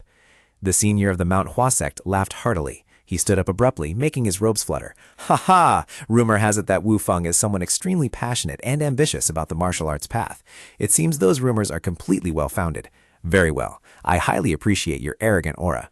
But to duel with me, have you prepared yourself for a bloody battle? Without a moment of hesitation, Zhang Meili bowed once again, declaring loudly, At this point, getting to log out of life while learning martial arts would be the most fulfilling ending to my life, old master. Witnessing that ironclad determination, Gong Yuzhen retracted his smile, instructing in a deep voice. Good, then let's move to somewhere a bit more spacious. Gong Yuzhen stood in the middle of the empty clearing, his hand resting lightly on the hilt of his sword with an arrogant demeanor. He declared in a low voice, I will show you the greatness of Manhwa sword art. Looking straight at Zhang Meili, the old man didn't forget to drop a pressure-filled warning. You had better protect yourself carefully. Do you guys think the master is cruel, demanding to go all out against a junior without yielding a single step? Facing the senior's overwhelming aura, Zhang Meili did not flinch. She slowly drew her sharp sword from its sheath and replied confidently, This junior sword is no less sharp, you know. Watching from afar, Dalian asked softly in worry, Sister Shuihua, are we really not going to stop them? Li Shuihua looked at her master with uneasy eyes, sighing, Looking at master's eyes right now, I know he is being very serious. Dalian narrowed her eyes and observed, Your master doesn't seem like the type to listen when others try to intervene. Even if he is trying to play the good guy in front of young hero Wei, how could the true nature of the Plum Blossom Sword Demon be so easily changed, right? Dalian's eyes suddenly became deep as she thought to herself, To end this confrontation, I'm afraid there is only one method left. Seeing Shangguan Heng intending to intervene, Dalian hurriedly stopped him and whispered, I sincerely apologize. Faced with Heng's bewildered look, she explained, Martial Phoenix is a woman who is fanatically obsessed with martial arts to an extreme degree, so no matter what, I am not someone who has enough strength to stop her. At this moment, Gong Yuzhen generously waved his hand to signal, You make the first move. Consider it my concession to a junior. I will let you have the first 3 moves. Zhang Meili slightly smirked, repeating with hidden meaning, Conceding 3 moves to this little girl? Immediately she swung her sword, creating brilliantly glowing green slashes, but the strange thing was that she only slashed at the empty air in front of her. Gong Yuzhen froze, his face clearly showing annoyance mixed with astonishment. What the hell are you doing? Zhang Meili nonchalantly sheathed her sword. She looked straight at the senior and retorted, Done. That's the 3 moves you conceded. Now we can do a real combat, right guys? Being played by a junior right in front of everyone, Gong Yuzhen turned red with anger. The old man burst into a maniacal laugh. Ha ha ha, you are really bold to dare to look down on me like this. A blazing pink spiritual energy erupted fiercely around the old senior's body. He roared, Originally, I intended to go a bit easy on you. Fine then, let this old man show you exactly why the Manhwa sword art terrifies people so much. Witnessing her master emitting a terrifying death aura, Li Shuihua panicked and shouted loudly. She rushed forward in despair, screaming, He is really planning to take her life. We need to stop this battle immediately. Dalian looked toward the carriage. She understood that this situation had gone completely out of control. At this point, only our guy Yanhua can handle the old man. If we let the old man go berserk, we're all doomed, right guys? Just as the murderous intent reached its peak, Wei Yanhua suddenly appeared on the roof of the carriage with an extremely grumpy face. He shouted loudly, This is too much. Can you guys just keep quiet for a bit? Huh? He sat up straight, glaring at the frozen crowd. You guys stop making a mess and let me get some sleep. The Plum Blossom Sword Demon Gong Yuzhen immediately retracted his murderous intent. The old man forced a smile and stammered, Cuff, cuff, young master. Has the young master woken up?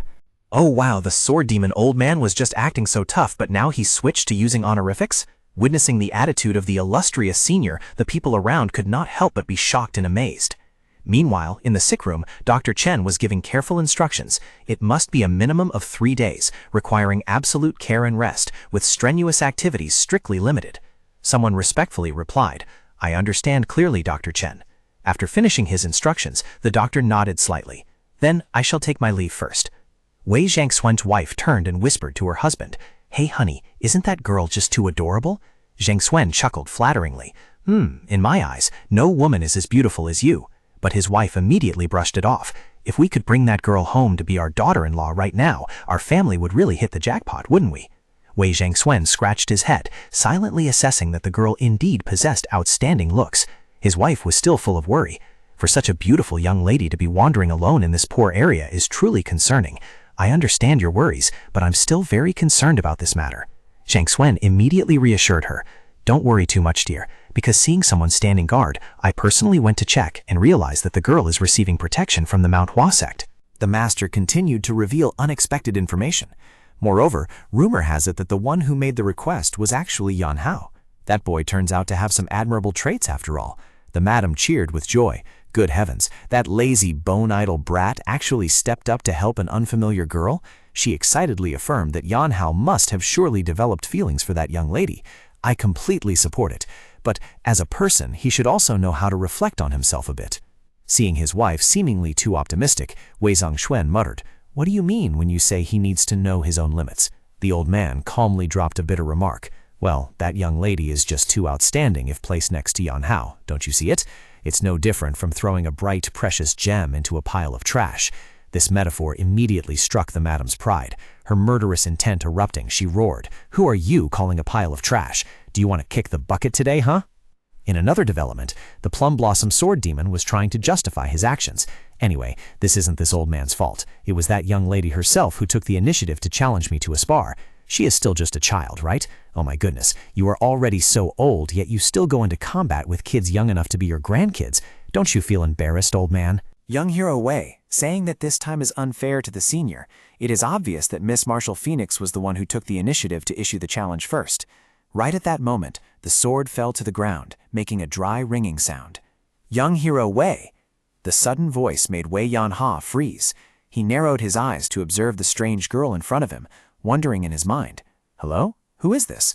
Looking so unfamiliar, how does she know my name to check fair like this?" The girl approached and hesitantly asked, "Is the young hero's name Wei Yanha?" "That's right, I am Wei Yanha." However, as soon as the words ended, a resounding slap tore through the air. Without saying a word, the girl rushed forward and delivered a heaven-shaking slap right to Yanha's face. The force of the strike was so strong that it made him spin in the air and collapse to the ground with a thud. Witnessing this shocking scene, the people around all widened their eyes in horror. Yanha held his swollen cheek, sat up and screamed in frustration. "Oh my God, are you crazy, lady? Why would you just meet someone and give them a burning slap like that?" He angrily scolded. "Did you think I'm someone who doesn't know how to fight back? If I actually made a move, you wouldn't have your life anymore." However, Yanha suddenly stopped when he saw the girl sobbing. "Huh?" The girl cried and scolded in tears. "Do you know how hard I had to work to find you? Where exactly have you been hiding in this corner that you only show your face until now?" Seeing the weird looks from everyone around, Yanha panicked and explained, "I'm deeply wronged. You guys shouldn't look at me like that. I swear I don't even know who this girl is." Suddenly, the girl wailed miserably. Yanha stood frozen. "Huh?" Immediately, a piece of painful memory suddenly flooded his mind, an image of a little girl crying and begging. "Boo-hoo, brother, please don't leave me behind." Yanha's eyes widened in sheer amazement as he realized the truth. The girl continued to wail and rushed over to hug him tightly. Yanha blurted out in shock, "You, Tulian, Wei Tulian?" His younger sister buried her head in her brother's chest, sobbing and blaming. "It is me. Do you know how miserably the whole family has been looking for you? Where on earth have you been all this time?" Wei Yanha looked at the sobbing girl in front of him in disbelief, stammering. "You are Tulian!" Wei Tulian cried while pounding her fists on her brother's chest, screaming out of grievance. "Brother, can you not even recognize the face of your own little sister?" Sitting together after many years of separation, Yanha quietly observed his now grown younger sister. He silently marveled. Saying 5 years sounds simple. Oh my god, it's only been 5 years, but you've gone through such a successful puberty that I almost couldn't recognize you. Even if Mother were here, it would probably be hard for her to recognize you. Yanha narrowed his eyes suspiciously and asked, but why is you using that fake name? Tulian slightly lowered her head, her voice tinged with worry. It's all because of eldest brother. His reputation is too great. If it is revealed that I am a member of the Wei family, I will be watched by many. She explained further about the instructions of their eldest brother, Wei Shanhao. Eldest brother said that if one wants to wholeheartedly cultivate martial arts, it is best not to reveal their family identity. Hearing this, Yan Hao smirked sarcastically. That intense eldest brother of yours really went out of his way to use a nickname to hide his identity? Suddenly, Tulian rushed over and pinched her brother's arm hard, gritting her teeth as she yelled, "Do you understand how hard father, mother, and eldest brother have been searching for you? What the hell have you been doing all this time?" Yan Hao smiled mysteriously, his eyes staring into the void, and calmly replied, "I encountered demons." Tulian exclaimed in shock. Demons? I couldn't finish telling this story even if I talked for 3 days and 4 nights, so let's go inside first. Witnessing this scene, Shangguan Hong and the disciples of the Martial Arts Academy stood rooted to the spot in shock. They couldn't believe their eyes.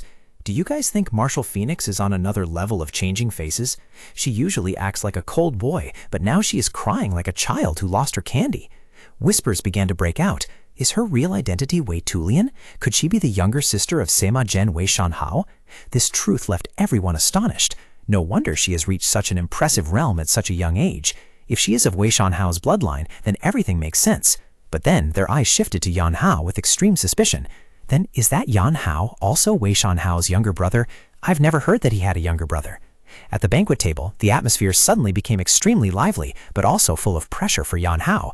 Tulian continuously picked up food and filled her brother's bowl, urging, "Brother, eat this piece of fish, and this one too." Yan Hao could only silently comply. Tulian looked at her brother with pitying eyes.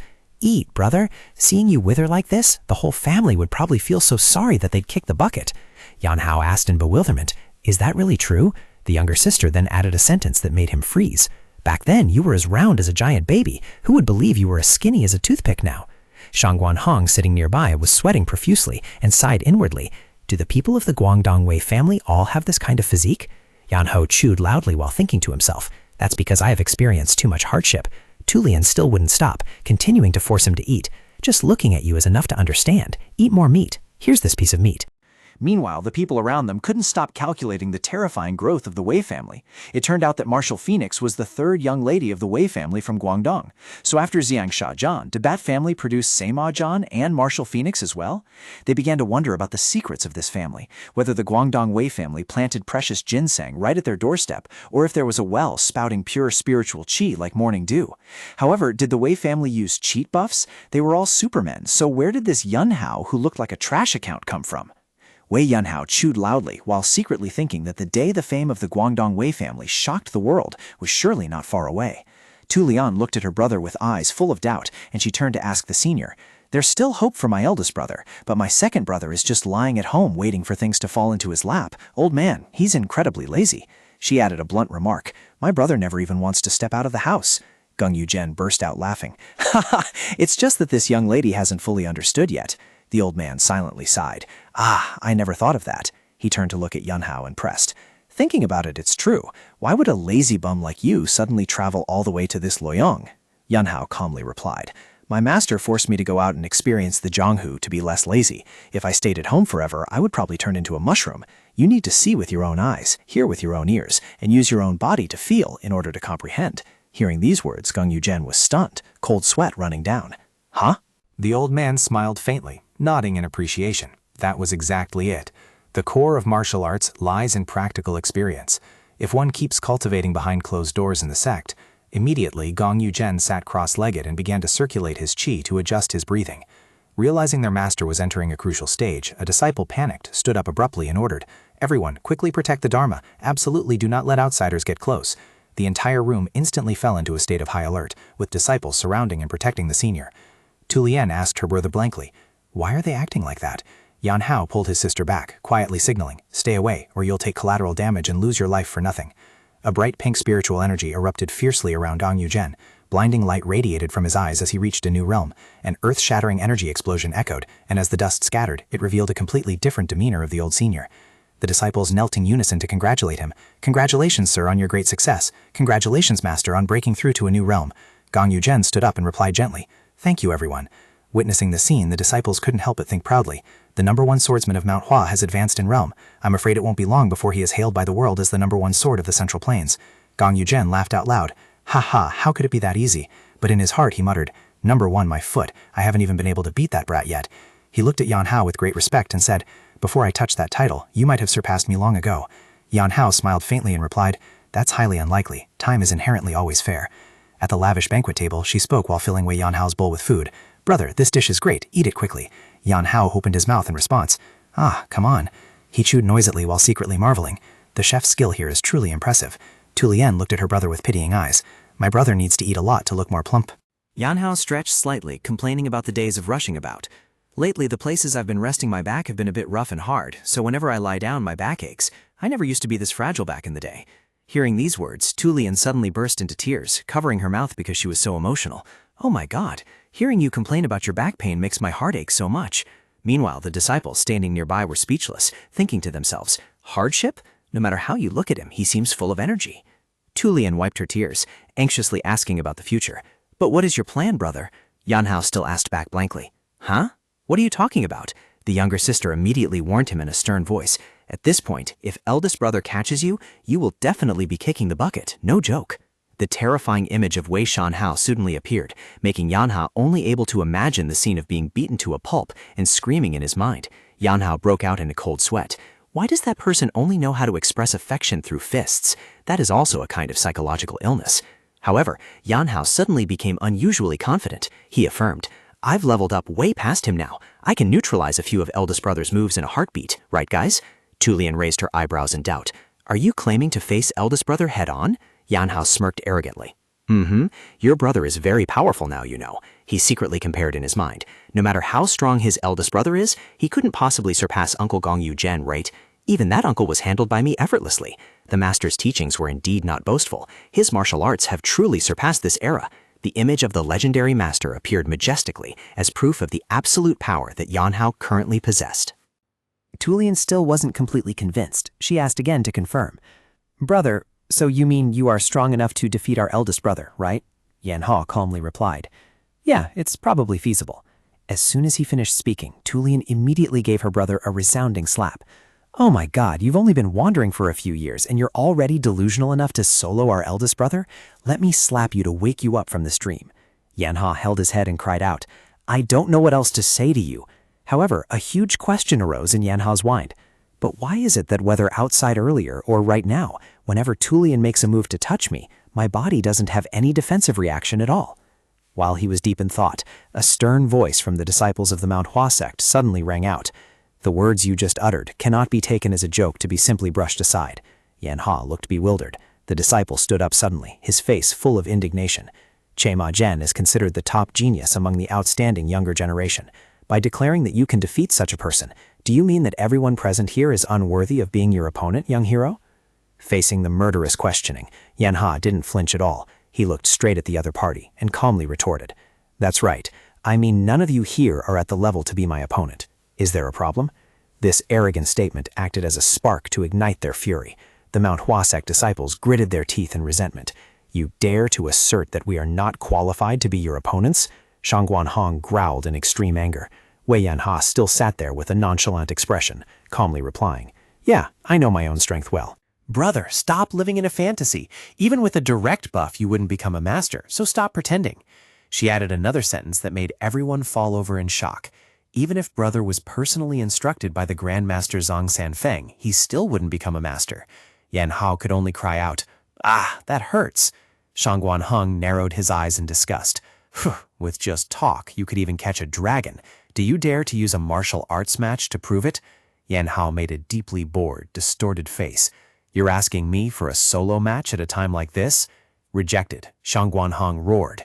"You don't want to? If you refuse this challenge, you will be called a coward by the world, and your family's reputation will be smeared." However, Yan Hao remained indifferent.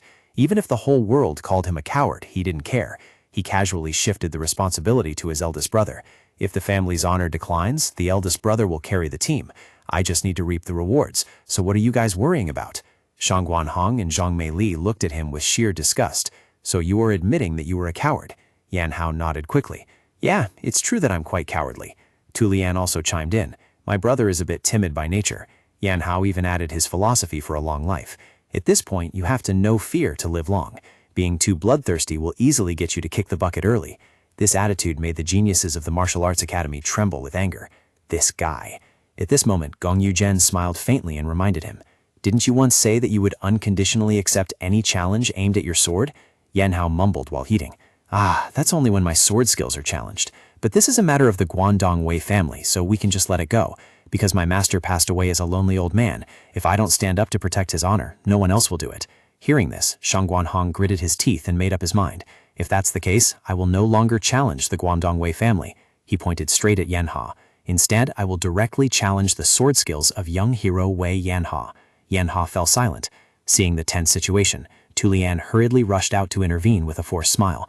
On his behalf, I sincerely apologize to young Master Shangguan. My brother is still not very experienced in the ways of the world. If an apology is not enough, please let me take my brother's place in this match. But Shang Guanhong flatly refused. Shang Meili, no, this is not something Miss Wei should interfere with. She clearly just wants to fight. What else?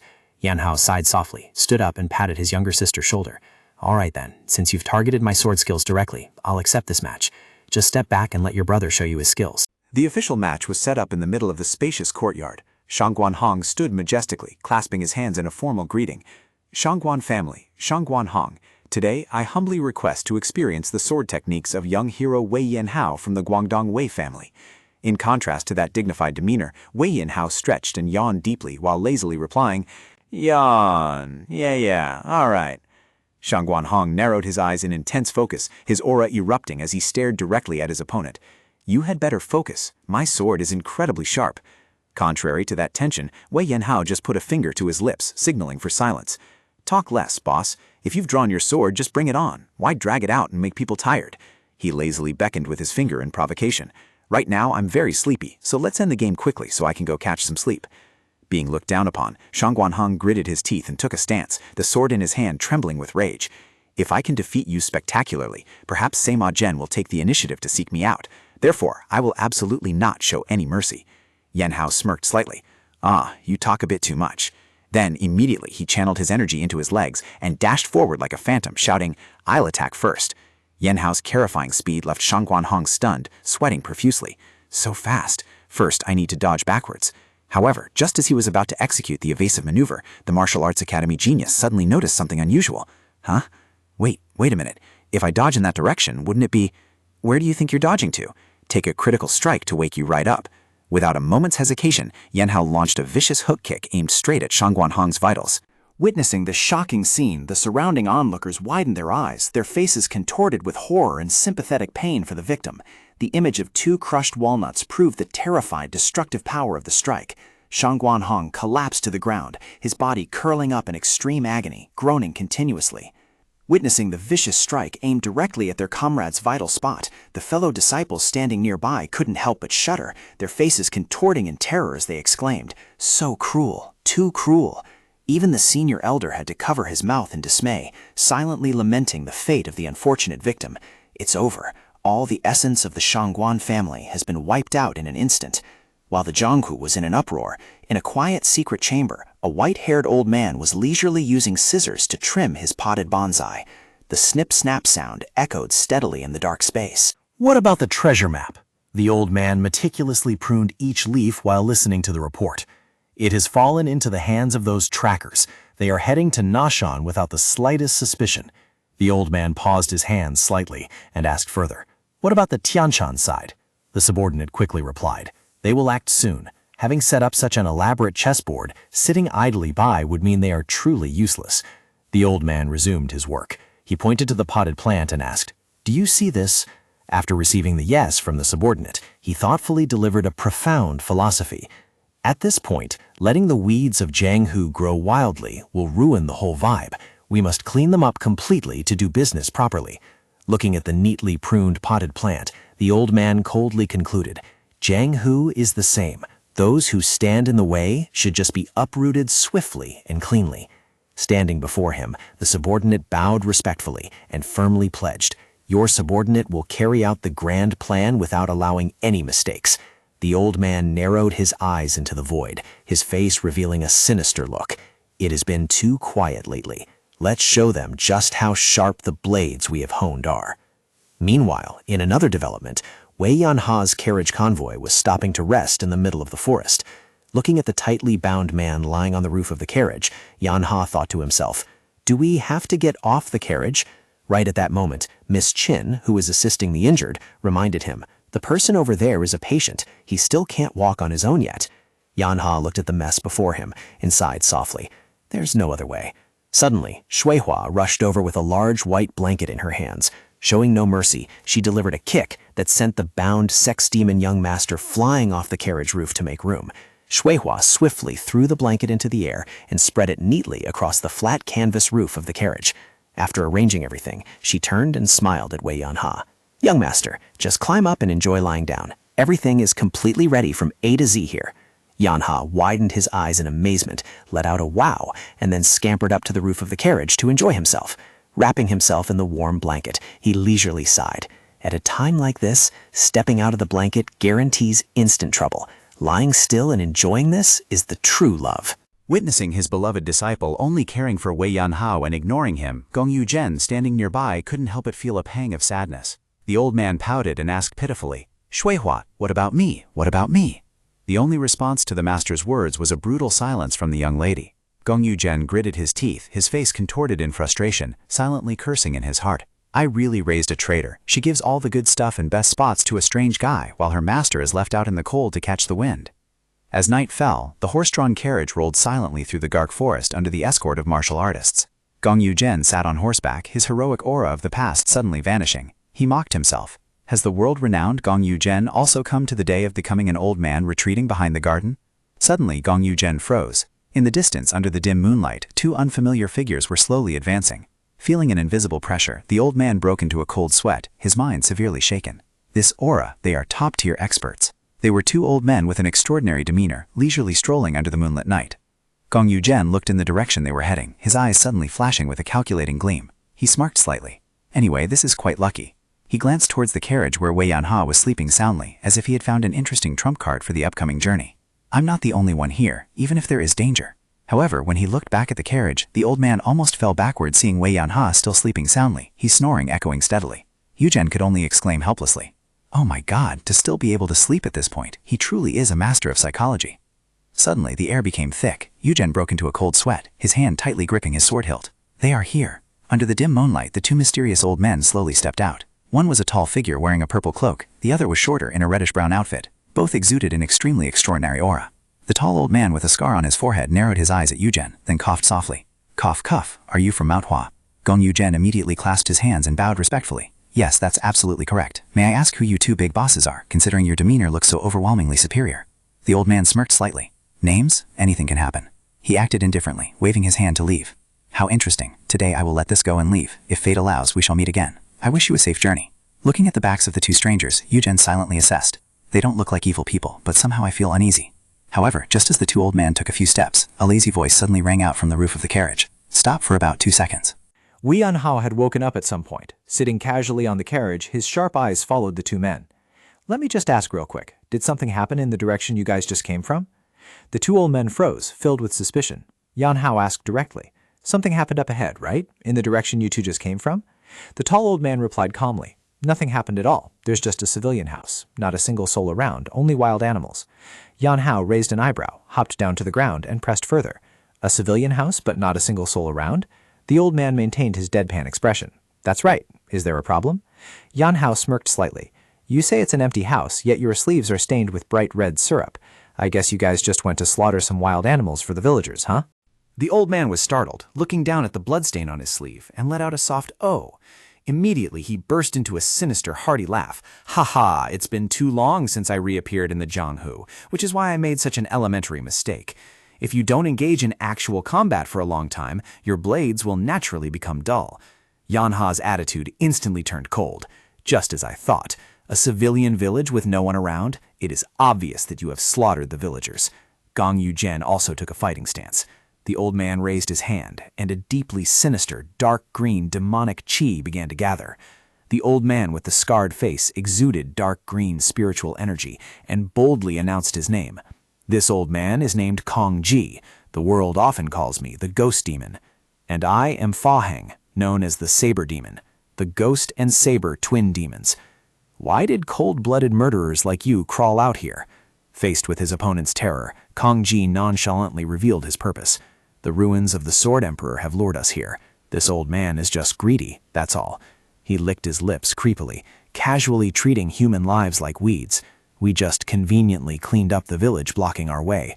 Infuriated by such brutality, the hero roared. You scum will face heaven's punishment. Kong Ji sneered mockingly. Heaven's punishment. Let's see if you little runts have the strength to act on behalf of heaven. Despite facing extremely powerful enemies, the accompanying disciples resolutely drew their swords in unison. Everyone, we cannot turn a blind eye when seeing evil. True heroes will never back down. Another disciple spoke up to boost their morale. If we all join forces with young hero Wei, we can absolutely hold our ground. Chivalry still exists. In stark contrast to that fiery and spirited atmosphere, Wei Yanha was standing there, yawning repeatedly. He sluggishly complained, "Oh my God, pulling out the chivalry vibe just to buff your morale again?" Kong Ji didn't keep them waiting for long. He swung his hand, which had transformed into a giant, eerie green claw. A thunderous strike erupted, tearing the ground apart. The pink-clad knight poured all his strength into a counterattack, executing the ultimate technique Plum Blossom 24 stances, with sword slashes as brilliant as falling plum blossoms. However, Kong Ji merely smirked with full contempt. He closed the distance with a sinister face and delivered his final words. Streams of dark green force tore through the night as Ghost Demon Kong Ji began his massacre. The powerful claw swipes forced Plum Blossom Sword Demon Gung Yu Zhen to retreat in terror, sweating profusely as he felt the death aura closing in. The orthodox disciples roared in unison, "Step back, you villain!" However, facing the combined attack of the group, Kong Ji just smirked slightly, revealing his twisted, evil face. He licked his lips gruesomely and declared loudly, "At this point, you orthodox folks are truly delicious prey for me. Let me check VAR on each of you to see if anyone can escape this tribulation." Gung Yu Zhen gritted his teeth in anger, his heart tightening in helplessness. This was not good. Even with a surprised combined attack, they couldn't put a single scratch on him. He glanced at Saber Demon Fa Heng, who was still casually standing out of the fight, then turned and shouted directly at Wei Yanhao. "And why are you standing out of this, young hero Wei? Didn't your master teach you what to do when facing this kind of monster?" In the face of the senior's impatience, Yanhao maintained an expressionless face. He calmly replied, "Hello, boss. My master told me that when encountering these difficult cases, just ignore them and live on." Seeing Gung Yu Zhen frozen in astonishment, he added another sentence. "But my master also said this, drawing the sword only depends on one's mood." Gung Yu Zhen asked back in bewilderment, "What does that mean?" Yanhao slowly placed his hand on the hilt of his sword, explaining in a deep voice, "To put it bluntly, my mood is extremely down today, so you guys better accept that I will slash you to log out of life to relieve my stress." Murderous intent erupted. Yanhao slowly walked forward with a darkened face. He stated in a harsh voice, "And right now, I am extremely angry." Witnessing the young man's demeanor, Ghost Demon Kong Ji burst into contemptuous laughter. "Ha ha ha, what's wrong with this brat? Has he gone mad?" Saber Demon Fa Heng also chimed in with mockery. "That brat needs to be taught what fear is." Facing the provocation, Yanhao just coldly drew his sword, dropping one last warning. "At this rate, with you guys constantly spouting empty rhetoric, when will we actually be able to combat?" Faced with Wei Yanhao's arrogance, Ghost Demon Kong Ji sneered with disdain. He growled a threat. "A wet behind-the-ears brat dares to act up. Do you know who I am?" However, before his words were even finished, he suddenly froze when he noticed a terrifying murderous intent closing in. Not giving the opponent time to recover, Yanhao dashed forward like a streak of blue lightning, the heavy sword in his hand swinging up to execute a slash that tore through space at terrifying speed. Kong Ji froze for a moment, staring blankly at the sword's trajectory and mocking inwardly. "Oh wow, what kind of nonsense is this brat spouting? I didn't even see the move and I've already logged out of a few fingers." However, the moment that thought ended, Kong Ji was shocked to realize a numbing sensation spreading from his hand. His pale, demonic chi-filled fingers were suddenly severed. He absolutely could not believe that he had been stripped of his fingers so easily by a mere brat. In contrast to the enemy's panic, Wei Yanhao stood tall and proud. Well, missed a little bit. He looked at Kongji with piercing eyes, his pupils glowing with deep blue spiritual energy, and coldly declared, "Oh well, that's fine too, because dying too easily isn't much fun anyway." The video ends here. Brothers, please hit like so Bear can release more great series. Thank you, and goodbye everyone.